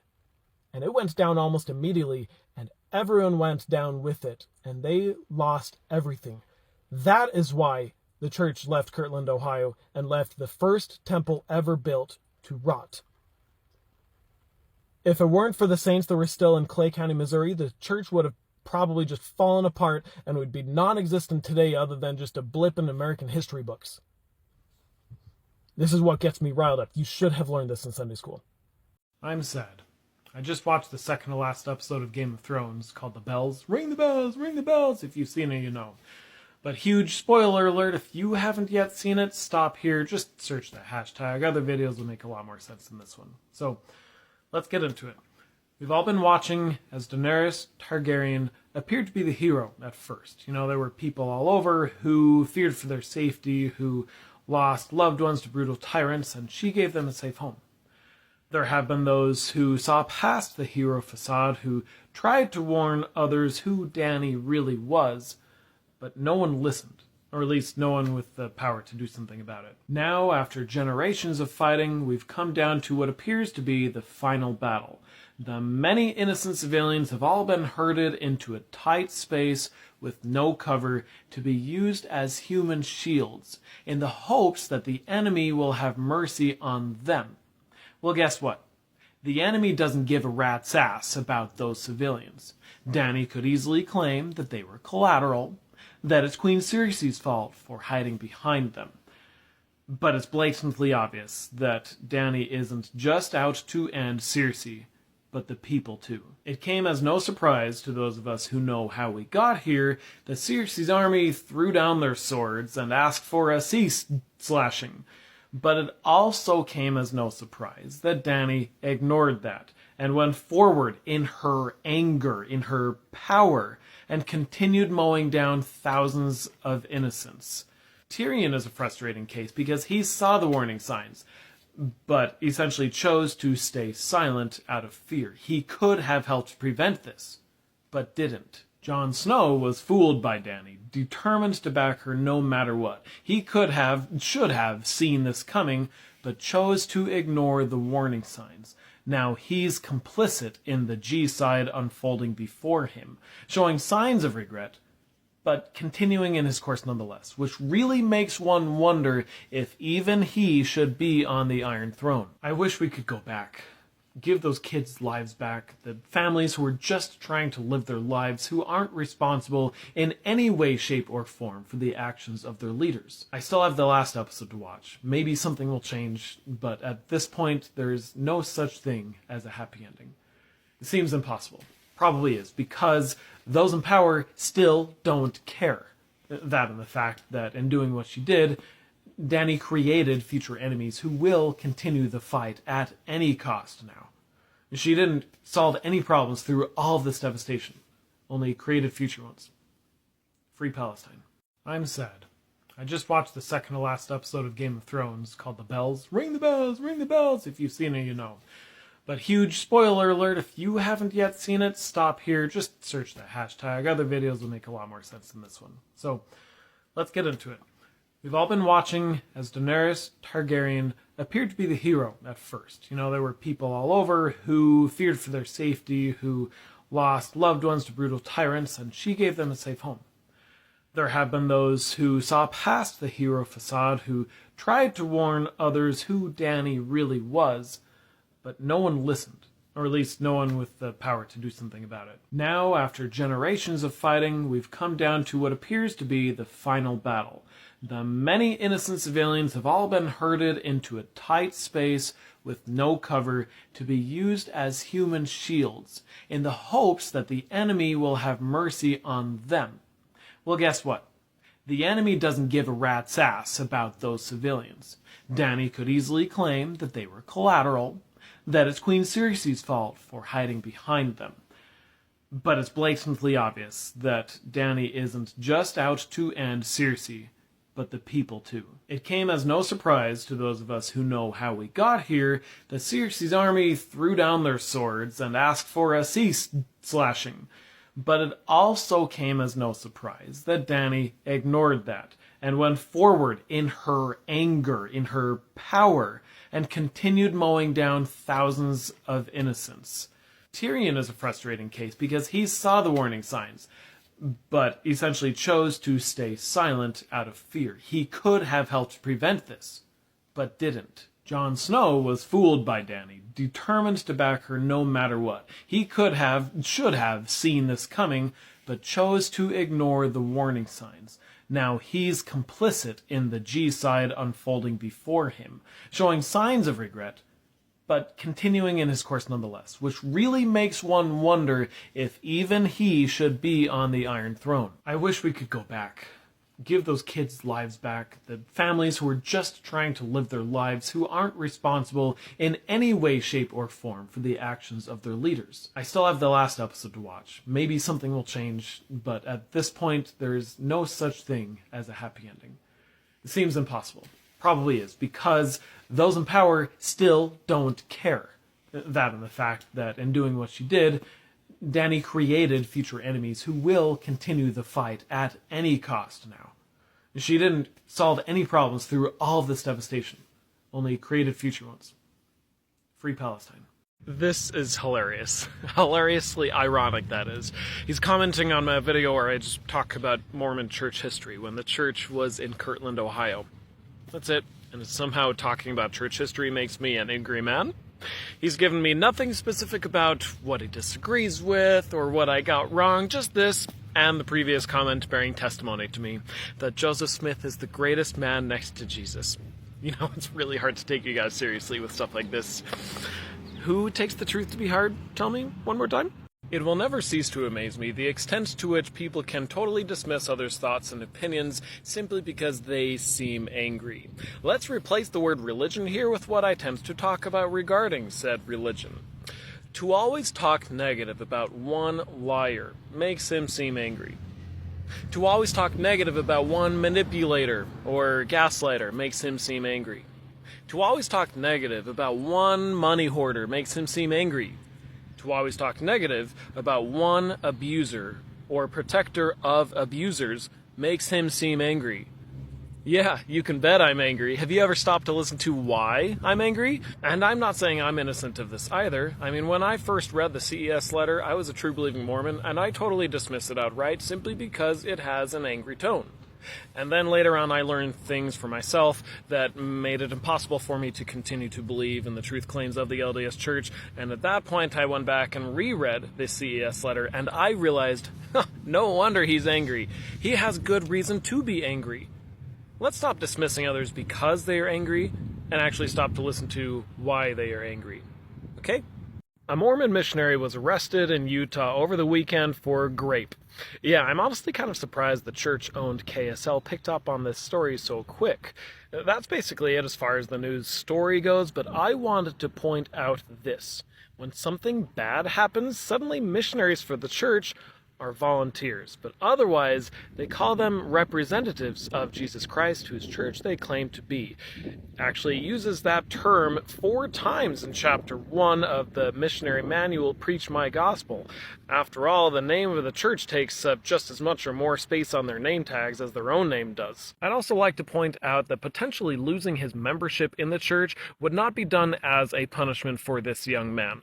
The only thing that actually accomplishes is it helps to insulate the church from the consequences of his actions. The church is good at that. I mean, really good at that. You can follow updates on this young man as well as thousands of other Mormon abusers at floodlit.org. And my wife were members of the Church of Jesus Christ of Latter-day Saints, and we like to speak in opposition to the point about the height of the steeple of the temple. And particularly I'd like to address directly, in a way that hasn't been done tonight, the question of whether there are any doctrinal grounds, any doctrinal basis or tenets in our worship for the height of the steeple. And there are not. Thank you. And I don't like the way I felt to hear an area authority of the church tonight dodge that question by my perception. I've worshiped in Latter-day Saint temples for well over a decade, and there are essential rites and ordinances that take place in that building, but the steeple is not related to those. Thank you.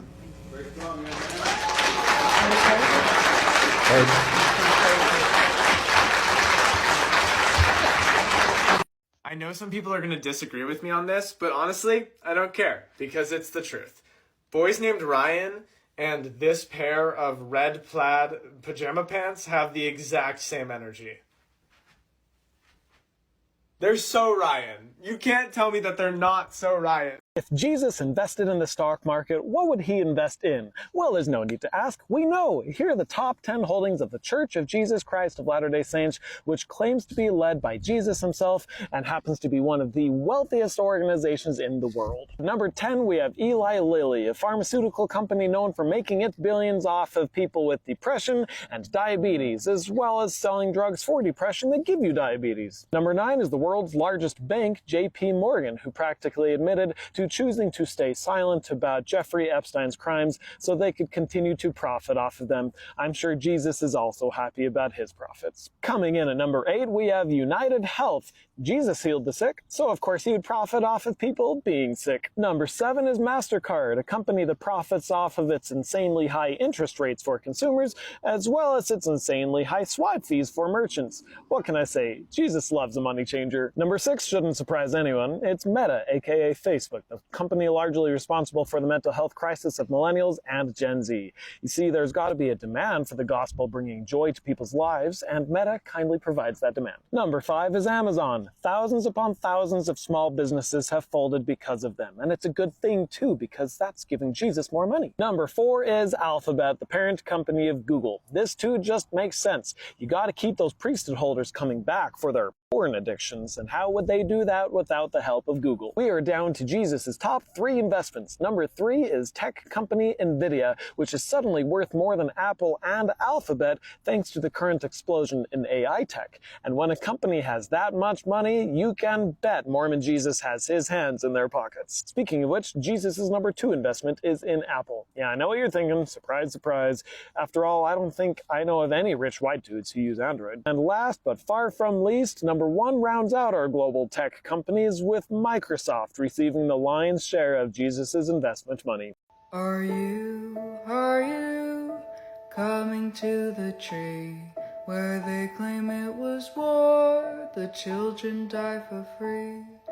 Strange things are happening, no stranger would it be if we stood up to them in ways they'd never seen. Are you coming to the tree where they've been ignoring all the big celebrities? You are complicit in your silence. I'm sorry, I messed up. This was not the Lone Mountain, Nevada temple. This was the McKinney, Texas temple. It's honestly getting a little difficult keeping them all straight. McKinney wasn't even on my radar, but apparently its residents are upset about this proposed temple because it will be built in a neighborhood with zoning laws, which, according to one resident, are meant to ensure that buildings within these zones do not exceed certain height and size limits, maintaining the character and tranquility of our neighborhoods. I know, a little posh, but not my neighborhood, it's not my backyard. What I expect the church to do in this case is to give this neighborhood a big fat religious freedom middle finger, because that's what they do. That's why it's getting difficult keeping them all straight. The exact same fight is happening in, obviously, Lone Mountain, Nevada, also Cody, Wyoming, and Heber Valley, Utah even, although in Heber Valley, the height of the steeple is just the beginning of the fight. That's the one where the church pressured the county to change their dark skies laws for the temple, rather than the other way around, so that they can light it up at night like they like to. That's also where the church is basically planning on draining the local aquifer there so that their humongous temple doesn't sink into the floodplain that they're going to build it in. So that's a middle finger to both the community and the ecosystem. Wonderful. But this McKinney, Texas temple is particularly appalling because the church asked its members there to help keep up this image, this fake image of religious persecution, by writing letters that claim that the height of the steeple is important to their temple worship. Right. I like to look for rainbows whenever I feel gay. I love all my friends in the LGBTQIA+. Plus, I want my friends to feel as free as everybody else. They deserve the same rights as all of us. Just fucking let them be themselves. I'm here at the Kaysville Cemetery visiting the gravesite of one of my ancestors. This is the obelisk of Christopher Layton here, one of the fanciest in the whole huge cemetery. He was the pioneer on this particular line of my family, and it lists on his obelisk most of his wives, not all of his wives. I just looked up some history and saw that his second wife did not follow him forever. His first wife died in Nauvoo and is buried in Nauvoo. His second wife he married in 1849, and then he was called on a mission to England where he married his third wife, and his second wife said nope, and in 1851 married someone else and had a whole family with him and is buried in California. Good for her. Since leaving Mormonism, there are so many things related to the LDS Church that used to seem so good and beautiful that now just aren't. One of those things is family history. So here's a sad story of my fourth grade grandma. She and my fourth grade grandpa joined the church in England in 1849, after mulling it over for a few years actually, and then in 1851 set sail for America, leaving behind both of their families. They both came from very large families and they were both the only converts. They set sail with their 5 kids. They'd had 6, but one had died, and then on the ship, their teeny tiny baby got sick and also died. They came to Utah in a wagon train and then had another child when they were in Utah, and then the dad was called on a mission and left behind his family to go back to England for 2 years.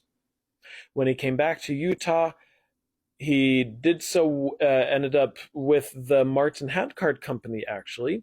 And then once he got back to Utah, he started polygamy, married 2 more women. One was a school teacher he had converted in England, and another was someone he had met in the Martin Handcart Company. And from that point on, he kind of seems to set aside his first wife, my fourth grade grandma. He got his second wife pregnant with twins, and she and the twins both died in childbirth. And then he ended up having 7 children with wife number 3. No more kids with wife number 1. They mostly lived in Salt Lake City. For a time, they moved down to Payson when Johnson's army was coming and people were moving around. And then when he was 60 years old, Brigham Young asked him to help settle what is now the teeny tiny town of Croydon, Utah. So he and wife number 3 moved up to Croydon, leaving behind wife number 1 in Salt Lake City, where she lived the rest of her days. She died there and was buried there. And today, being Memorial Day, we went up to Croydon and visited this small cemetery. And so I saw his grave right next to the grave of wife number 3. Not wife number 1. She's, like I say, in Salt Lake City. After having gone through all of that with him, raising a family with him, joining the church with him, sailing across the ocean, traveling across a continent with that wagon train, going through all that they went through together to be set aside so that he could have yet another family with another woman. That would not have happened if it were not for the church. It's just sad. Hey, you. Yeah, you, the one who, until quite recently, still believed in the LDS Church. That is, until you came across that one thing. Was it CES letter? Or letter from my wife? Or did you just thoroughly read through the church's own gospel topics essays? It doesn't matter. Either way, you must be experiencing a lot of emotions right now. Shock at what you've learned, anger for the church keeping it from you, sadness for the loss of those beliefs that until now were so special to you, fear for what this all means for your future, your relationships. You know how I know all that? Because I've been there. A lot of us here have. Part of me will probably always be there to some degree. The church was everything to me. Just know that I'm here for you. We all are. Do you need someone to talk to? Or do you need some advice? Do you need to throw virtual punches? Rant for a while? Or do you need a shoulder to cry on? Because I've found this TikTok community to be great for any and all of that. Oh, and take this one day at a time, will you? It does get easier, even if right now it might seem like it never will. You got this.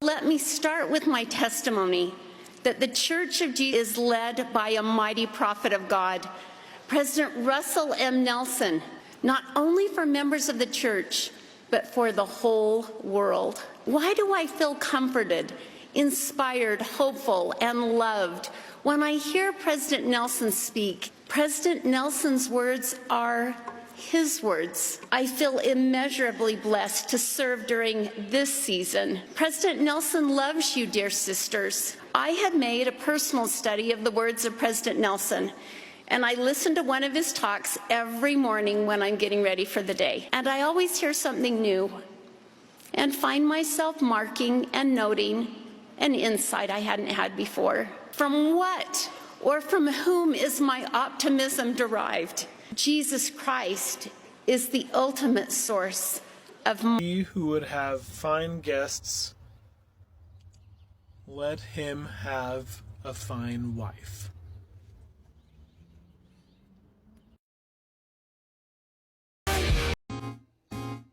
I've been thinking about the way that people talk about the war that's happening in Gaza like it's some reality show. Some people are quoting numbers, others referencing October. It's a constant push and pull.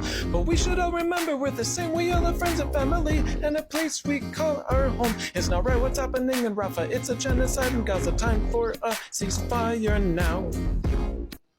B.H. Roberts. Now that is a story. Roberts was actually the assistant historian under both Anton H. Lund and Joseph Fielding Smith, but he himself did much more for church history than both of them combined. Roberts is known for authoring the 6-volume comprehensive history of the church, but he should also be known for exposing anachronisms in the Book of Mormon, essentially proving that the Book of Mormon is much more likely to be 19th century fiction than history. Yes, you heard me right. The church has continually tried to silence what he had to say, from during his lifetime, sending him on a mission in order to get him to stop researching and writing, to preventing him from ever publishing his writings, which were finally published long after his death in 1985, to even just this last general conference, Elder Christofferson deceptively stating that he was both a tireless defender of the church and a faithful church leader to the end of his life. Both statements of which are technically true, but leave out huge, crucial context. You see, there's considerable debate as far as whether Roberts lost his testimony of the church itself or not. I don't know about that. It seems to me that he might have, but if he did, he kept it to himself. What does seem clear to me is that Roberts lost his testimony of the historicity of the Book of Mormon. He knew it wasn't what it claims to be. But for whatever reason, he was still loyal to the church itself. So he was trying to do the church a favor by bringing these issues to upper church leadership so they could honestly tackle them head on before everyone else discovered them, causing the church to potentially implode. But church leadership instead preferred to bury the issues and hope they went away. Well, guess what's happening now? This comment is absolutely awful, but unfortunately seems to have been made by someone who does confidently know his religion. Oh, the curse of Ham is not biblical. He did get that very wrong. The racist implications in that Bible story were made up in the Middle Ages by people like Friar Ananias of Viterbo, who's now known for his fabrications. It did get people's attention back then, though, because now they had a justification, and a biblical one at that, for being able to mistreat others in order to elevate themselves. But that section of Genesis chapter 9 about the curse of Ham was never about race. To this day, there's still considerable debate over what even happens in those verses and to whom. I've linked a Dan McClellan video in the description below for more on that. But the curse of Ham is doctrinal in Mormonism. That is, if you subscribe to the idea of doctrine never changing. Because while Russell today wouldn't dare teach something so obviously racist and harmful, Brigham did. Brothers and sisters, turn with me to the Gospel Topics essay titled Race and the Priesthood. If I were to sum up this essay, it would be this.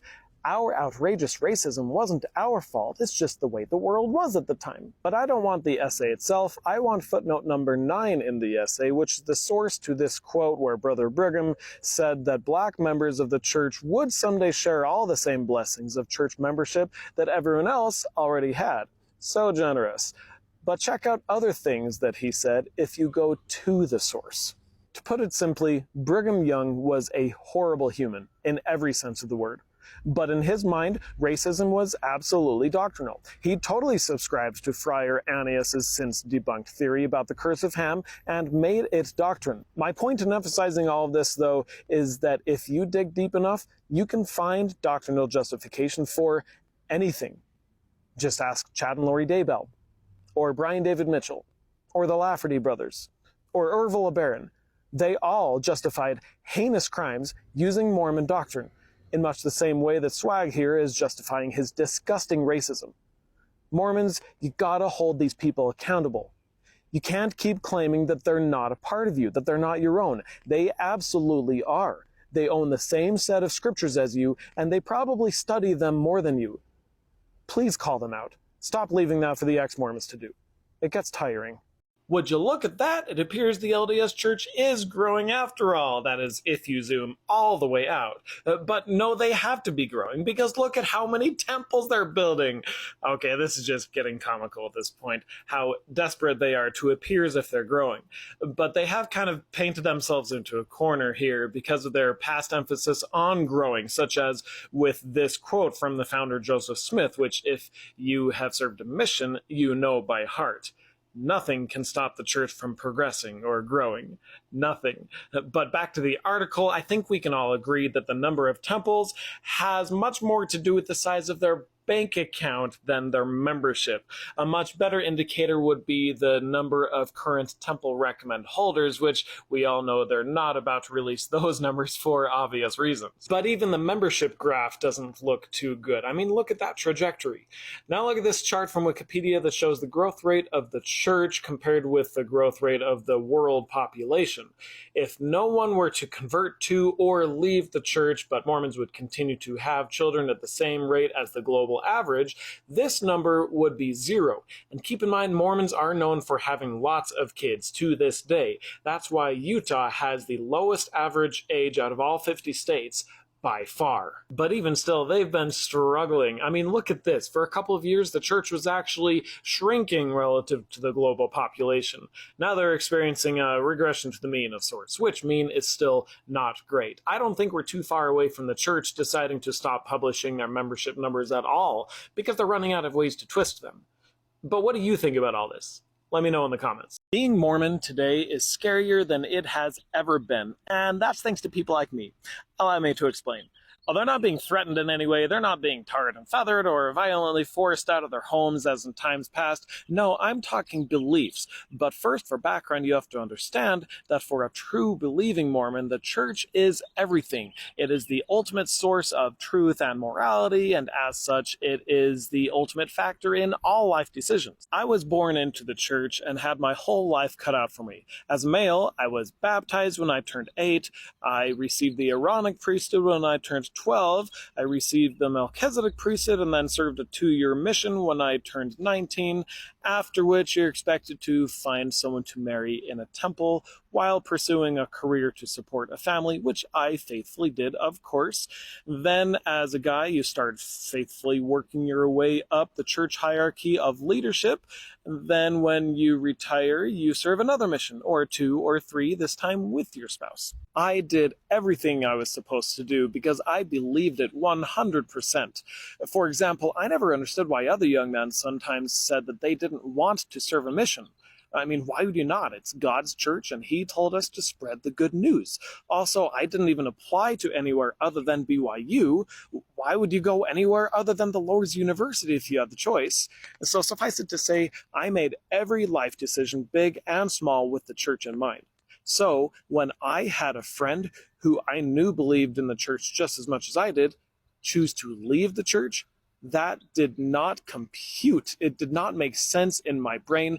I mean, I knew the church was true, and I knew that she did too, or at least used to. I was experiencing cognitive dissonance, which is scary. I knew that this friend of mine was honest and a good person, and just that threatened my entire worldview. People have been leaving the Mormon church ever since it was formed, really, but it's only been in the last couple of decades that we've had the means of easily speaking out about our experiences while also finding a community of fellow former believers. In the past, we've gone away quietly, allowing church members to remain in their safe little believing bubbles, but now we're popping those bubbles simply by speaking openly and publicly about our truth. So, true believing Mormons are now being forced to either find excuses for why we leave the church, excuses that they've made up in their heads about us so that their worldview can remain intact, although dishonestly, or else acknowledge that my truth is just as valid as your truth, which means there is, yes, it's a fruit, but we use it as a vegetable. Similarly, by the strictest of most definitions, the LDS Church is not a cult, it's a high-demand religion. Many ex-Mormons use the bite model of a cult because the church checks literally all the boxes with that definition, so it's easier to win an argument and potentially to demonstrate harmful aspects of the church. This question came up because I had talked about how my relationship with my parents has gone south simply because I no longer share their religious beliefs. That's literally the only reason.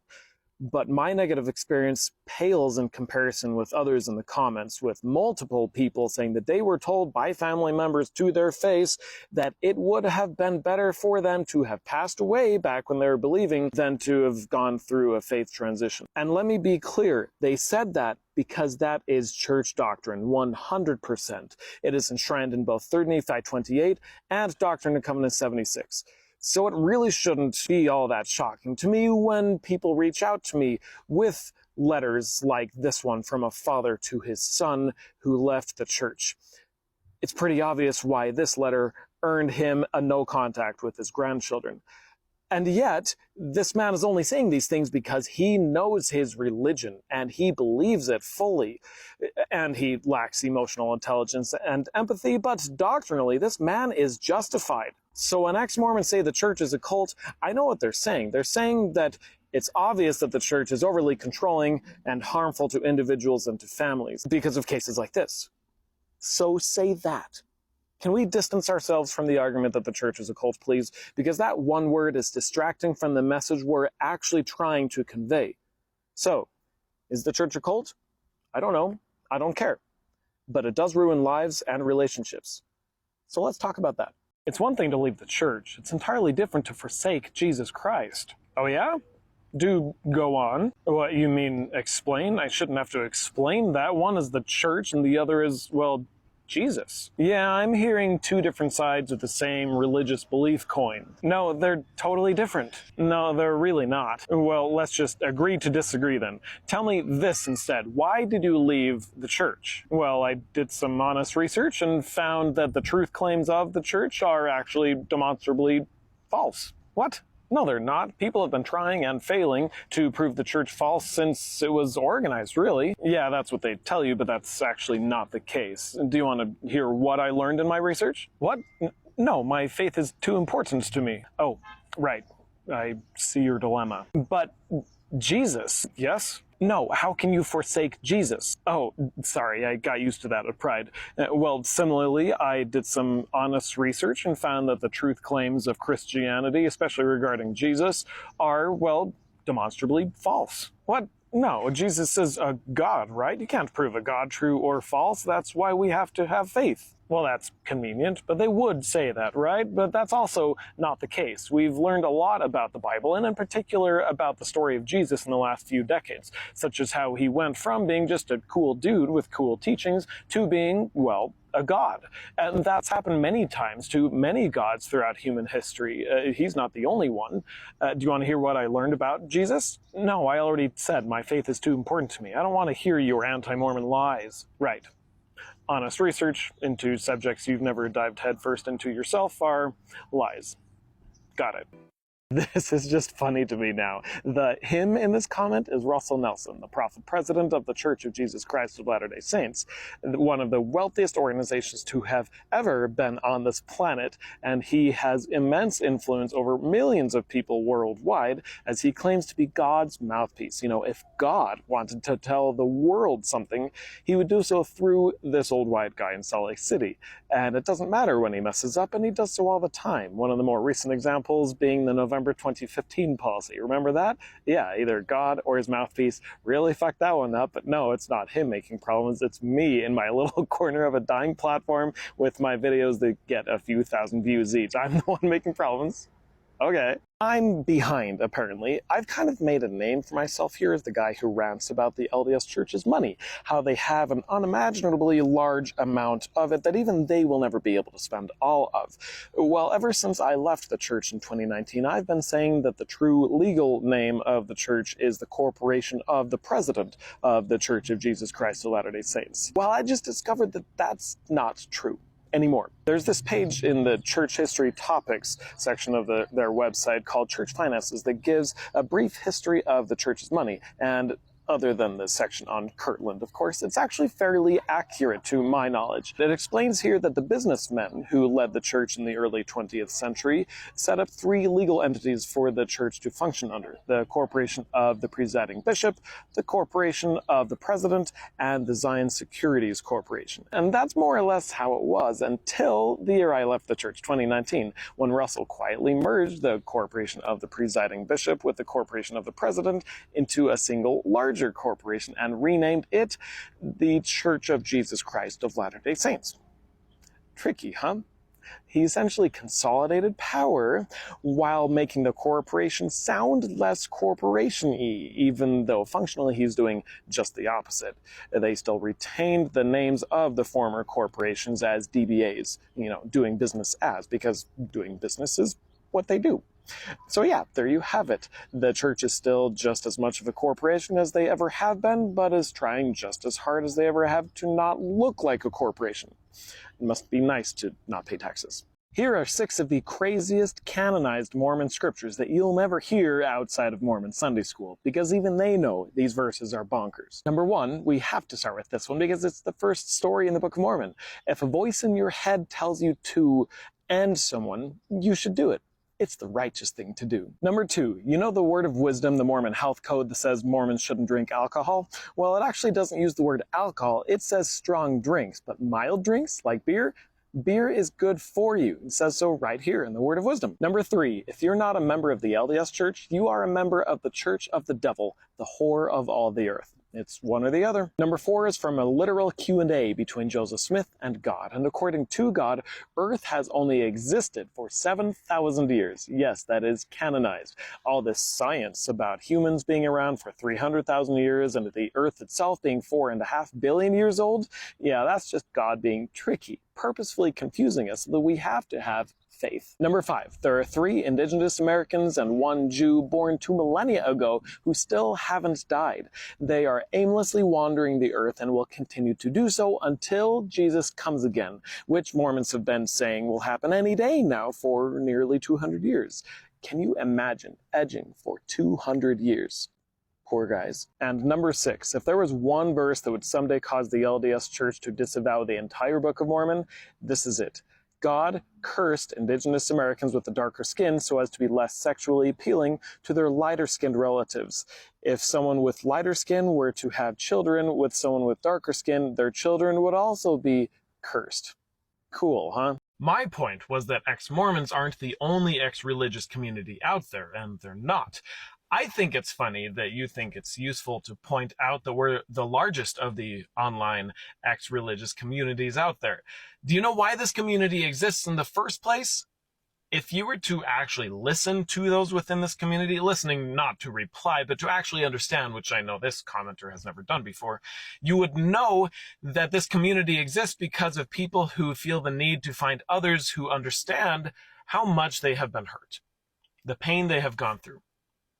And out of all the ex-religious communities online, Mormonism has the most people leaving their religion who feel the need to find others who understand how much they have been hurt. Good job! Good job, Mormons, for your religion hurting the most people by this metric. Why is that? Why is that? Actually, I've already said, if you were to listen, you would know. We're trying to tell you. You're just not listening. I just posted a video explaining why the ex-Mormon community is the largest of the online ex-religious communities, because Mormonism hurts more of its members than other religions do. And literally, as I am posting that video, this comment is left. I suppose that's good timing, because now I can demonstrate what I am talking about very effectively. Thank you, literally, Austin. You want to see what these verses say? Alma 24 says that ex-Mormons like myself are now in a worse state than if they had never learned about the gospel. And as if that's not bad enough, Alma 47 says that we have been hardened, giving way to indolence and all manner of lasciviousness. That's a perfect description of people like me, according to literally Austin here. Someone who has probably taken no effort to actually understand where we are coming from, why we speak out, and how we have been hurt. Apparently that article of faith about worshiping how, where, and what they may, that only applies when convenient. And the second great commandment about loving thy neighbor, yeah, this is also not a convenient time for that to apply, is it? I don't know literally Austin here, but this comment sounds just like other Mormons I do know of whose own children won't come to visit them, and they have no idea why. Who never get to see their own grandchildren, and they have no idea why. I think I have an idea. I could give you a pointer or two. You accuse me of cherry-picking scriptures and then bring up the Old Testament, suggesting that we shouldn't be ripping passages out. Okay, let's go there. Let's have a little ex-Mormon scripture study sesh and look at some passages of scripture that are not included in the Old Testament study manual. Are you ready? This is a fun one to start with. If your brother's wife dies, it is your responsibility, your duty, to take her on as your wife. Or how about this? If two men get in a fight, and the wife of one of the men tries to protect her husband by grabbing the other man by his secrets, then you should cut off her hand. This is part of a rather long section explaining what to do if the man suspects his wife is cheating on him. The priest is to mix up this bitter water concoction to have the woman drink, and if she is guilty, then her belly shall swell and her thighs shall rot. If she's innocent, then they won't. More on women, there's essentially half of a chapter that's filled with how to treat women who are on their period. Essentially, they're dirty, filthy, unclean. Stay away from them. If you touch them, you wash and you're dirty for 7 days, and it's awful. This is what to do if someone invites you to believe in a different God, a different religion. Very cool, huh? Another subject that is all over the Old Testament is slavery. Remember, the Bible is one of the main ways of how Americans defended having slavery until the Civil War. So this is just one example of some very detailed instructions on how to treat your slaves. There's obviously plenty more where that came from. I've gotten this all from the Skeptic's Annotated Bible. It's a really cool website that's fun to browse around if anyone wants to see more. But I haven't looked up the story of Elijah that the commenter was asking about because it doesn't matter. The question is, do you believe that we should or should not be able to disregard certain scriptures?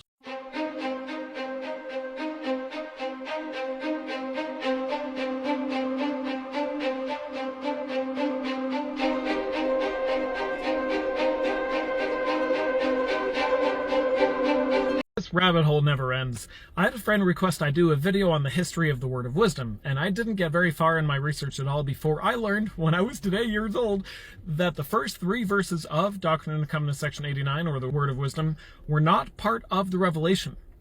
They were the italicized introduction to the Revelation. The Revelation itself didn't start until what is now verse 4. Behold, verily, thus saith the Lord, sounds a whole lot more like the beginning of one of Joseph Smith's Revelations, because it was.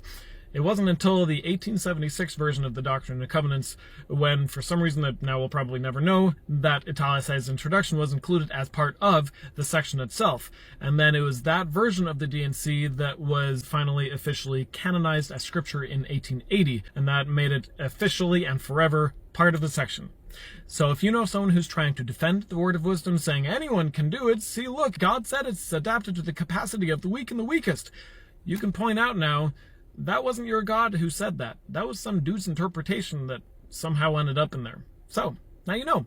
Are you a member of the Church of Jesus Christ of Latter-day Saints and are struggling to pay your rent? Well, you should know you are not alone. Most of us are.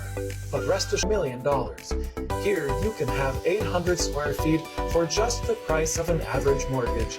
But if you want extra room, you can have a spacious 1,300 square feet for, well, more than that. And don't you worry, this property purchase wasn't a one-time thing. Look at these luxury apartments in beautiful San Diego, California that the church purchased earlier this year. At $200 million, these apartments are sure to drain Californians' bank accounts while filling up the churches. Take a look at what some call Harry Potter's closet under the stairs for a mere $3,000 a month. If you want to really splurge, though, their penthouses are only $20,000 a month. Act fast, though, because they fill up quickly, particularly those with the last names of Nelson and Dude for some reason. Now I hear what you're thinking. Could the church use their resources for good to provide affordable housing to those who need it? Well, there's no need when they can donate their old, dilapidated properties to others who will do it instead. Because providing affordable housing isn't going to make anyone rich, and we all know money is what Jesus loves most. So keep paying that tithing so Jesus can use it to buy more luxury housing for himself. What was that? Oh, I'm being told that Jesus doesn't use your tithing money to buy luxury properties. No, he uses interest earned from investing your tithing money to buy these luxury properties. Wait, is there a difference? Honest question gets an honest answer, and pardon the hair, I'm at the pool. But why feel the need to tell my Mormon family that I no longer believe in Mormonism? For the average family, maybe even the average Mormon family, you probably don't have to. But for my family, we're so enmeshed with the LDS Church that it's hard to tell where the church ends and my family begins. For example, we get together probably at least 15 times a year, and one of those gatherings has nothing to do with the church. That would be the 4th of July, which we just barely had.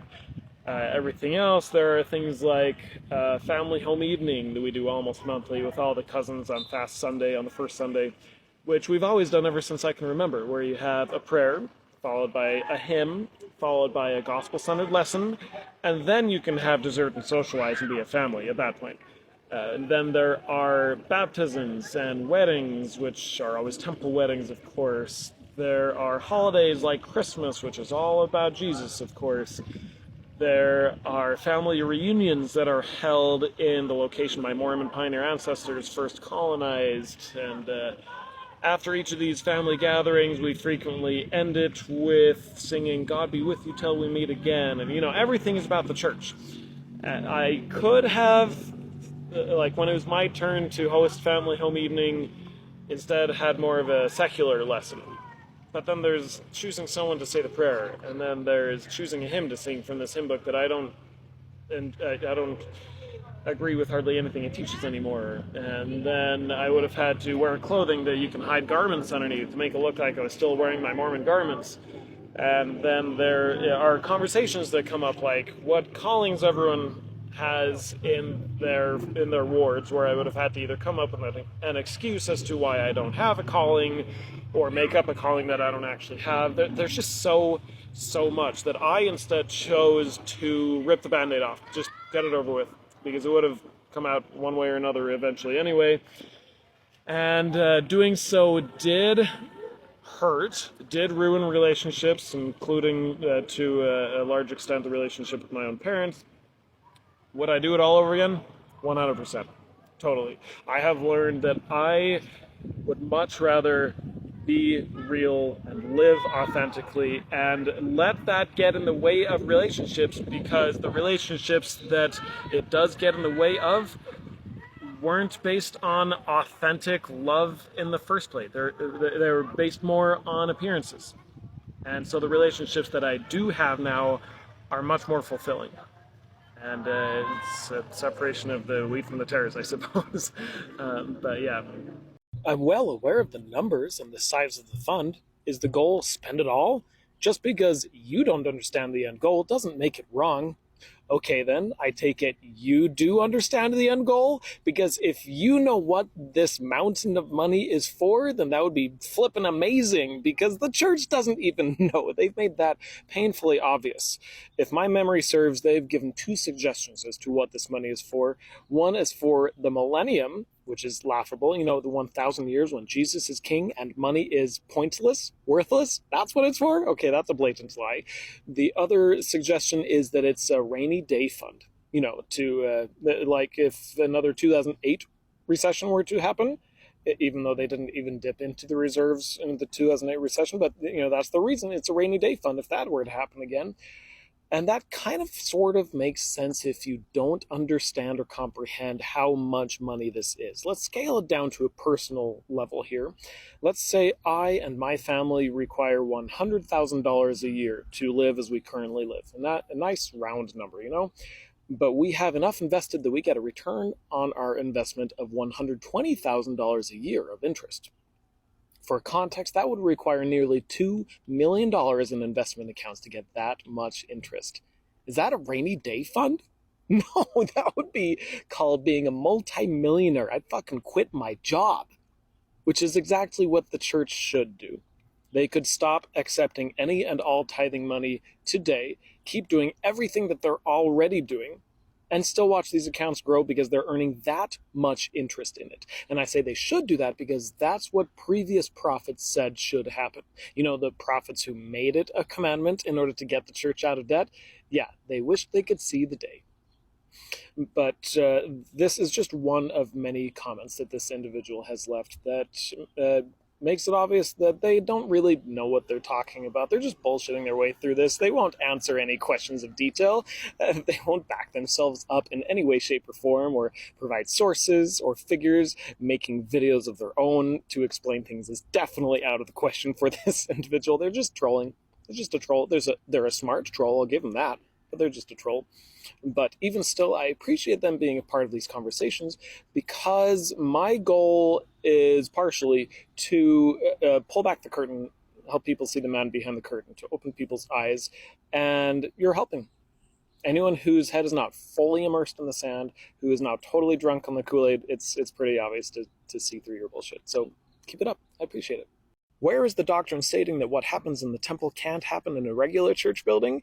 Great question. You won't find that. The church can't make that official because doing so would illegitimize loads of temple ordinances that have historically been performed outside of temples. Baptisms for the dead, for example, were first performed in the Mississippi River, until Joseph Smith said, no, we need to wait until the Nauvoo temple's done. But after the saints were forced out of Nauvoo, they were performed for a time in the Missouri River when they were stationed at Winter Quarters, Nebraska. Endowments were first performed in the upstairs of the Red Brick Store in Nauvoo, in a store. But sealings were even better. They were first performed in the streets of Nauvoo, in the shadows, in secret, wherever was convenient for the prophet Joseph Smith and his allies, which the church does admit those polygamous marriages were legitimate, or sealings were legitimate, and they can't exactly illegitimize those now, can they? When the saints arrived in the Great Basin temple ordinances were performed in what was called the Council House, which was the government building for the territory of Deseret. Brigham Young wanted to establish this humongously large territory of Deseret, not the smaller territory of Utah that he ended up with. And temple ordinances were first done in the upstairs of their government building that was also used by the University of Utah and the Deseret News and for temple ordinances.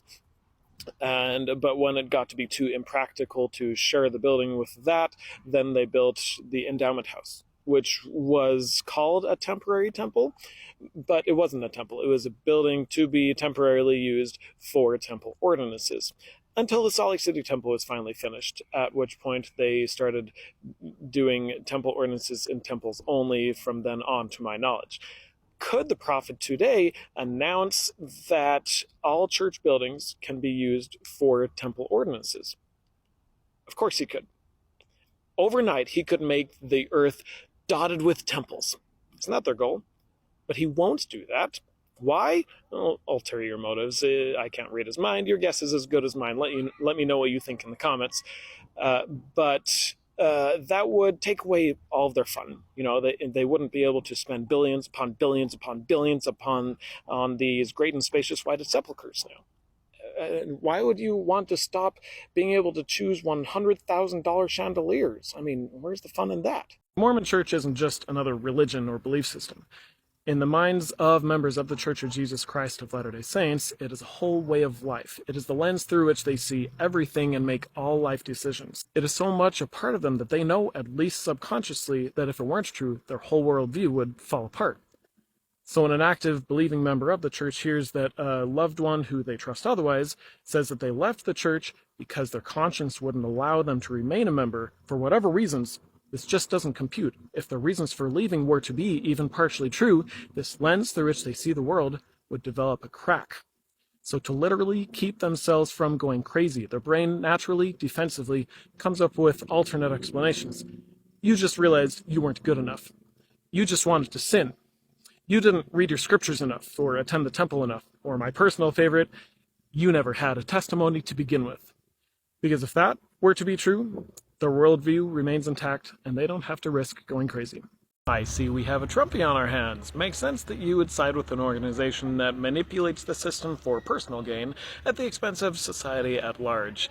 Welcome to my page. I used to be Mormon. I also used to be politically conservative. I have since deconstructed both belief systems. I primarily use this account for ex-Mormon content, but not always. So this is my only warning to anyone who tells me not to talk about any given subject that is important to me on my own personal page. You will be blocked forthwith. Thank you. All right, now back to business. The Republican Party and the LDS Church share a lot of similarities, and this is one of the most glaring. It doesn't matter what is right, what is fair, what is best for society at large, what is best for your neighbor, any of that. Am I my brother's keeper? No, what is best is apparently whatever is within the bounds of being legal and what benefits you. Refuse to even vote on installing Merrick Garland to the Supreme Court because it's too close to the end of term, and then to install Amy Coney Barrett at the end of the following term with even less time, yeah, that's totally fine because it's legal and it benefits you. Or there are Trump's many court cases. It's getting so hard to keep them straight, but we have seen Trump try to undermine the electoral process so many times now. It's why he was impeached. Twice. It's why he's a convicted felon. Oh, but he says his conviction should be overturned, not because what he did was right or because he was wrongfully convicted. No, it's because he committed the crime when he was president. So we should let it slide. When someone is abused, church leaders are instructed to call church lawyers first, no matter the severity. Don't call authorities, don't call 911, call church lawyers. And that's how this shit happens. Because protecting the church is more important than doing what is right. How often does this happen? Who knows, because apparently the church compensates victims in exchange for their silence. Sound familiar? But that's all totally okay. Nothing wrong with any of that because it's legal. The Arizona Supreme Court said so. The church is allowed to protect abusers because they claim to be a religion. And see, whatever is within the bounds of what's legal is what matters. The people of Fairview, Texas are learning that right now. So should the church have stockpiled billions upon billions upon billions? Should they have hidden that from the public in their 13 shell companies so that Ensign Peak advisors could continue to fly under the radar? Doesn't matter. That's all irrelevant. If it's legal, it's okay. And that $5 million fine should have come from a judge ruling on the law, not a federal agency tasked with protecting the people. Psh. I just caught myself up on the McKinney, Texas temple controversy, and I can't stop laughing about it, so I had to share. To catch everyone up to where we are now, the LDS Church wants to build a temple in Fairview, Texas, and call it the McKinney, Texas Temple. I don't know, whatever. But the zoning laws there limit buildings to 35 feet high. Well, the LDS Church wants to exceed that limit by 5 times at 174 feet high. Well, the town of Fairview said, no, we'll give you permission for 68 feet high, the height of your regular church building that's next door to this property that also required special permission just for the 68 feet. Well, the church said, no, but give us time to put together a counterproposal. Well, last week they came back with that counterproposal and they offered to take off 15 feet. That's a 9% decrease to their original request. Wow. Obviously, the town of Fairview said, no, that's not going to work. But anyway, as this debate has heated up, both sides have created their own respective websites with their own propaganda to try to convince you one way or the other. And they both have photos of what this proposed temple would look like. So here's Fairview's website with photos such as this one to show this temple is going to stick out like a sore thumb. Here's the same photo a little zoomed in. Or here's the view from the highway as you're driving by it. Look at how massive that building is going to be. Or this one is apt as well. We have residents here who are counting on these zoning laws, and they're not exactly happy about this. Meanwhile, on the church's website, you can download this PDF of context images that show, look, if you're 2 miles away, look at how small that temple is going to be. Look, still small from really far away. Or, hey, look, now we're only 1 mile away and still small. It just gets better and better. And this one, hey, look, if you hide it behind a house, you can hardly see it at all. Here's that same view from the highway, but if you're a mile away, look at how small that building looks now. And this one's my second favorite one. From a certain perspective, we can make that church building next door look even bigger than the temple is going to be. But my favorite one of all, I guess it's a series of 3 photos at the end here. Look, if you stand behind a tree, you can't even see the temple. Look, another tree, no temple. And the third one, look, still can't see that temple. I can't make this shit up, guys. You know you're losing the argument when you have to resort to literally hiding behind a tree to not realize just how massive.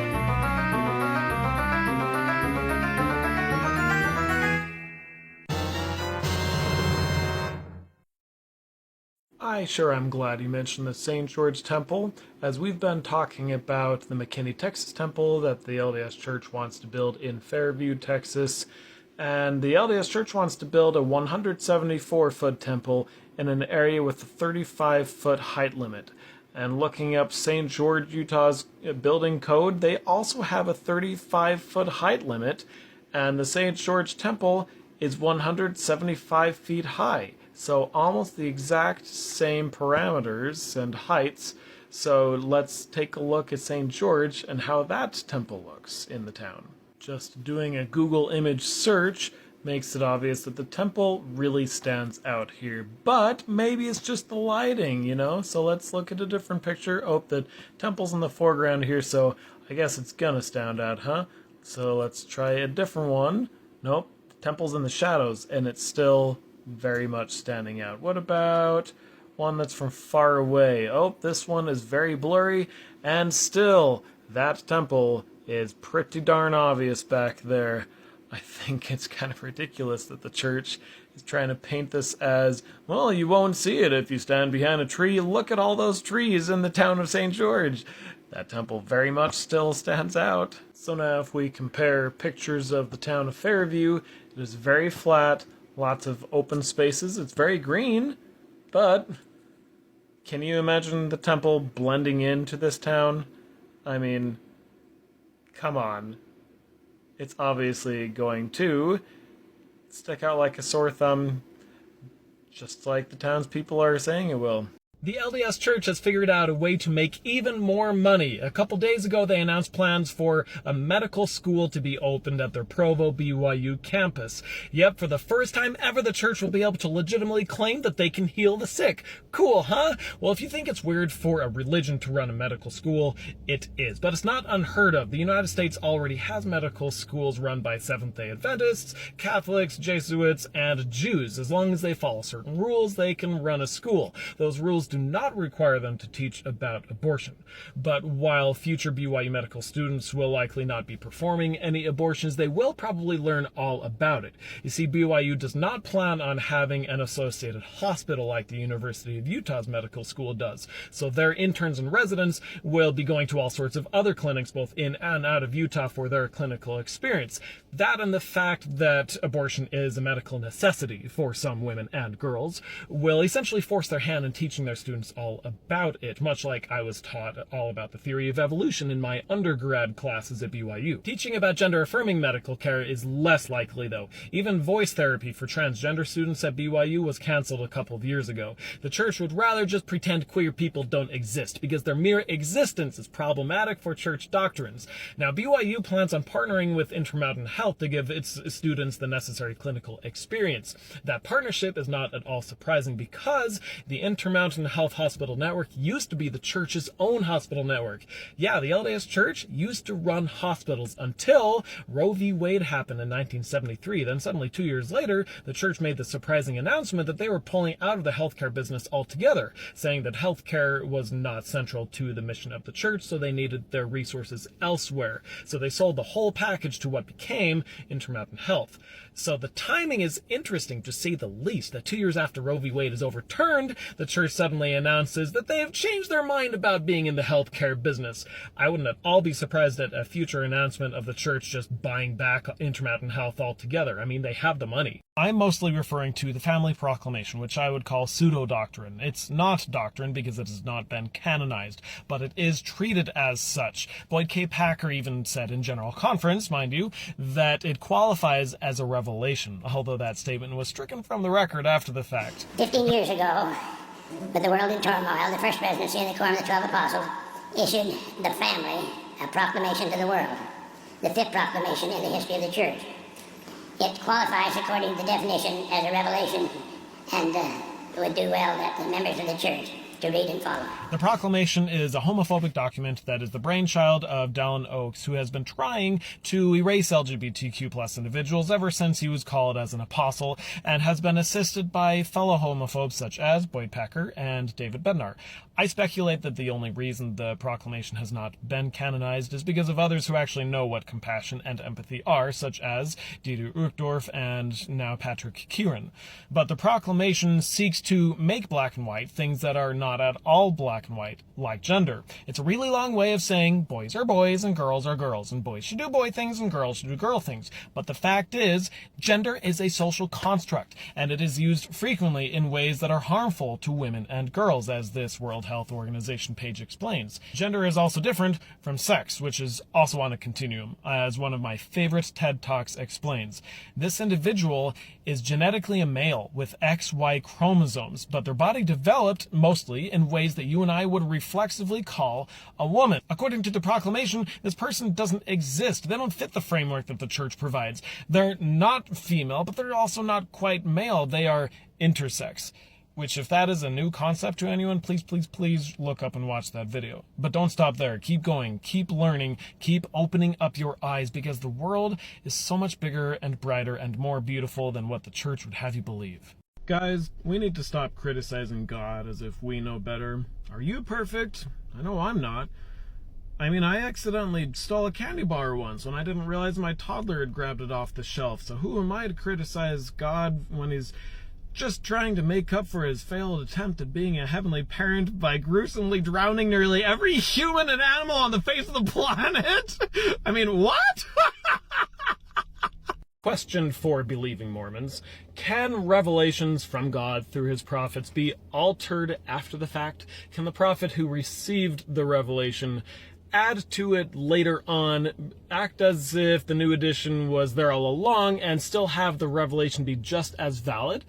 Because that is how the restoration of the priesthood came about. I've been slowly making my way through this book by D. Michael Quinn, and let me tell you, it is mind-blowing. If you are like me and can't get enough of Mormon history, as in real Mormon history, the good, the bad, and the ugly, then I cannot recommend this book highly enough. In reading through this book, I've learned that the appearance of John the Baptist in April 1829, as well as that of Peter, James, and John, some time later on, they never gave a date to that huge occasion, were ideas that were added to Revelations long after the events had supposedly happened. Priesthood restoration itself wasn't even a concept. Nobody was talking about that sort of thing until 1834 on. Then suddenly Oliver Cowdery was like, oh, by the way, this huge thing happened several years ago that you should probably know about. And then suddenly there were new revelations from several years prior that were obviously just ripped from other sources, as well as new additions to existing revelations in order to make this new cool story fit in with the old stories. As late as 1833, Joseph Smith himself was still talking about having met Jesus' apostles, but never mentioned anything like priesthood authority or even meeting John the Baptist, anything like that. The reason the church tells you not to trust any source that they don't approve of is because of things like this. They know that if you dig into the nitty-gritty details yourself, things stop making sense. There is no good faithful answer as to why this world-changing restoration of divine priesthood authority was never even mentioned anywhere for 5 years after it had supposedly happened. But that's okay. Just put that on the shelf. You'll deal with it later, get an answer later. And just make sure not to learn about anything else that's not in Sunday school manuals, because there are a lot of shelf items out there.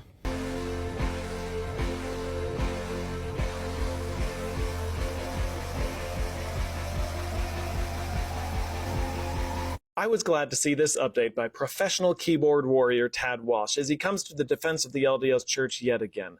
Tad never fails to try to put the Church in a positive light no matter how bad the optics are. This time, Tad would like you to know that the LDS Church is still helping the people of Maui a whole year after the devastating fires there killed 100 people, including 5 church members, destroyed 2,200 structures, and caused $5.5 billion of damage. You might remember in the immediate aftermath of the fires, the LDS Church donated an ever so generous $1 million to the cause, which equates to roughly 0.02% of the total damage done. But as if that wasn't enough, they haven't stopped there. This time they've donated more, much more. The church has now donated another $1.5 million to the cause. That's 50% more than last time, for a grand total of almost 0.05% of the total damage done by those fires. But wait, there's more. They have also made sure there are service opportunities via their website, justserve.org. Wow, thank you so much for that update, Tad. And now, a word from our sponsors.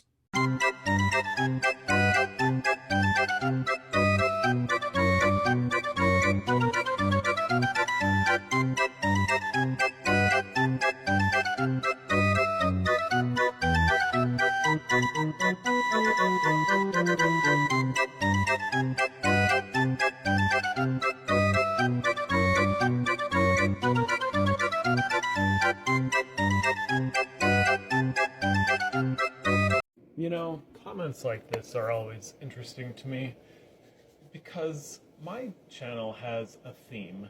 I like to talk about lies, abuse of various forms, manipulation, cover-ups, greed, two-faced hypocrisy that are all done by a certain group that does it in the name of your God. Okay?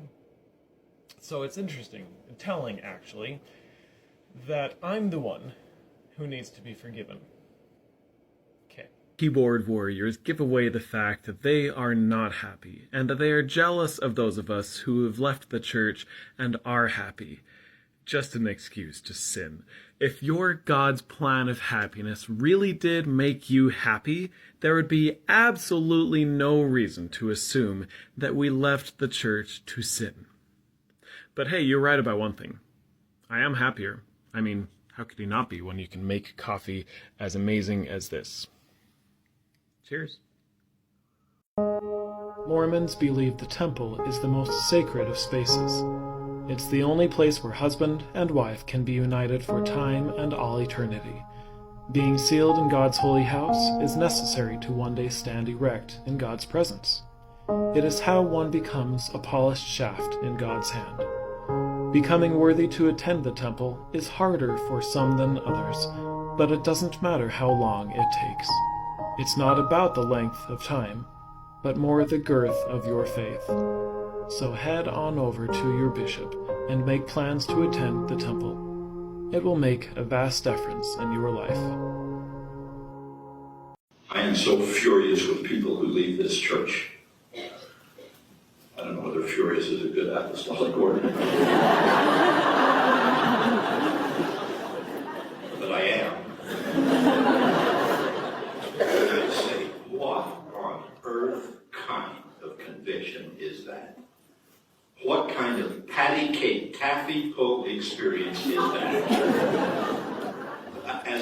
As if none of this ever mattered, as if nothing in our contemporary life mattered, as if this is all just supposed to be just exactly the way I want it, and answer every one of my questions, and pursue this, and occupy that, and defy this, and then maybe I'll be a Latter-day Saint. Well, there's too much Irish in me for that.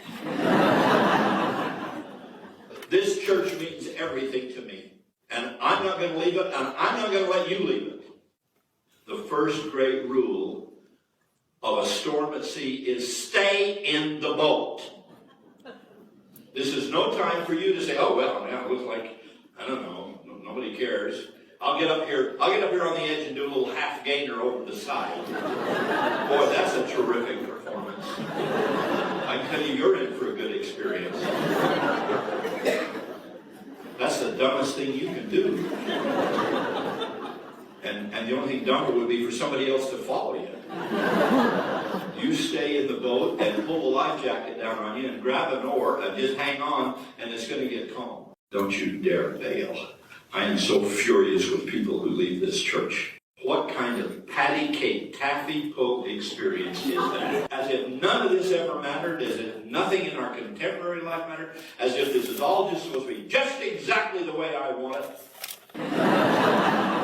We have an update on the Fairview/McKinney, Texas temple controversy, and I think my followers will like this one. As a reminder, the LDS Church wants to build a temple in this residential neighborhood where the height limit is 35 feet, but the church wants to exceed that by 5 times. The town said, try again. The church said, okay, we'll lower it by 15 feet. That's 9%. The town said, oh my gosh, we'll have to decide another day. Well, last night was the other day. They had a public meeting where normally at a public meeting like this, anyone who wants to speak on the subject before the town council votes would be given 5 minutes time, but there were 200 people who wanted to speak. They didn't want this meeting to take 15 hours, so instead they gave each person 2 minutes to speak, and it still took 4 hours to give more than 70 people time to speak their opinions.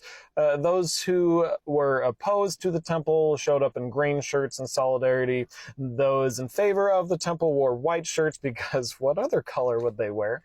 And then after all the 70-plus speakers, the town council voted and decided to, drumroll, deny the church their conditional use permit, but without prejudice. That means that under the current proposition from the church, they just denied it outright, just said no. But they're not opposed to a temple. They're not even opposed to a temple there. It's just that this is a residential neighborhood outside of the big city, away from big buildings, and the town did it that way on purpose. So the church is free to reapply for a temple there at any time with revised building plans. They just have to follow the rules. I love this for them. And I love this for us. Like, I hope they do reapply and are approved for a temple there with respectful building plans, because the church is not above the rules. I hate seeing the church of my upbringing give a big religious freedom middle finger to town after town after town when all people are asking of them is to be respectful of the residents there and follow their rules. That's all. Yeah, you really got me with that one. You had me going. And young women, please understand that if you dress immodestly, you are magnifying this problem by becoming pornography to some of the men who see you. Sing it with me. Stop giving men microphones. Yeah. Stop giving men microphones. Now everyone sing it with me. Stop giving men microphones. Stop giving those boys those microphones. Stop giving men straight to them, straight to them. Stop giving men microphones. If you live in Utah, I have something important to say regarding this year's election for governor. We all, whether you are Republican or Democrat or somewhere in between, need to support Phil Lyman for governor. Now, Democrats, don't scroll on. Please hear me out. But first, I need to speak to my Republican friends. Republicans, you and I both know that Governor Cox is a chameleon. I call him a chameleon. You call him a rhino. He is the very definition of a rhino, right? He needs to go. Phil Lyman is your man. Make sure to support him, vote for him. Tell all your Republican friends to write in Phil Lyman, because he won't be on the ballot. Remember, you'll have to remember his name, write him in, tell all of your friends. Okay, so we're all supporting Phil Lyman. Now, you guys, you can just scroll on, okay? Go on. Are they gone? Are they gone? Okay. Now, Democrats, it's just you and me now. We need to have a chat. Phil Lyman is a fucking idiot. He is a true MAGA loyalist who is a convicted criminal and was pardoned by Trump himself. That tells you all you need to know about the guy. We cannot let him be governor. But he won't be governor because he lost the Republican primary. He took it to the courts, all the way to the Utah Supreme Court, who ruled against him. And he's still not giving up. He's continuing as a write-in candidate. But we all know how successful write-in candidates are. They never win. And I don't see any momentum for him being the one exception. So that means this is the perfect golden opportunity for us, okay? If we can get enough Republicans to vote for Phil Lyman, we just might be able to split the Republican Party and for the first time in almost 40 years have a Democratic governor. It's been since Scott Matheson left office in 1985. So obviously, you and I will be voting for Brian King. Make sure all of your liberal-leaning friends vote in this year's election. This is a very important one, statewide and nationally. But your Republican friends, talk up Phil Lyman. He is their guy. Make sure they all write in his name so that we have an opportunity to have a Democratic governor. I'm Ryan Josiah, and I approve this message. How come the blacks didn't get the priesthood until 1978? What's up with that, Brother Wilcox? What, Brigham Young was a jerk? Members of the church were prejudiced? Maybe instead of saying, why did the blacks have to wait until 1978? Maybe what we should be asking is, why did the whites and other races have to wait until 1829?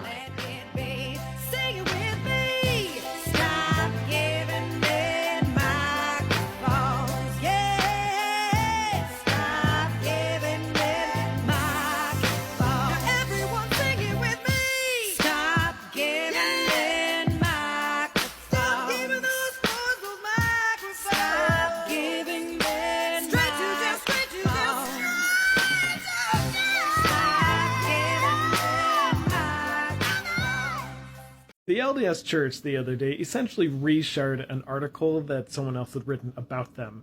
And I honestly haven't read the article itself because I can't stop laughing about their introduction to the article. So I just had to share it with you guys. You'll see why. Okay, here it is. The Australian newspaper looks into the Church of Jesus Christ of Latter-day Saints. So here we go. Foreign editor for the Australian newspaper Greg Sheridan wrote about the Church of Jesus Christ of Latter-day Saints last week. An article, "The Mormons May Seem Strange, but They're Doing God's Work," was published by the Australian on Saturday, 17 August.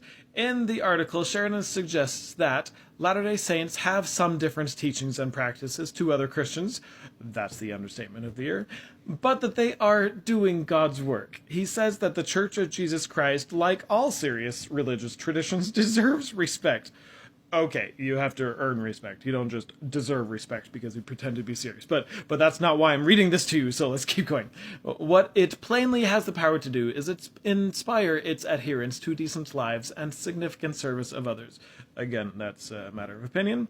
Sheridan uses the terms Mormon Church and LDS Church for brevity and recognition purposes, though members of the Church of Jesus Christ of Latter-day Saints prefer the full name of the church to be used, or Latter-day Saints. Watch a video with the link featuring worldwide leader of the Church of Jesus Christ of Latter-day Saints, President Russell M. Nelson, explaining why using the full and correct name of the church is so important to Latter-day Saints. No, it's important to him.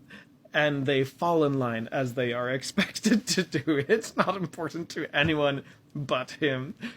Given President Nelson's counsel to Latter-day Saints to use the full and correct name of the church instead of nicknames, the following excerpts from the article include corrected names for the church.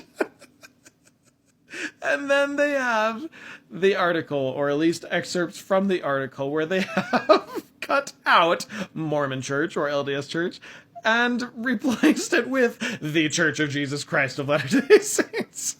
Isn't that great? How embarrassing for them. I mean, this is why no one takes them seriously. All you have to do is take half a step back to see how stupid this all is.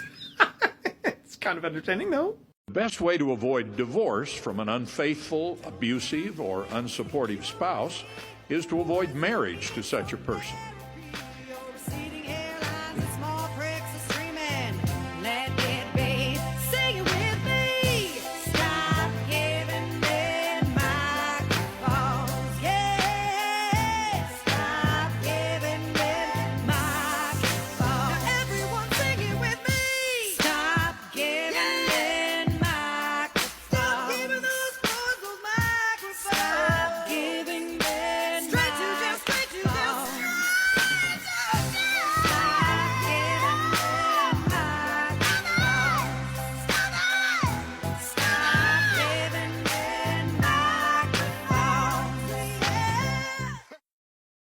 I was getting on an airplane in Salt Lake City. Sat in my seat, buckled my seatbelt. Person came and said, "The captain of the plane would like to visit with you." I went up and he said, "Well, I'm not a member of your church. When I heard that you were on the plane, I just want to tell you something.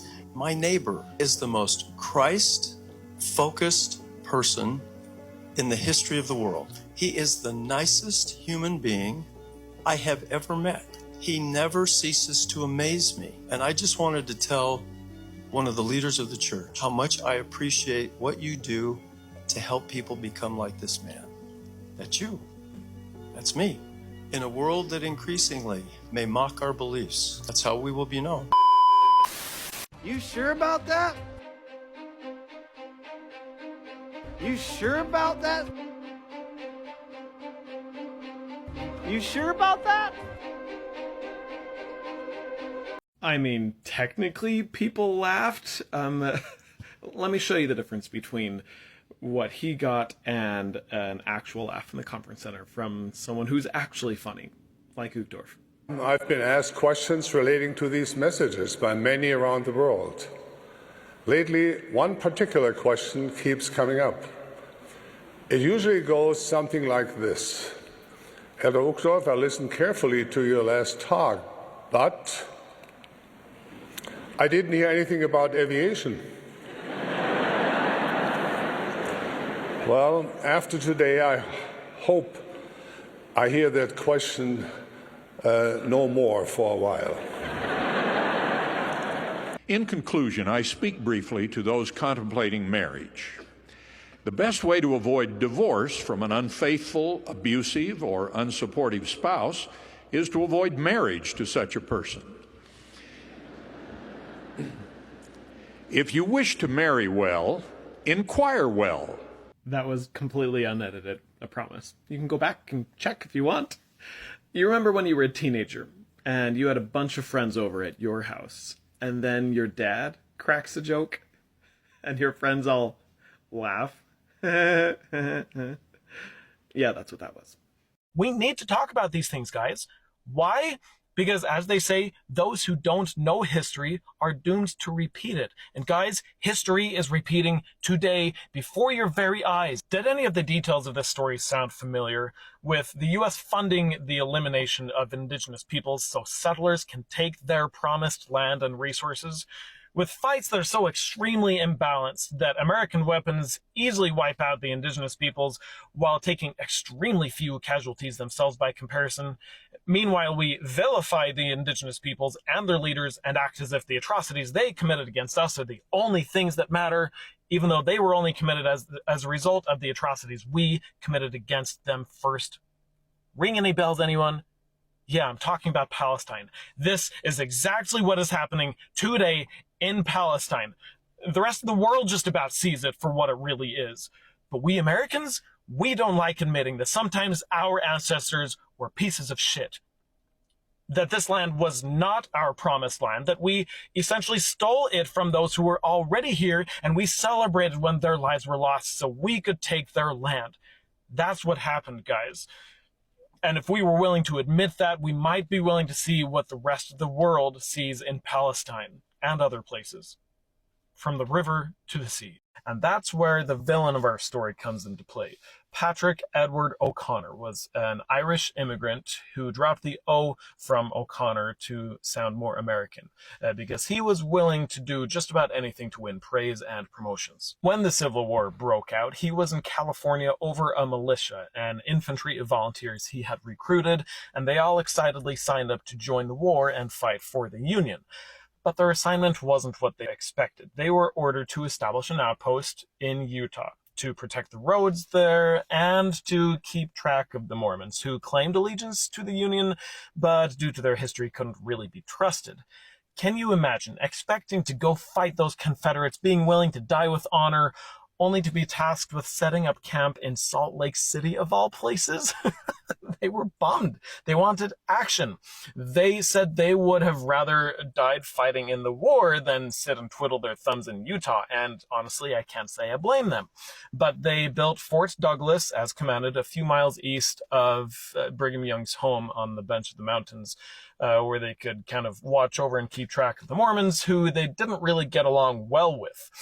They even pointed their cannons at Brigham Young's home just as a statement. They were too far away to hit it anyway. If you live in Utah, please listen. This is probably the most important video I have ever made, and I'm not exaggerating. We just got the official wording for what is going to be on our ballots this election, and your state legislators are trying to pull the wool over your eyes. They're trying to take your rights away, but they're doing it in a way that they're hoping you won't even notice they're doing it. If they have their way, they will forever silence Utah voters, keeping you from ever having a say in your own state laws. If you're not paying attention, you might just accidentally vote your rights away. So let's talk about Utah's Constitutional Amendment D. First, a 10-second recap of how we got here. In 2018, Utah voters decided our representative districts are not to be gerrymandered. In 2020, our state legislature gave themselves permission to gerrymander anyway. 2021, our legislature gerrymandered the hell out of our representative districts. And then this year, 2024, Utah's conservative Supreme Court ruled unanimously that that was unconstitutional. So now,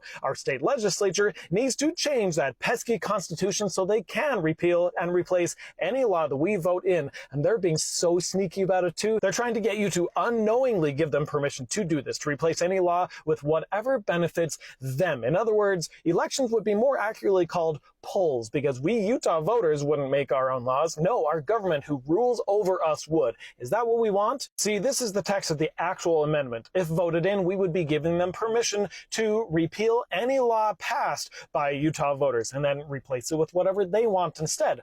But this is what you will see on your actual ballot. First, they're trying to strengthen the initiative process. No, this is doing exactly the opposite. Thank you very much. And then they're trying to clarify their ability to amend laws. Just clarify sounds reasonable, right? This is all not to mention the fact that they're distracting from the real purpose of this amendment with this shit. Sneaky bastards. They're not going to get away with this. As long as you spread the word, you know you have friends and neighbors who are going to faithfully go to the ballot box on November 5th, totally uneducated on this, unaware, deer in the headlights, which is what our legislature is hoping for, and then accidentally vote their rights away, and yours, and mine. So please share this video, make one of your own, go post on the Book of Faces, on the gram of Instas, buy yard signs on Etsy. I don't care what you do, but do it now because our ballots arrive in 1 month. TikTok. Somebody get me out of here. Most Utahns are Mormon, okay? Not all, but most. And most of them were born into the faith and raised in the church, and they don't know anything different, right? Some of them have never even left the state of Utah, okay? That makes it so many of them don't realize just how incredibly weird they are. You all know what I'm talking about, unless you're one of them, of course. But case in point, Spencer Cox, who is also Mormon and also happens to be the governor of the state of Utah, okay? You know how there's only 50 in the whole country and each one represents a whole state? Yeah, that guy? Well, boy oh boy is Spencer representing. He issued a declaration today for Utah because today is the birthday of Russell Nelson, the prophet president of the LDS Church. And as governor of the state of Utah, that's not just what he's thinking about today, but that's what he's posting about on social media for and in behalf of the state of Utah, okay? Can I read it to you? Whereas President Russell Marion Nelson was born on September 9th, 1924 in Salt Lake City, Utah. Whereas President Nelson is the president of the LDS Church. Whereas the LDS Church is the coolest church there ever was. Whereas President Nelson is the coolest prophet there ever was for this reason, and that reason, and that reason, and this reason. Whereas we Mormons worship the prophet of the LDS Church, but we don't. But we do, but we don't. But we do. Now therefore I, Spencer J. Cox, governor of the state of Utah, do hereby declare September 9th, 2024 to be President Russell M. Nelson Day in Utah. This is just getting embarrassing. What was your favorite moment from the debate last night? Here's mine. The president at the time invited the Taliban to Camp David, a place of storied significance for us as Americans, a place where we honor the importance of American diplomacy, where we invite and receive respected world leaders. And this former president, as president, invited them to Camp David. This former president. I don't think that's the F word she was thinking. How about some weird Utah news? The state of Utah recently teamed up with the LDS Church to secretly cull 170 cow elk. Now that's a sentence I never thought I'd say. This herd has been steadily growing and is now apparently nearly twice the size it should be for this area, which is in Morgan and Rich counties. Too many elk has led to devastating consequences, such as 80% of deer in the same area died over last winter, starved essentially because they just couldn't compete with all these elk. These elk are on church-owned land, on the Deseret CWMU, or Cooperative Wildlife Management Unit. CWMU is essentially privately owned land that has a contract with the government to allow hunters on it, and sometimes they provide additional services too, like guides. So the landowners and the government, or in this case church and state, both make a profit. The Department of Wildlife Resources decided that this herd needed to be thinned, and apparently they've already tried the tactic of just handing out more hunting tags, which didn't work. Essentially sending out too many hunters spooks the elk and they run away and they get fewer instead of more. So instead, church and state teamed up to secretly lure, trap, and shoot the elk. Why secret? Well, when asked, they said, well, I guess we could have told the public about this culling project. Yeah, you could have, but they really didn't want to. Look at these emails that explicitly say just how relieved they were that this hadn't hit the media. Oops. I think they wanted to keep it a secret for two reasons. The first is that this is a great example of just how little the state of Utah separates church and state, or at least the one true church and state. Because this project cost $53,000, but only about half of that was covered with taxpayer money. The rest of it was covered by the CWMUs. The other reason is this. Remember this bill that was hastily written and then signed into law last year, ignoring the voices of wildlife experts, making it possible for any hunter with just a regular hunting license to go out and hunt a cougar, no tags required, 365 days a year. If you know anything about ecosystems and food chains, you know just how stupid of a law this is. Somebody obviously paid big bucks to make this law and is very invested in keeping it a law. So when we have a situation mere months after this bill was signed into law that makes it so glaringly obvious why wildlife experts were screaming at Capitol Hill to not do what they did, you bet they want to keep that a secret. Their wallets are counting on it, which is why I am doing my part to make sure you know about it. Utah's government is corrupt from the top to the bottom. Not every person, but every level. Let's expose that corruption together, shall we? Here. This is the golden age of Utah.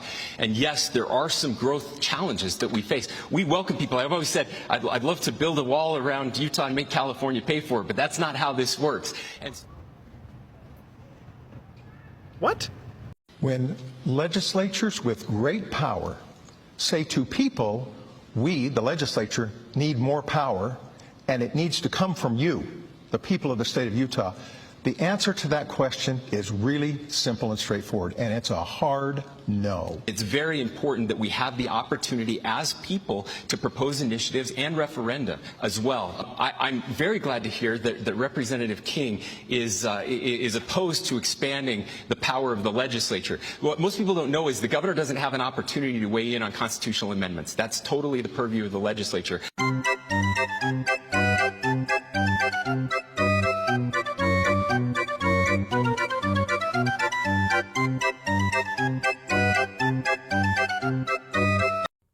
It's time for your daily disturbing facts about the LDS or Mormon Church. Today we're talking about the Ephraim Temple that they broke ground for last month. Well, when I saw this mentioned online, I thought, isn't Ephraim really close to Manti, where they already have a fully functional temple? Well, it is about 7.5 miles from one temple to the other. You might be thinking there must be a need, there must be a lot of people in that area. Okay, let's look at Ephraim. Ephraim's population is about 7,000 people. Maybe there's more in Manti. Nope. 3,500 people. Less than 11,000 people total between the two towns combined. And that total includes everyone, Mormons and non-Mormons combined. If you're wondering if there is others in the surrounding area, here's the map again, but with the satellite view, you can see Ephraim on the top, Manti on the bottom. Nothing in between except farmland. Now, the reason why this is disturbing, at least to me, is due to how much it costs to build temples like this. Now, the church won't give out numbers like that. We don't know for sure. We do know it costs somewhere in the tens of millions of dollars for a temple like this one. Probably between like $20 and $70 million, somewhere in that range. When they already have a temple just a few miles down the road in an area of Utah with so few people, you've got to wonder why. And or what else could they be spending so many millions of dollars on? Let's look at another organization to see what could they be spending this money on. The Utah Department of Alcoholic Beverage Control, in their 2021 report, they have to give 10% of gross revenue to the Uniform School Fund, which is used solely for school lunches. So the Utah Department of Alcoholic Beverages donated $51 million to the Utah School Lunch Program in 1 year, while the LDS Church spends roughly the same amount of money to build an extravagant building to baptize dead people. Like and follow for more. Talking about going through a Mormon temple, doing all of its ceremonies, always gets the attention of those who have never been through the temple. The temple has a lot of secrets, it's full of mystery. And until this cool thing called the internet came about, there was really no way of knowing what really went on inside those walls without just doing it yourself. That's why the video I posted the other day of my first time going through the temple's endowment ceremony got a lot of attention, more than I thought it would, honestly, and that was the second time I posted it. I talked about how weird it was every step of the way, like buying this cult costume ahead of time, such as a green apron with fig leaves embroidered onto it. And then in the temple, learning these secret handshakes, watching Adam and Eve learn these secret handshakes, and putting on this whole costume with everything in the right order, with the sash on one side and the bow on the other side, and so then you can wear that costume in a circle of people who are all chanting the words of a prayer together while doing these secret signs and handshakes with each other. It's all super weird. And yet I still get comments like this. You think I didn't go to temple prep? Tell me, sir, where in the teacher's manual does it say anything about the men wearing a baker's hat? Or everyone wearing this green fig leaf apron? Where does it say anything about secret handshakes? Where in the student's booklet does it explain what the true order of prayer is, the whole chanting in a circle thing? These manuals are all online now. You can't hide behind a distribution center anymore. Oh, but they do have great preparation advice, like this. Be at peace. It says so twice. Now I know why that's in there. You bet I do, but before I went through, would have had no idea. Why would they have to say that? Of course I'm going to be at peace. The temple is the ultimate place to be at peace, isn't it? No, it's not. Here's another nugget of preparation advice. If you're getting married in the temple and you have a parent or other close friend or family member who's upset that they can't go into the temple with you to witness your wedding ceremony because you have to do a secret handshake while wearing that costume, which is something they don't tell you either, make the best of it. Good luck. Solid preparation advice. The temple prep class is a joke. It's an opportunity to further indoctrinate those who are about to go do these super weird culty things so that they're less likely to want to run away. Because you know it's super weird and culty, but you're not going to tell them that. No, you're going to use this course and your testimony to gaslight them. So that when they're doing it themselves, they're going to think they're the crazy ones for thinking it's super weird and culty and that they should run away. Because you know that's what they'll be thinking. Welcome to another daily disturbing fact about the LDS or Mormon Church. I bet you didn't know that last month the church quietly installed a new church historian, Kyle S. McKay. Let me tell you why this is significant. Judging from his bio on the church's website, he looks like your typical Mormon man. 9 kids, BYU, callings, more callings. It would be really easy to miss this little blip at the end. Oh, he was also a lawyer for more than 30 years. Wait, the church called an experienced lawyer to be the chief gatekeeper of its historical division? Let's see how we got here. For a long time, only general authorities were called as church historian, usually apostles as you see here. The 1900s was also when the correlation department was evolving, as church leadership reigned in more and more control over what information the general church membership had access to. Then it was Howard W. Hunter's turn, and he had a brilliant idea. Why not have a professional historian do the historian's job? So at that time, he actually transformed the historian's office into a whole historical department with 3 separate branches, and called Leonard Arrington, a professional historian, to head its main or research branch. Until this time, the church's historical archives had been closed to the public. Arrington, though, for the first time opened them to both members and non-members alike. He also made sure to stay true to his professional values of honesty and integrity in his historical research and writing, which rubbed a few of the apostles the wrong way, including, for example, Ezra Taft Benson, second in seniority. So when President Kimball got sick and President Benson took the reins, Arrington was rather quickly replaced by, you guessed it, another general authority. The church's archives were also closed once again, and the experiment with the church being totally open and upfront with its history had failed. Later on, there were a few years when there was no official church historian called, but during this time, something else came into play, which changed everything. The internet! The internet made it impossible for church leaders to control what information its members had access to.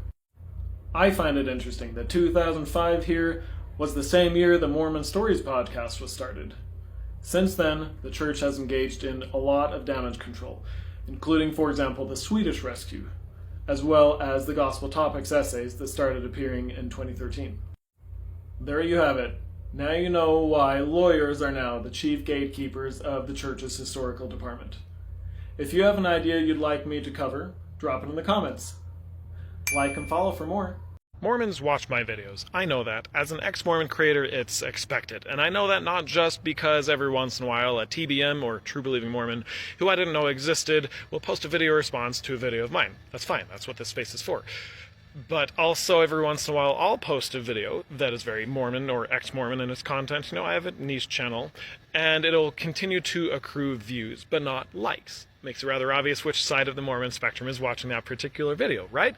And it's partially because I know Mormons are watching my videos that I make sure to not spread misinformation. I check my sources. I make sure that they are legitimate, and that you can go do your own research and verify what I have to say, right? So what do you think would happen? How do you think Mormon Talk would react if I were to post a video that was highly critical of the LDS Church with sources, say 10 sources, quotes that were after the fact exposed as being fake, false, bogus? I think we know how Mormon Talk would react to that. But that's exactly what's happening on the other side of things. If you're Mormon on this app, then you probably know Brother Miller. He's no small name. He has 30,000 followers, which in this niche world of Mormon TikTok is a lot of followers. And he posted a video nearly 2 weeks ago now where he used 10 quotes, supposedly from general authorities, that Analyzing Mormonism here called out as being fake, bogus, false, made up. And you know what his response was?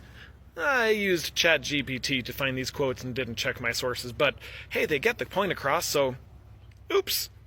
I'm sorry, what?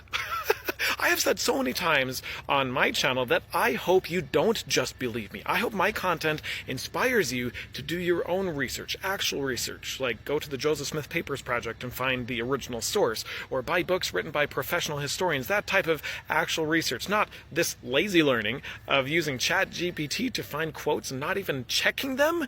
What? This is exposing Brother Miller for what he's really all about, which is not the truth. If he cared about the truth, the moment he found out that his own quotes were bogus, he would have deleted that video. But no, it is still up, still accruing views, still accruing likes from the Mormon community. No, he doesn't care about the truth. He's all about pushing a specific narrative, and he will apparently use any means necessary, including lying, to accomplish that.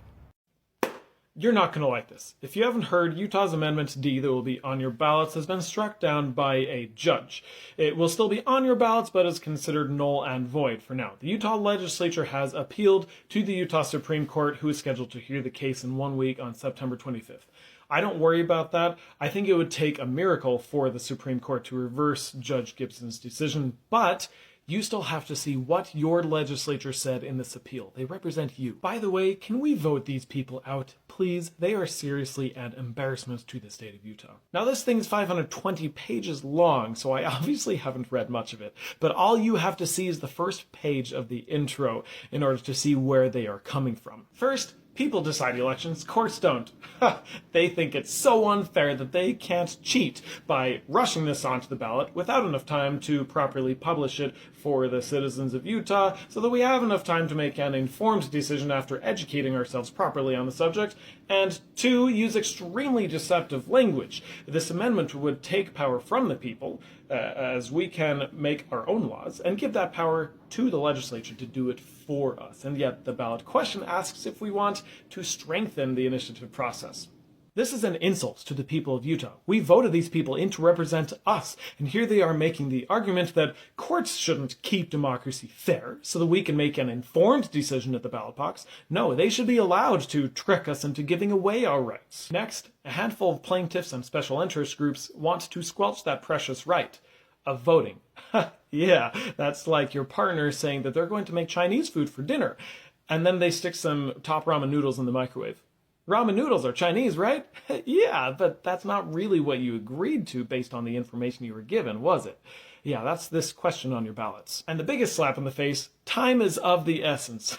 Sure is. Yeah, remember how you panicked because your Supreme Court said that you had gerrymandered illegally? So you decided to try to slip this question onto our ballots just in the nick of time, hoping that we wouldn't notice, that we wouldn't talk about it, and that we would go to the ballot box uninformed because you rushed it. Yeah, that wasn't us.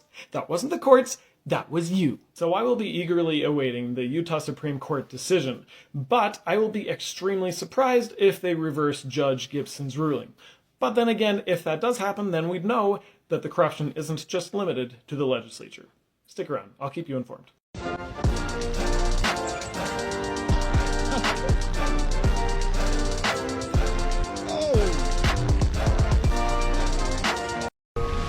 Oh God, hear the words of my mouth. Oh God, hear the words of my mouth. Oh God, hear the words of my mouth.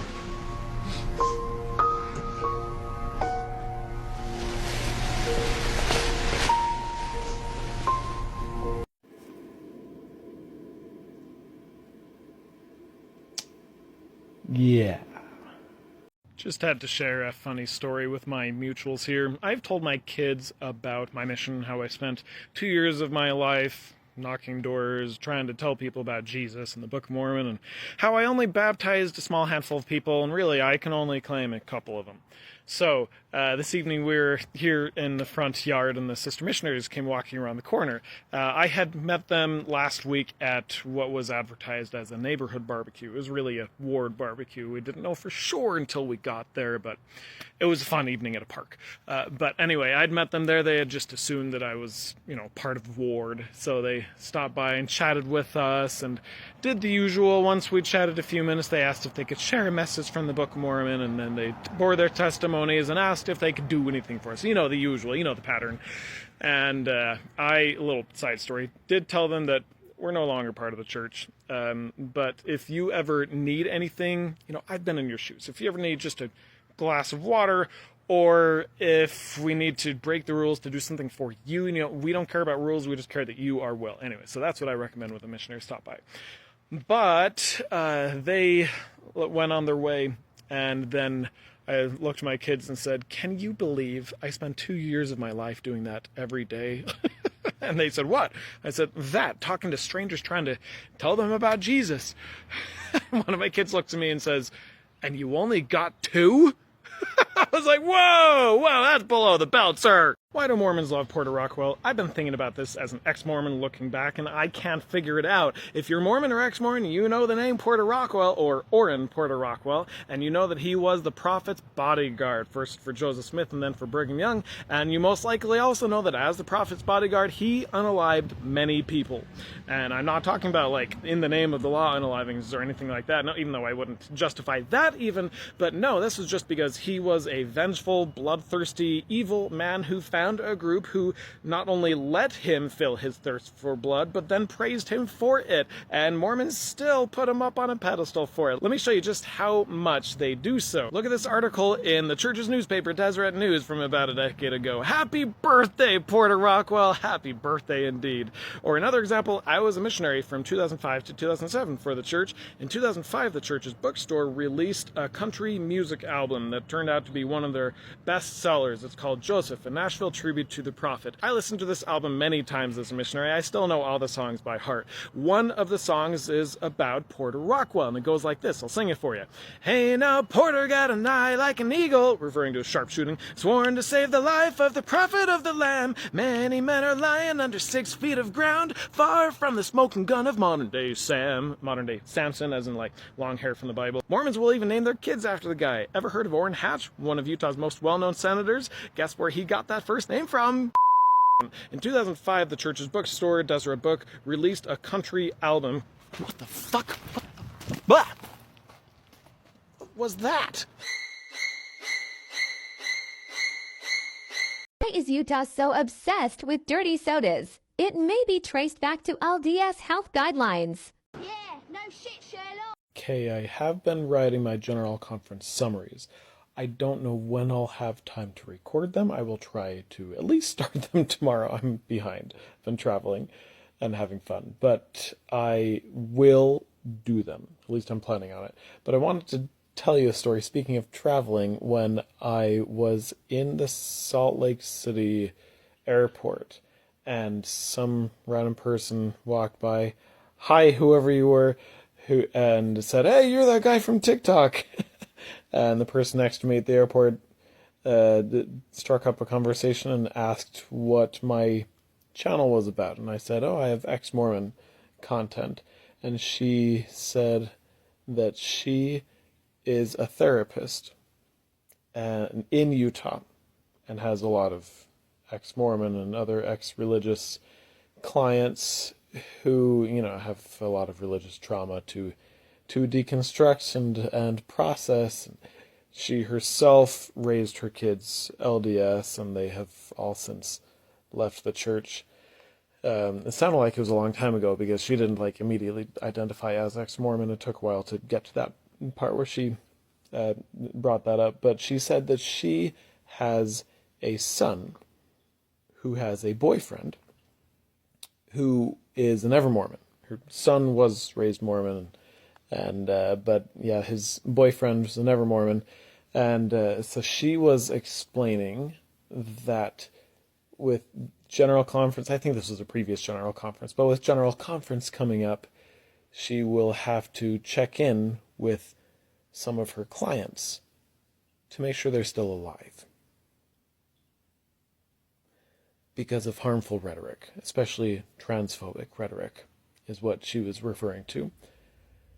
And her never-Mormon, the boyfriend of her son, was just flabbergasted that was a thing. That she would have to check, that he was like, a church meeting, you have a church meeting, and after the church meeting you have to check in with your people to make sure they're still here? That's how real this is, guys. That blew me away to have it framed that way. So, glad you are all still here.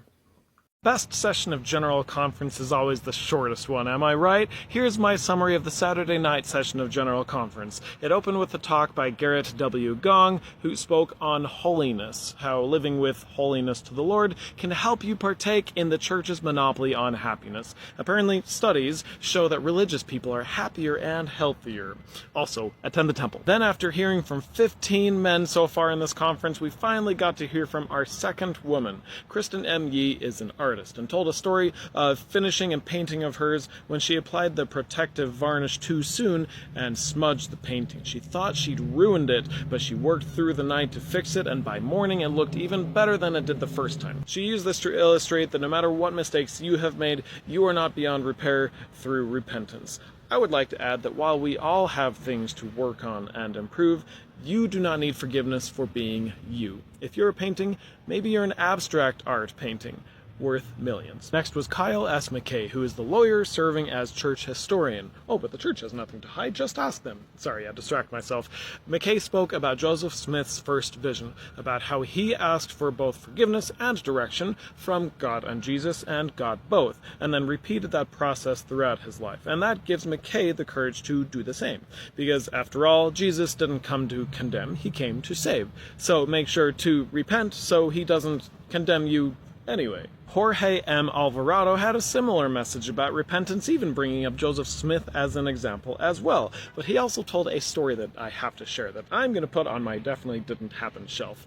But apparently a woman, a member of the church, was going to visit a friend and give her a gift of a copy of the Book of Mormon. When she got mugged, the thief stole her purse with $5 in it and this copy of the Book of Mormon. I bet you can tell where the story's going, can't you?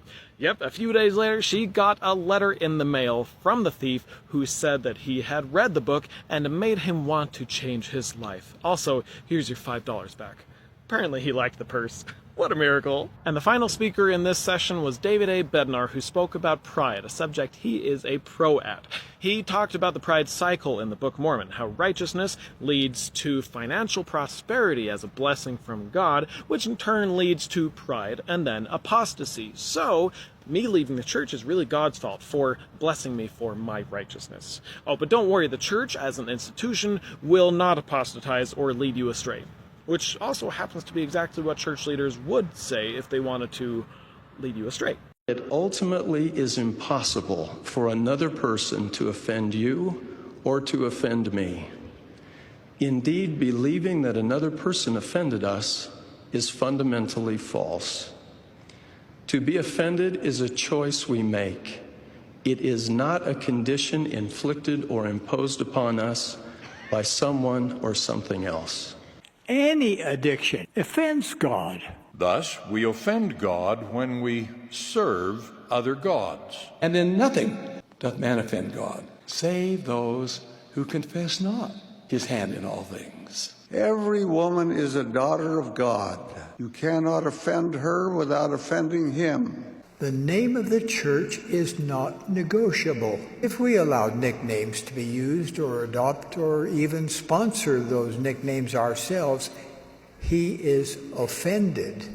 The time to stop being offended is now.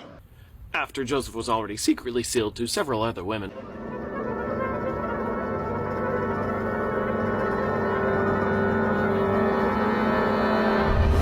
But that's a story for a different video.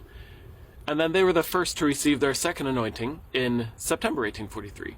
Record-keeping wasn't as strict back then, but we know of at least 20 other men and 16 women who also received their second anointings before Joseph's death in June of the following year. Side note, one reason Brigham Young succeeded in taking over the reins of the church following the death of Joseph was because he was the only contender who had received his second anointing. Following the death of Joseph, second anointings weren't restarted until January 1846 in the newly built Nauvoo Temple, a month before it was then permanently closed. In that 1 month, though, nearly 600 individuals received their second anointings.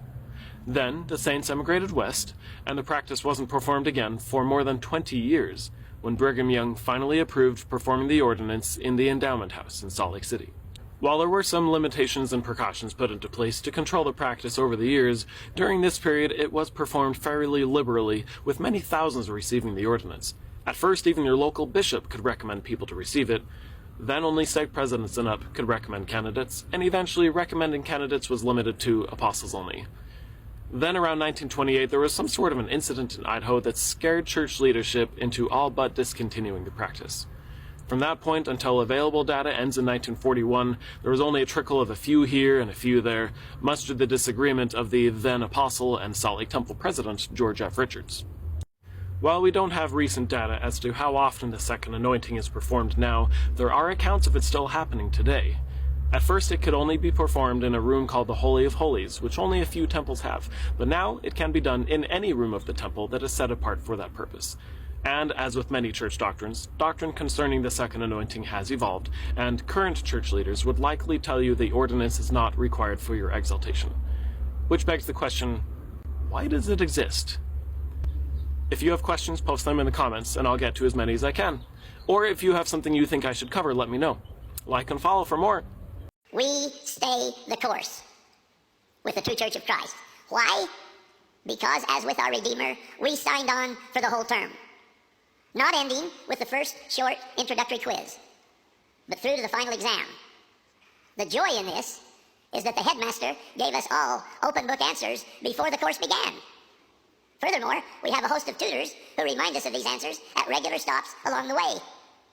But of course, none of this works if we keep cutting class. I testify that the Church of Jesus Christ of Latter-day Saints is the vehicle God has provided for the exaltation of our souls.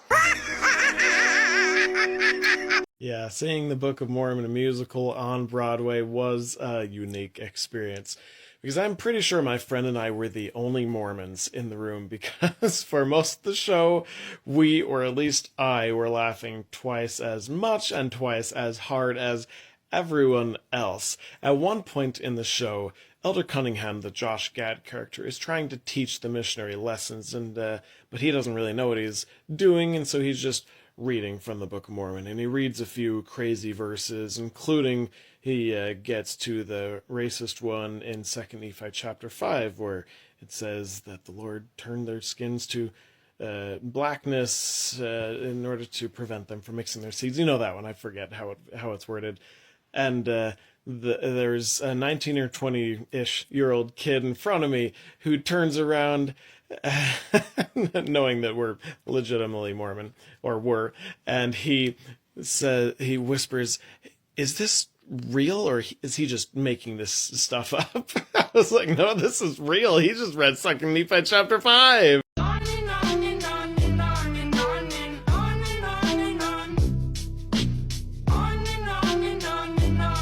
If you truly thought they are liars, you would give them no power over you.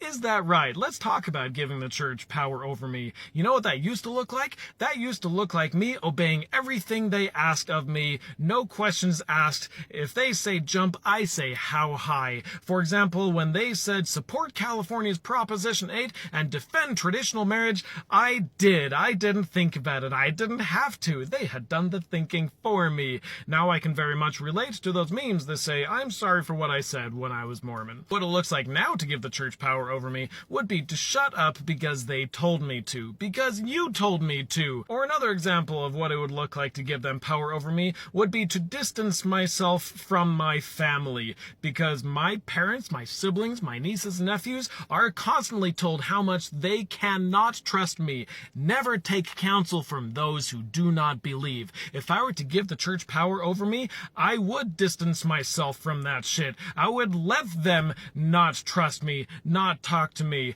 but I won't. I love my nieces and nephews, and they love me, and I will not let them take that away from me and give them power over me. The Mormon Church's already enormous farming company, Farmland Reserves, is about to get even bigger. The church is poised to close on a deal Wednesday where they plan to spend $289 million to purchase 46 farms across 8 states for a total of 41,500 acres of land. If you're surprised the Mormon Church has a farming company, well, you're not alone. They don't really talk about it. I would guess most of their own members don't know about it, and if they do, they might just assume these are humanitarian farms we're talking about. They're not. I'm talking about a huge for-profit company that helps to make the church probably the largest landowner in both Nebraska and Florida. The church has been on a spending spree in Nebraska, buying up farms the last several years, beating out smaller farmers, forcing them to instead lease them back from the church, and driving up prices. And Florida, if you're not aware, is home to Deseret Ranches, one of the nation's largest cattle ranches, although they have considered using a good portion of that land to instead build a massive city rivaling Orlando in size. I say they're probably the largest landowner in those states because the church won't say. It's a tightly held secret, as are a lot of things in that church. Even county assessors apparently have a hard time saying exactly how much land the church owns because they just own so many parcels of land. So who knows, maybe the church is the largest landowner in all 8 states involved in this purchase. I want to prove to you that the LDS Church is not a church, but rather a business masquerading as a church. But to do so, let's scale back the numbers to more relatable amounts. And let's say instead of a church, it's a charity that I own, which spends $1,000 a year on charity. 1,000 instead of 1 billion. That's the scale here. Meanwhile, my charity has $250,000 in various bank accounts, investment accounts actually, modeled after the S&P 500, bringing in good money. We also own a few vehicles and a couple of buildings. Oh, which reminds me, my charity also owns a couple of side businesses, for-profit businesses though, whose purpose is to make even more money for my charity. One of these is a real estate company. That's why we're lucky enough to own a couple of buildings. How much money does it bring in for us? I'm not going to say. And the other runs a farm. Well, owns a farm, and then leases it out to a local farmer who wishes he owned the farm. How much money does that bring in for us? Why would I tell you? But all this money from the investment accounts and the businesses is more than enough to pay our employees, fund all of our internal operations, even have plenty to be able to drop hundreds here and hundreds there, which we do all the time now, on various investments to make sure to continue to make even more money for the charity, and there's still some left over to put back into the investment accounts to continue to watch them grow. But that's not all. We also have a cult following of people who regularly donate their hard-earned money to our charity. How much, you ask? Why do you keep asking that? I'm not going to tell you, but others have estimated it's somewhere in the range of $5,000 to $7,000 a year. Remember how much my charity spends in a year on charity? $1,000. Just $1,000. That's not a charity, guys. That's a business, and a very successful business at that, masquerading as a charity. So if you hear someone bragging about how much money the LDS Church spends on humanitarian efforts, just tell them comments like this are demonstrative of the fact that many Mormons just don't comprehend, maybe refuse to comprehend, just how extremely wealthy their church really is, as if they couldn't possibly do more humanitarian and charity work because they're already using that money on building temples, just like Jesus wants them to do. Okay, side tangent. Apparently you have a different Bible than me, because the Jesus in my Bible said to sell what you have, give to the poor, and then follow him. The Jesus in my Bible had one temple, and when he saw people using it to make money, exploded in righteous anger. But anyway, let's do the math to see if Salty here is right. This year, Russell announced 32 new temples to be built. Now, we don't know exactly how much it costs to build a temple because the church refuses to be transparent with practically anything money-related. But it's somewhere in the ballpark of $50 million. So if all 32 of these temples are eventually completed and dedicated, which is unlikely, at $50 a year on interest from these investment accounts, in 1 year, that's 6.5 times as much money as it takes to build all 32 of these $50 million temples. Actually, they could build 210 $50 million temples and still have all the money they also bring in from tithing from ag reserves / farmland reserves, an enormous for-profit company, from property reserves, another enormous for-profit company, from Deseret Books, Siegel Book, Deseret News, KSL, their beneficial life insurance, their DMBA health insurance. The money never ends, people. So don't give me the shit about them not being able to give more than $1 billion a year on humanitarian efforts. If you were to honestly compare how much money they make versus how much money they give, it becomes obvious that they're not a church or a charity dabbling in business. They are a business dabbling in church and charity. Look at how nice this church is. Look at how beautifully built this fucking church is.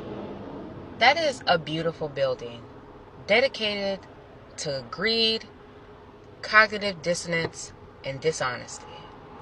This video of mine about Mormon temples has nothing to do with Christians. It has nothing to do with Mormons even. They're not the ones deciding to build a gazillion unnecessary temples that will ultimately sit empty the vast majority of the time. They're not the ones deciding that each one of these temples costs $50 million plus or minus to build because of things like multiple $100,000 often phallic-looking chandeliers throughout the building. No, they're just along for the ride. They're told that this is what God wants, and they naively believe it. No, it's Russell Nelson, the president of the corporation himself, and his associates who are making these decisions. They're the ones who are bragging about spending $1 billion a year on humanitarian efforts, all while spending much more than that annually on financial investments, like luxury apartments, like multiple counties worth of farmland, like Amazon warehouses. They're the greedy ones that we're talking about. No, this comment is doing one thing, and it's doing that quite well. It's projecting. Russell Nelson, the president of the LDS Church, is a confirmed narcissist. He has demonstrated this time and time again, but I just learned something new that I didn't know about him that I just had to share because I can't stop laughing about it. And no, it's not his feud with Gordon Hinckley and the word Mormon. It's not his obsession with becoming the coolest prophet ever, who's made all these inspired changes like 2-hour church or restoring the Lord's name to the Lord's church. It's not his determination to dot the earth with his personal brand $50 million billboards. It's not even the little things like using a green screen to record his conference talks so you can't see that he's sitting in a wheelchair, instead putting a plushy fancy red chair behind him. No, it's nothing like that. But did you know that 4 years before he was even called as an apostle, which happened at age 59, so when he was 55, he self-published an autobiography that wasn't like publicly available. He just printed them to hand out to his personal friends and family members so they could all read about him. Who does that? before you're even old enough to retire for most people. Yeah, because they weren't publicly available, they're now pretty rare, and you can buy them like on Amazon for almost $1,400. But he would be absolutely flattered if you did so.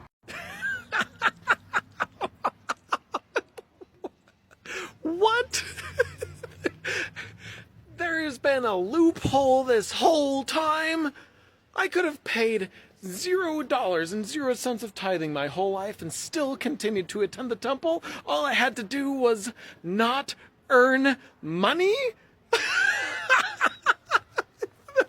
That is some Olympic level mental gymnastics right there. All churches threaten salvation. That's just church in general. Yeah, you're right. Dude, you are so close. You are so close to figuring it out. It hurts. I was listening to a talk radio show the other days. They were discussing Utah's Constitutional Amendment A, which is on our ballots but has been ruled unconstitutional and thus is null and void and will not be counted. But what it would have done is given the Utah legislature permission to remove funding from our schools, from our students, at their discretion. And in exchange, they dangled this carrot that was totally unrelated, but would have eliminated the state food tax, which collects a grand total of about $200 million from Utahns over the course of a year. Meanwhile, the LDS Church is right now constructing 4 new temples in Utah. That's not even counting multiple temples that have been recently finished and dedicated, likely at a cost of more than $50 million apiece, while also renovating the Salt Lake City temple at a likely cost upwards of $2 billion. It's just interesting contrasting the two, as we as an entire state are collectively discussing whether we want to continue to pay $200 million, while this one church is shelling out many times more than that on constructing these great and spacious whited sepulchres that only a small percentage of Utahns can even go inside in the first place, but even then have no measurable benefit to any Utahns outside of just making them feel good about themselves. I just saw a pro-LDS video that I'll link in the description below that was talking about Lehi's vision of the Tree of Life in the Book of Mormon, and he pointed out that in that story, those who were holding fast to the iron rod or who were partaking of the fruit at the tree weren't focused on or conversing with those who were in the great and spacious building, pointing and laughing, right? They were just focused on their faith, as they should be. And you know what? I don't disagree. I kind of like that message. But it got me thinking, because I and my ex-Mormon friends aren't pointing and laughing. We're in the great and spacious building, sure. It's nice. It's comfy. It's not at all what we were told it is. But what we're doing is helping each other heal. We're going to group meetings, support groups. We're doing therapy together. We're doing activities and sports and other things together to help each other heal, because it really wears you down after a while, after so many years of being told that the only way to be happy is to be out there in the elements, holding fast to this iron rod, eating nothing but this one type of fruit. That really gets to your gut after a while. We have a food court. It's fucking amazing. We even have that fruit from that tree. And lots of other different types of fruits, and veggies, and meats, and breads, and desserts. It's amazing. It's much better to have a balanced diet. But sometimes we do go out and even try to invite... Actually, you know what? Maybe we are the ones who are pointing and laughing, or at least that's what they think, because sometimes we go out there and try to invite them, to let them know that, hey, you should come on over, have this food in the food court, and heal with us. But they're not listening. It's almost like some of them have earplugs in and just won't pay any attention to us. But we invite you to come on over. So we're on a hot date here at City Creek Mall. And apparently we've been out of the church long enough that we forget when it's Sunday.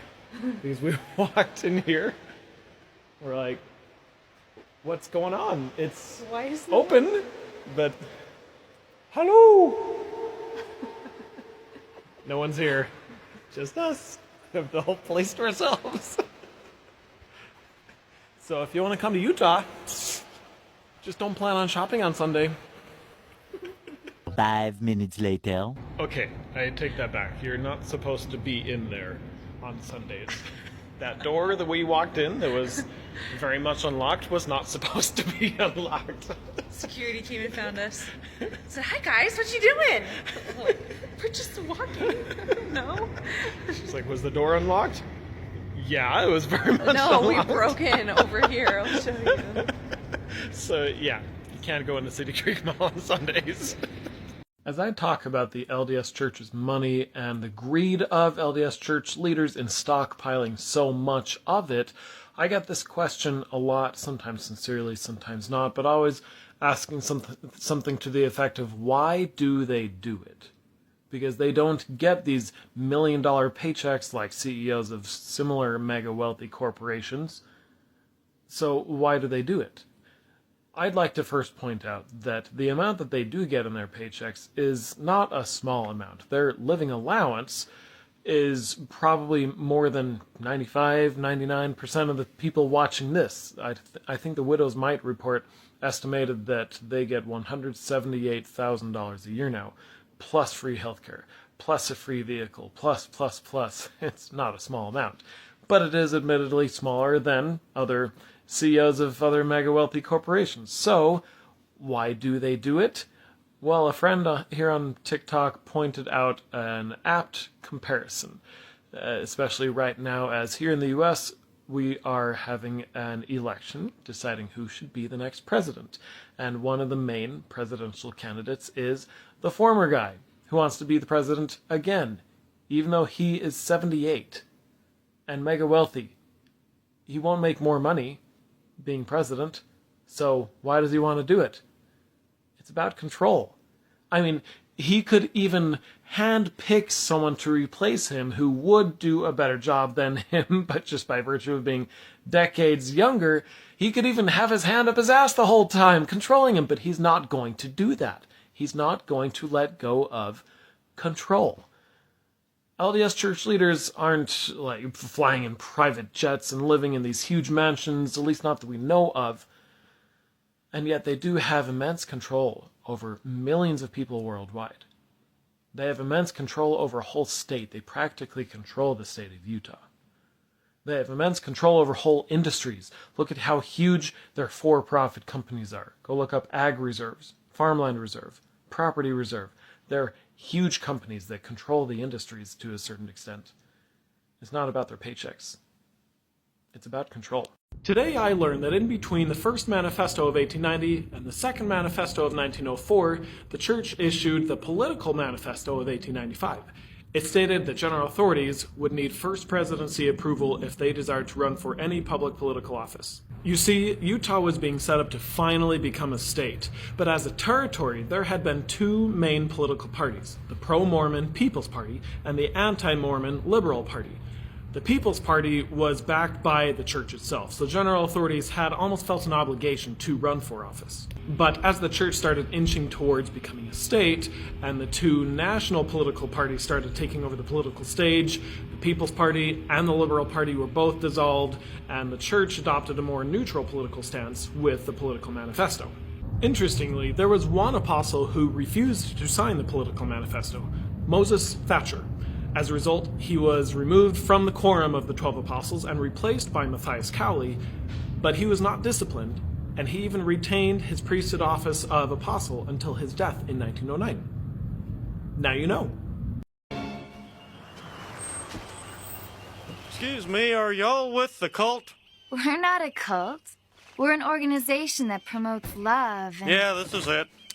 If it were between the LDS versus FLDS churches, which would you say is truer? Like if Joseph Smith himself were to come back from the dead today, which would he be more likely to claim as his church? I grew up LDS. I was taught that we had the truth, that we had prophets with continuing revelation, that fundamentalist groups were apostates. Truth is, both of them are just as made up as the other, but if you were to start with the assumption that their shared prophets, that of Joseph Smith, Brigham Young, and John Taylor, were true prophets speaking for God, I think the answer is obvious. The FLDS Church has a much better claim to authenticity. Let me explain why. It all has to do with their shared histories and prophets, starting with Doctrine and Covenants, section 132 in the LDS version. Section 132 is all about the new and everlasting covenant of marriage. What does that phrase mean? What is it referring to? I'll give you a clue. A synonym for that phrase is celestial marriage. Now, if you think that phrase refers just to temple marriage or temple sealing, then you grew up LDS like myself, but for prophets of the 19th century, that phrase referred specifically to polygamous sealings. Now, I don't say temple sealings because back then a temple wasn't explicitly required, just the authority. But that's what section 132 is all about, polygamy, which was new and everlasting, not temporary. Brigham Young taught that the only men who become gods, i.e. exalted, are those who enter into polygamy. You may get to the celestial kingdom without it, but you won't get to the highest level of the celestial kingdom, exaltation, without it. Next, here's John Taylor using the term celestial marriage, but reading it in context, he's referring to plural marriage. He said he, as prophet, was unable to tone down or change the principle of polygamy. It was God's will, and he meant it. He spent the last couple of years of his life in self-induced exile when the federal government started arresting polygamists. During that time, he had a revelation that went unpublished but has been confirmed to be in his handwriting, where apparently God told him, "How can I revoke an everlasting covenant? I have not revoked this law, nor will I, for it is everlasting." Well, guess what the LDS Church did only 1 year after the next prophet, Wilford Woodruff, took over? Yep, revoked that law. The FLDS Church came about because of those who had listened to and believed John Taylor and Brigham Young. They didn't apostatize. The LDS Church did, by very definition. Some men, known as the Council of Friends, claimed that John Taylor had specifically set them apart to continue the practice of polygamy, even if the mainstream LDS Church discontinued it, as if he was anticipating them to do so. And it's through these men, along with John Taylor's unpublished revelation, that most fundamentalist groups today claim their authority. And you know what? If I wasn't already totally convinced that Joseph Smith had just bullshitted it all from the beginning anyway, I'd probably believe them.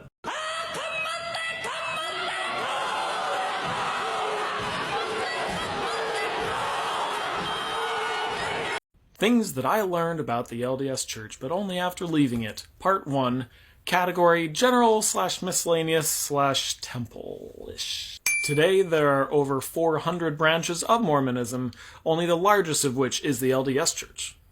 1 century ago, B.H. Roberts lost his testimony of the historicity of the Book of Mormon due to research, and tried to convince the First Presidency and Quorum of the 12 Apostles unsuccessfully.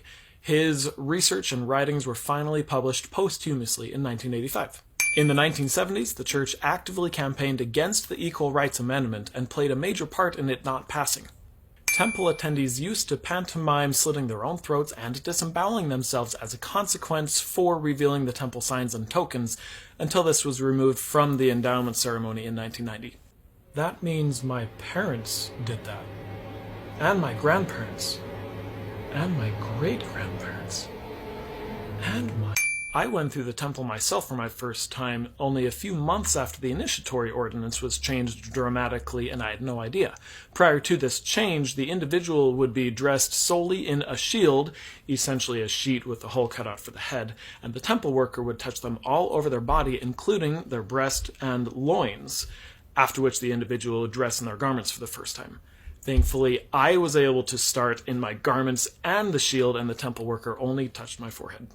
And finally, having your calling and election made sure is an actual temple ritual, the second anointing, that general authorities do for each other and for others they have selected.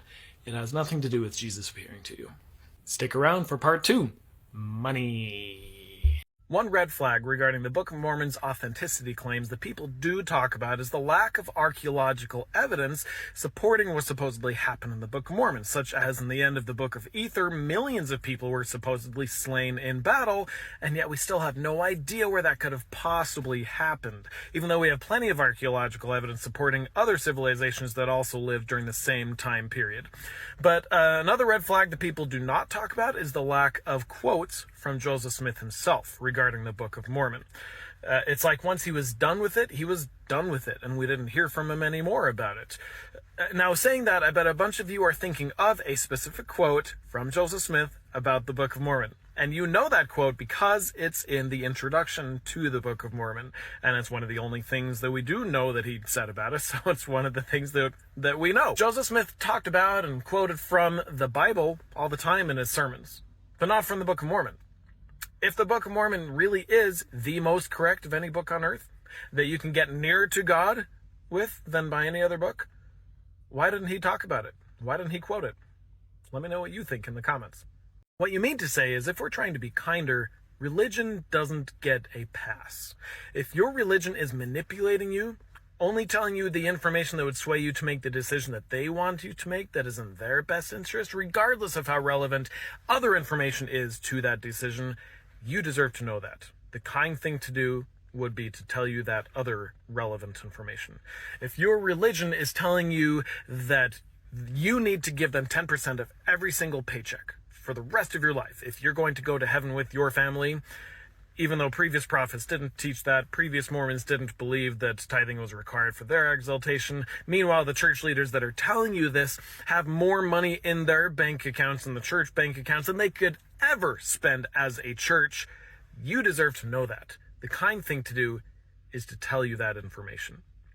If your church is protecting predators, has a phone number dedicated for bishops and stake presidents to call church lawyers before they call police if they get someone confessing abuse to them, you deserve to know that. The kind thing to do would be to tell you about that. If we're going to be kind to each other, we need to be honest with each other. And your religion doesn't get a pass. I wanted to add my voice to this conversation just because this is where I grew up. This Presbyterian church that tried to do the right thing until the Mormons of Fruit Heights scared them away from doing so is just up the hill from the home of my childhood there on the border of Kaysville and Fruit Heights.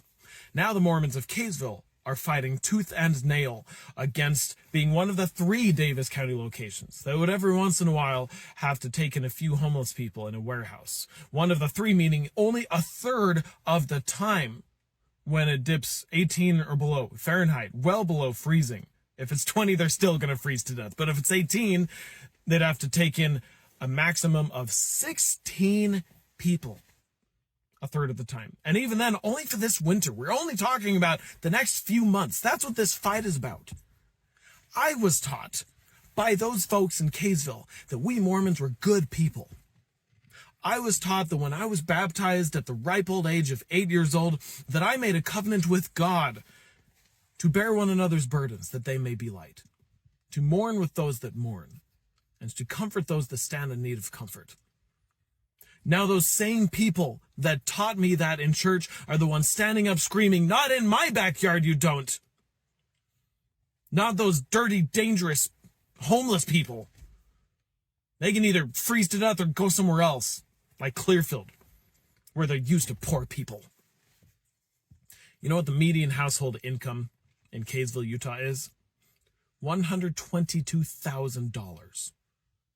They're screaming this while they're maintaining their pristine green lawns with their 3-car garages. This is fucking disgusting, guys. I have never been more ashamed to be from Kaysville, Utah. Hold on! This is hold on! Her sister was a witch, right?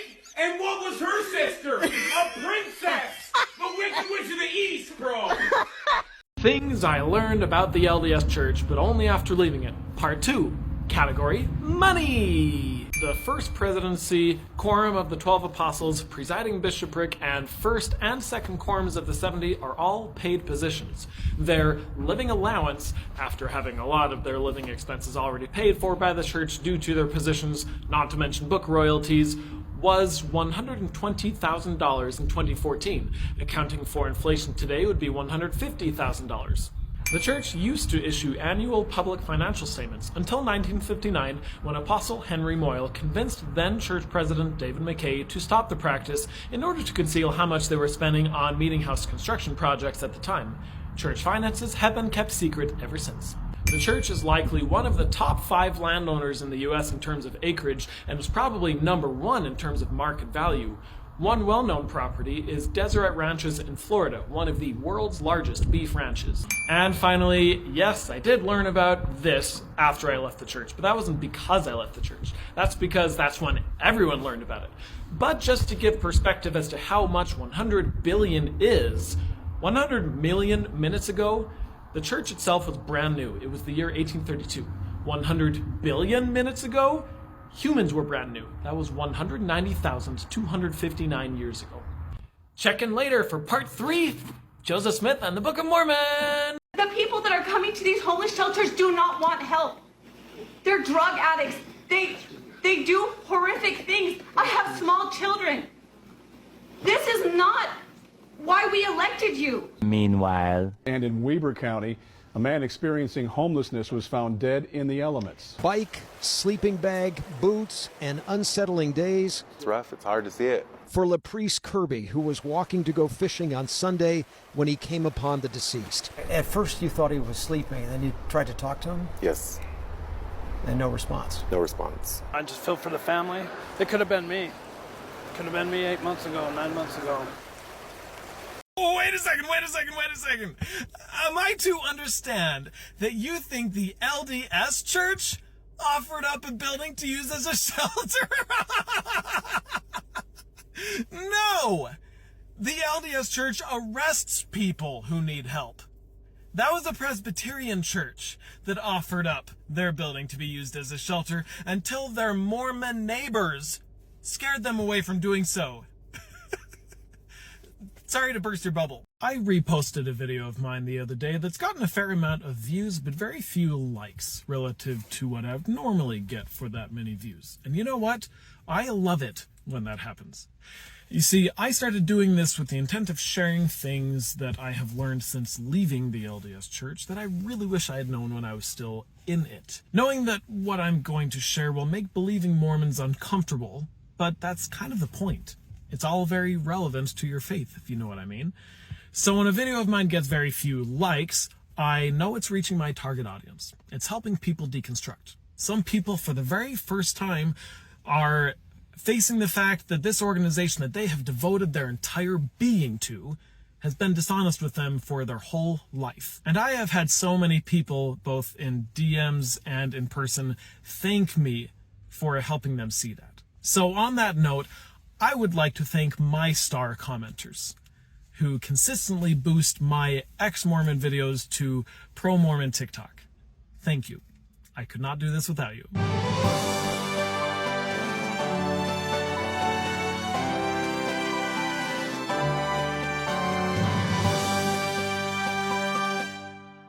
And welcome back to another Things That I Learned About the LDS Church, but only after leaving it, Part 4. More about Joseph Smith and the Book of Mormon. The papyrus that became the Book of Abraham, or what's left of it, including the facsimiles that are still in the Pearl of Great Price, has now been translated by professional Egyptologists.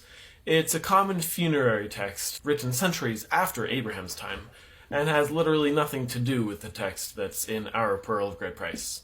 Speaking of Abraham, scholars think Abraham was most likely not a real person, but merely an ancient fabrication. 2nd Isaiah and Deutero-Isaiah are nicknames for Isaiah chapters 40 through 55, some of which is included in 1st and 2nd Nephi in the Book of Mormon. They were written by an anonymous individual who lived 2 centuries after Isaiah himself, during the century after which Lehi would have left Jerusalem. In the splintering of the church immediately following the deaths of Joseph and Hiram, the second largest group of Mormons was the followers of James Strang, who had claimed to have received a vision the moment Joseph died, revealing him to be Joseph's successor. Like Joseph, Strang produced ancient metal plates containing an unknown language, translated their contents using a Urim and Thummim, and had witnesses testify to their authenticity. Also like Joseph, Strang was ultimately shot to death, and most of his followers went on to join what became the RLDS Church. The transfiguration of Brigham Young into the image of Joseph Smith after Smith's death didn't actually happen, but was merely a myth that began circulating decades later. After Joseph died, Brigham didn't claim to be the prophet, just the church president. The term prophet was reserved just for Joseph. Years later, when others started referring to Brigham as the prophet, he adopted the title. Well, that's it for now. Come back next time for Part 5, Polygamy! I know there are good people in Utah. People whose hearts are not filled with fear and or hate for anyone who doesn't look and sound like them. I know you're out there, but you're not being loud enough. Case in point, the United Drag Alliance and their community bookstore, Mosaics in Provo, Utah. This organization is exactly what the queer community in Utah needs. I mean, look at what they do. They help people find jobs. They have resources for physical health, mental health, housing even.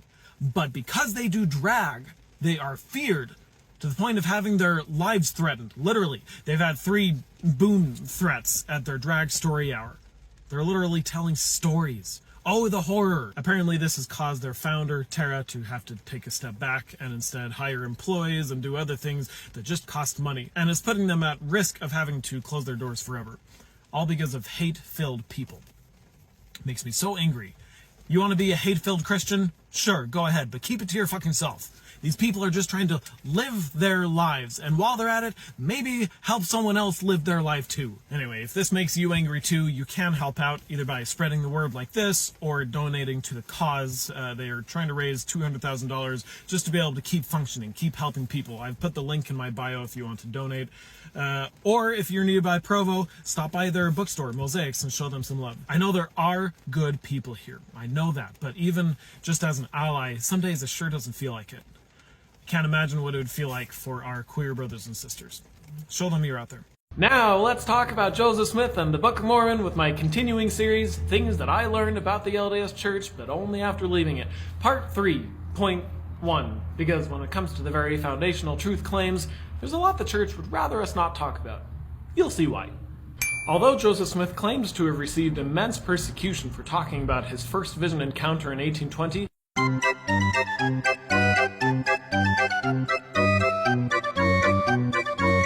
there is no evidence of him ever even mentioning it, whether in journals, newspapers, church publications, or otherwise, prior to the 1830s. Specific details regarding Joseph Smith's first vision encounter evolved with time. He is first recorded as seeing only Jesus in the vision. Later, he's recorded as seeing angels, but not Jesus. And his later accounts record what we have in the Pearl of Great Price today as seeing God and Jesus.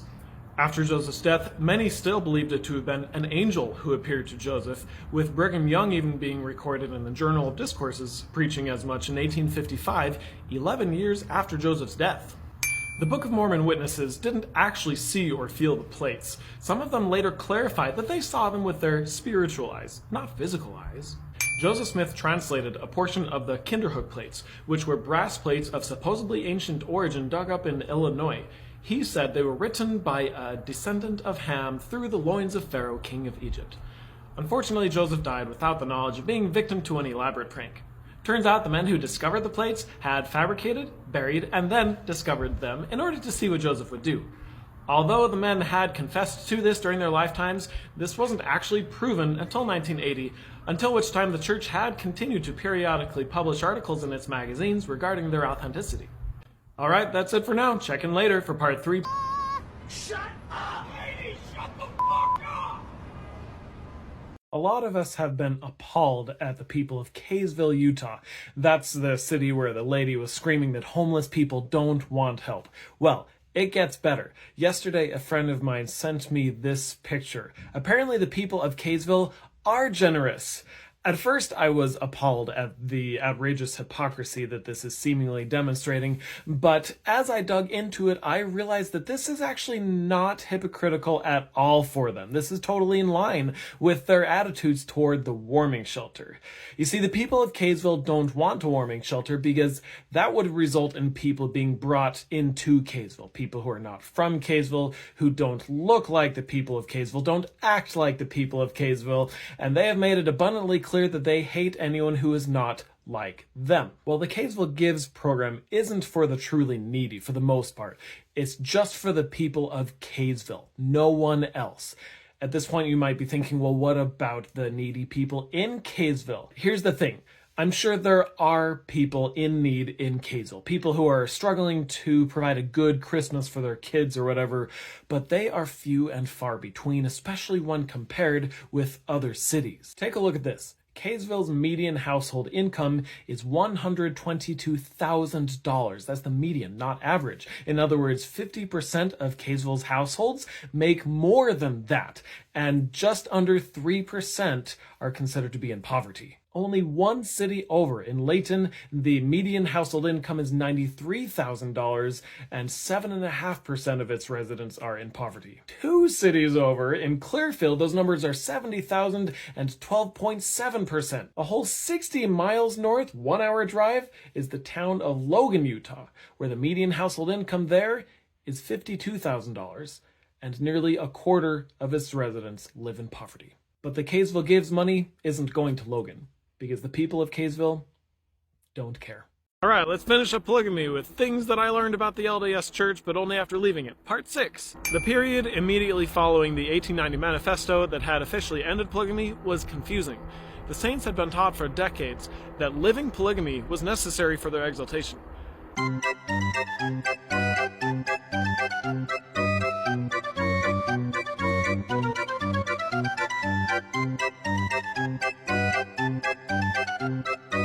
They also had felt extremely persecuted by the federal government for living polygamy, which had only served to further entrench members.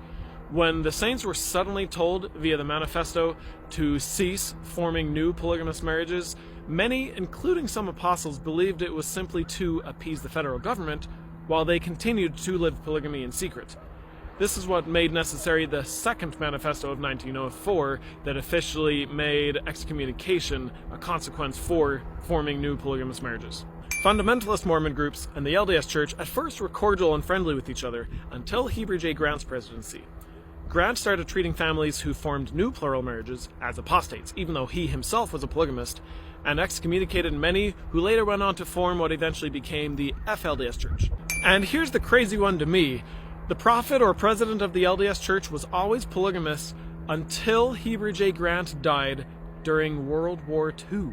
Alright, that's it on polygamy. If you missed part 5, make sure and go back and check that out because there's a lot of juicy stuff in there. And come back next time for part 7, Doctrines and Commandments. Let's talk polygamy in things that I learned about the LDS Church, but only after leaving it, part 5. Now there's a lot here, so I thought about splitting this up, but it's just too good, so... Hold on to your butts. Joseph Smith had around 30 to 40 wives at the time of his death.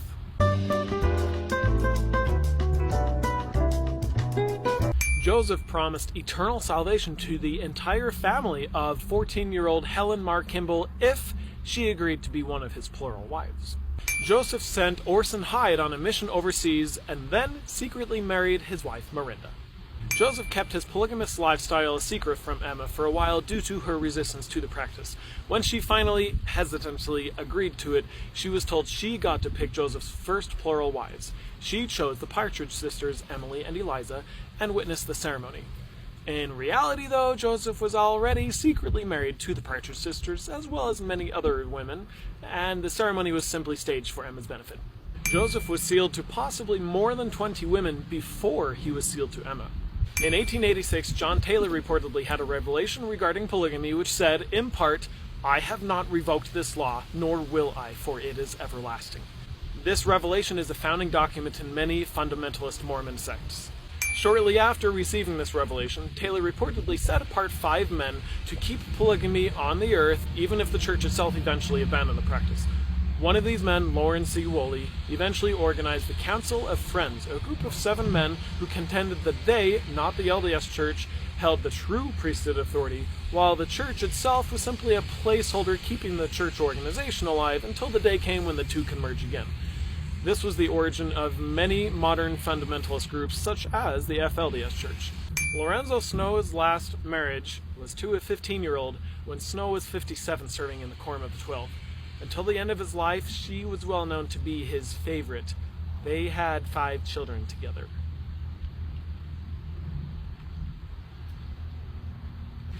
Speaking of Snow, this is getting exciting. Rather than a revelation, the discontinuation of polygamy via the manifesto was catalyzed by the federal government revealing their intent and legality to confiscate church property, including temples, if they continued practicing polygamy. The term celestial marriage was always understood by church leaders and members to refer to plural marriage, until the church was forced to discontinue practicing polygamy. Okay, I changed my mind. This is getting nuts. End of part 5. Come back next time for part 6 and we'll finish up polygamy. Sheesh, welcome to Utah. We found her. Have you, like me, been wondering what type of a person would say such disgusting things like homeless people don't want help? Well, I didn't find her. She did too good of a job at scrubbing herself from the internet, wisely so. But people know her. However, I'm not going to say her name. My goal this whole time in finding her is not to dox her and make her fear for her safety. No, it's just to publicly shame her by pointing out the type of house she lives in. Because when I heard her say that, I knew that her house would not be small. You can't know what it's like to struggle, to know what it's like to wonder if you're going to wake up in the morning because of hunger or the cold and say something that disgusting. But she said what she did publicly, proudly, arrogantly, in front of cameras even. So, I'm glad she's gotten the national attention she has, and I hope others who think like her have taken note. So, without further ado, here is the house that our Kaysville Karen lives in. Cocky Karen, who is 40 years old, by the way, lives in a rambler with a basement, 2,200 square feet per floor for a grand total of 4,400 square feet. That square footage, by the way, does not include the 3-car garage. This house of hers sits on a third of an acre lot, which honestly is a modest size for this type of house. But the lot does have a fancy little creek running through the backyard, which I assume would make it more desirable, raising its value. And would you look at that? Is that a boat sitting in the driveway? Yeah, these folks are not hurting for money. This house is worth just shy of $1 million, apparently. Actually, 1 month ago, the Zestimate was just over $1 million. So just out of curiosity, what would a mortgage payment look like for a house this size? Well, it looks like Karen here bought the house in July of 2018. Assuming that she had a 20% down payment and using interest rates from that time, her monthly payment would be at least $3,100. If you were to buy this house from her today using the same assumptions, your monthly payment would be at least $6,500. My whole point is that our Karen here has no idea what it's like to struggle to survive. She is way too privileged. So, while I have no hope that she and the rest of her Kaysville clans will use their wealth to actually help those in need, I hope they have at least learned not to speak for them. I'm not sure how Mormon church leaders can continue to claim a monopoly on true joy when the data say the exact opposite. If that were true, the state of Utah should lead the nation when it comes to mental health, right? Take a look at where Utah actually stands. According to a report from the University of Utah's Kem C. Gardner Policy Institute, Utah is 11th in the nation for adults with some form of mental illness, and among the top 5 in the nation for both adults with serious mental illness and adults who have seriously contemplated unaliving themselves. The report also discusses parenting, which I find interesting because parenting is what the church claims should bring you the greatest amounts of joy, and its members believe that, as evidenced by the fact that Utah has the lowest median age in the nation by a considerable margin. And yet, Utah is number 1 in the nation for mothers of toddlers who report less than stellar mental health, and number 2 in the nation for parents of toddlers who report not coping well with the daily demands of parenting toddlers. Why does Utah totally suck when it comes to mental health?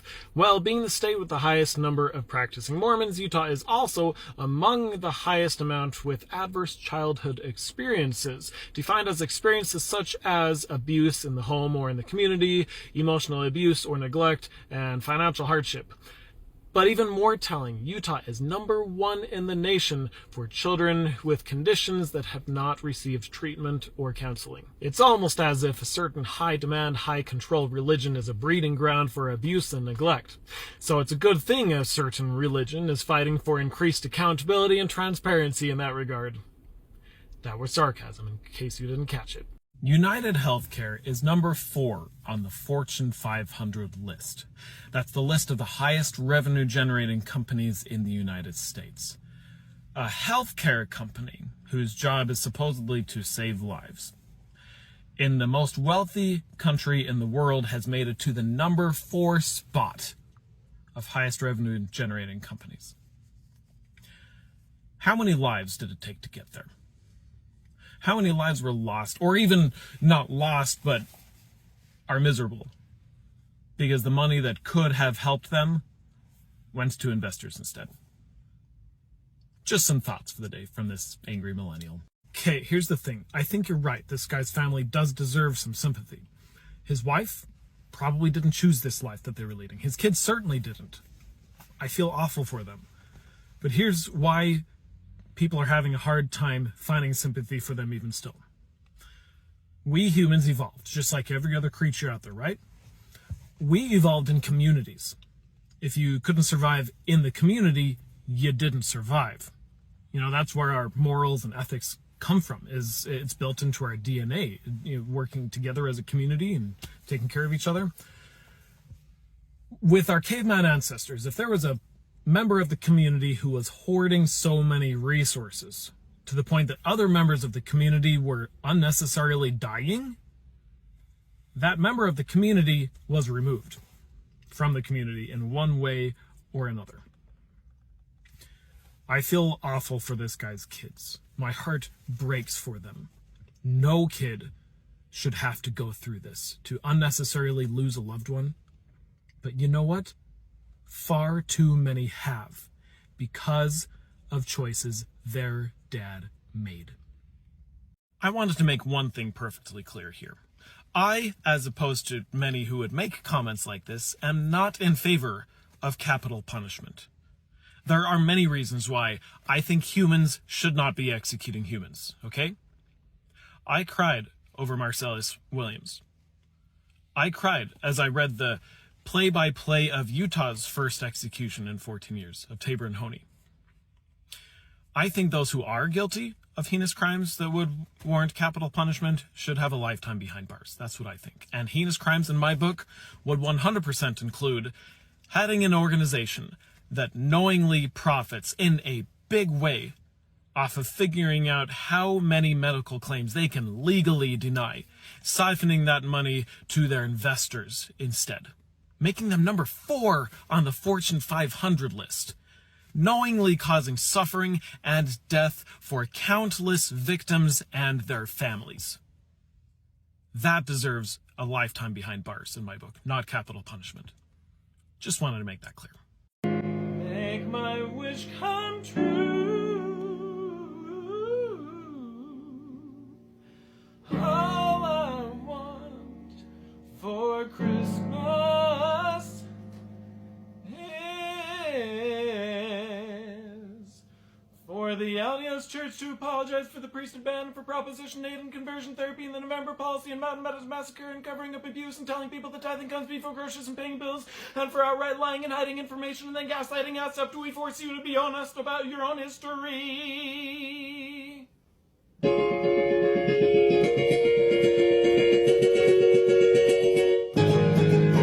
Whoever has been an apostle the longest gets to be on the top. Since most apostles are called at around the same age, generally the oldest apostle is the prophet, unless someone was called at an unusually young age, such as with Heber J. Grant, who was called as an apostle at age 25, so he ended up being the prophet for 26 years as a result. I found this chart made a couple of years ago that makes it easier to visualize. This is all of the apostles by order of seniority on the y-axis, with their ages on the x-axis. So as they age, they creep over to the right-hand side. I like to imagine a cliff over there on the right-hand side that they fall off of when they die of old age. So when Nelson dies, Oakes is next, followed by Holland. Eyring doesn't have a chance. If Uchtdorf gets to be prophet, it won't be for long, and then it'll be time for Bednar for a long time. Again, Cook and Christofferson won't have a chance. They're too old. When Bednar dies of old age, all of these guys will be too, so at this point it's a crapshoot who will be after him. But then Suarez will be next, but only for a couple of years probably, followed by Kieran, because he would have been right here when this chart was made. All of this, of course, depends on how old each individual lives to be, which, as they say, is up to God, or biology, one of the two.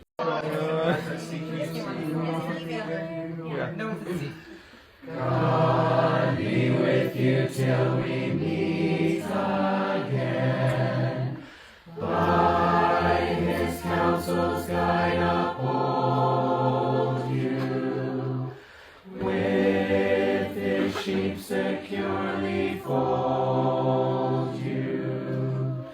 God be with you till we meet again. Till we meet. Till we meet. Till we meet. Till we meet at Jesus' feet. Till we meet. Till we meet. Till we meet. Till we meet. Till we meet. God be with you till we meet again. The CEO of United Health Group, Andrew Whitty, made a bold move this morning by putting an opinion piece of his in the New York Times. Now, if you suspect he might sound a little tone deaf, you'd be right. After saying that they're all mourning the death of Brian Thompson, he outright admits that he's having a hard time understanding this unconscionable act and vitriol. Apparently he doesn't have a TikTok account, because it wouldn't take more than 10 minutes of scrolling to make sense of it. He says that no employee should have to fear for their safety. And while that is true, it's also true that no one should have to fear not being able to pay for a life-saving medical procedure or medication, or burdening your family with crushing medical debt if you do get that procedure or medication. But he doesn't mention that. Here's the part that gets my blood boiling. We know the health system does not work as well as it should, and we understand people's frustrations with it. Like hell you do. You just admitted 2 paragraphs back that you don't. Don't tell me that you can't make sense of Brian Thompson's death and then in the same breath say that you understand where we're coming from. But hey, let's take him at his word. If he understands our plight, then he'll admit that some of their decisions are fucked up and have ruined a lot of lives, right? Nope. This whole section is just trying to explain that, our decisions on coverage are complicated, and you commoners couldn't possibly understand. Yes, he's gaslighting you. Then he finished his opinion piece by trying to paint United Health in a positive light, but without committing to any real change. Now, I want to address Mr. Andrew Whitty himself. Can I call you Andy? Andy, do you think we're stupid? Because if you do, that feeling, it goes both ways. To put an opinion piece in the New York Times just trying to pacify us, make us think that we're the ones who don't understand the situation. We understand, maybe a little too well. I'm not sure you do, though. But hey, after this opinion piece, I'll be watching the news closely for your name in it. I wish you well. Got it. Yeah, that's a good laugh. Sounds better. Okay. Silence night. More tenor. Holy night. All is calm. All is bright. Round yon virgin mother and child. So tender and mild, sleep in heavenly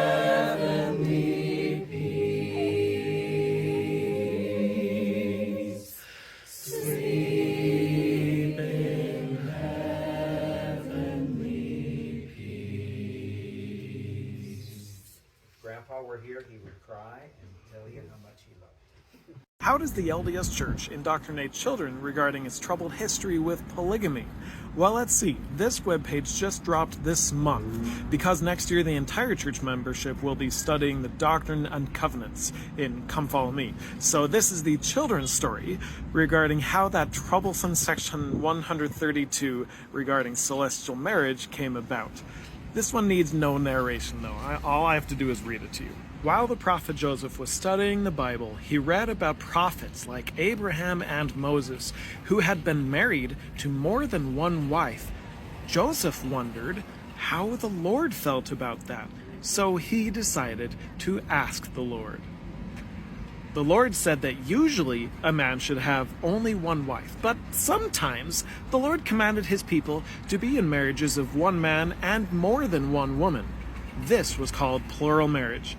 The Lord told Joseph that his people should only be in plural marriages if he commands it. A few years later, the Lord told Joseph to marry other women. Joseph didn't want to marry other wives, but he knew it was a commandment from the Lord. When Joseph asked a woman to marry him, he told her to pray about it. He wanted her to know from the Lord that it was right. This commandment was also hard for Joseph's first wife, Emma. Sometimes Emma helped Joseph decide who he should ask to marry him. Other times Emma did not want Joseph to marry other women. Joseph taught the 12 apostles about plural marriage. It was a hard commandment for them too. That's what she said. Brigham Young and his wife Mary Ann prayed a lot to the Lord about what to do. They learned that they should obey the commandment of plural marriage. For many years, some of the saints were asked to be in plural marriages. People outside the church did not like plural marriage. They made laws against it. Some saints, including church leaders, were put in prison. But the Lord blessed the families who obeyed his commandments, even when it was hard. In 1890, the Lord told Wilford Woodruff, the president of the church, that men should not marry more than one wife anymore. The leaders of the church shared this commandment with the saints. This is still the Lord's commandment today. A man should be married to only one wife. Now, Britt pointed out in an excellent video I've linked in the description that this is how religion convinces good people to do bad things. Things that otherwise go completely against their own internal moral compass. The explicit purpose of this story is to teach children to ignore their own sense of right and wrong and to just blindly obey what the church tells them to do. That's the subtitle to the story. Faith to obey, even when it's hard. What is the value right now of Ensign Peak's assets? It's been estimated at $150 billion. Does that sound correct? That's an estimate that some have made. Are we in the ballpark or no? We have significant resources. I hate that smirk. That smirk says it all. They have plenty more than $150 billion. But let's explore that number. Just how much is $150 billion? You know this obnoxious game, guess how many Skittles are in the jar, and whoever's closest gets a prize. Well, let's play guess how many temples are in $150 billion, but with a spin on it. Each temple costs somewhere in the ballpark of $50 million. Some cost more, some cost less. But if the church were to build one temple a day at a cost of $50 million each, when would they run out of $150 billion? Want to guess? Pause here if you want to think about it. But if they were to start today, the date they would run out of that money would be March 7th, 2032. Yep, by then we would have had 2 presidential elections and would be voting in the primaries of the 3rd one. That is if we still have elections by then. So when the church brags about one of their largest donations ever, when their normal donations are more like this, I hope you can understand why I roll my eyes. That's like having a huge birthday celebration at the restaurant and then leaving a $5 tip on the table. Ha! Cool. If you go to the LDS Newsroom website today, you'd see stories about Christmas, service, and statements. But if the church were to make a massive purchase of, say, an industrial business complex for, say, $250 million, wouldn't that be newsworthy? 'Cause that just happened. And the seller says it's the biggest single asset sale on the West Coast this year. Now keep in mind this is the same church that loves to brag about how much they spend on charity. Well, at least ever since their $100 billion investment accounts were exposed.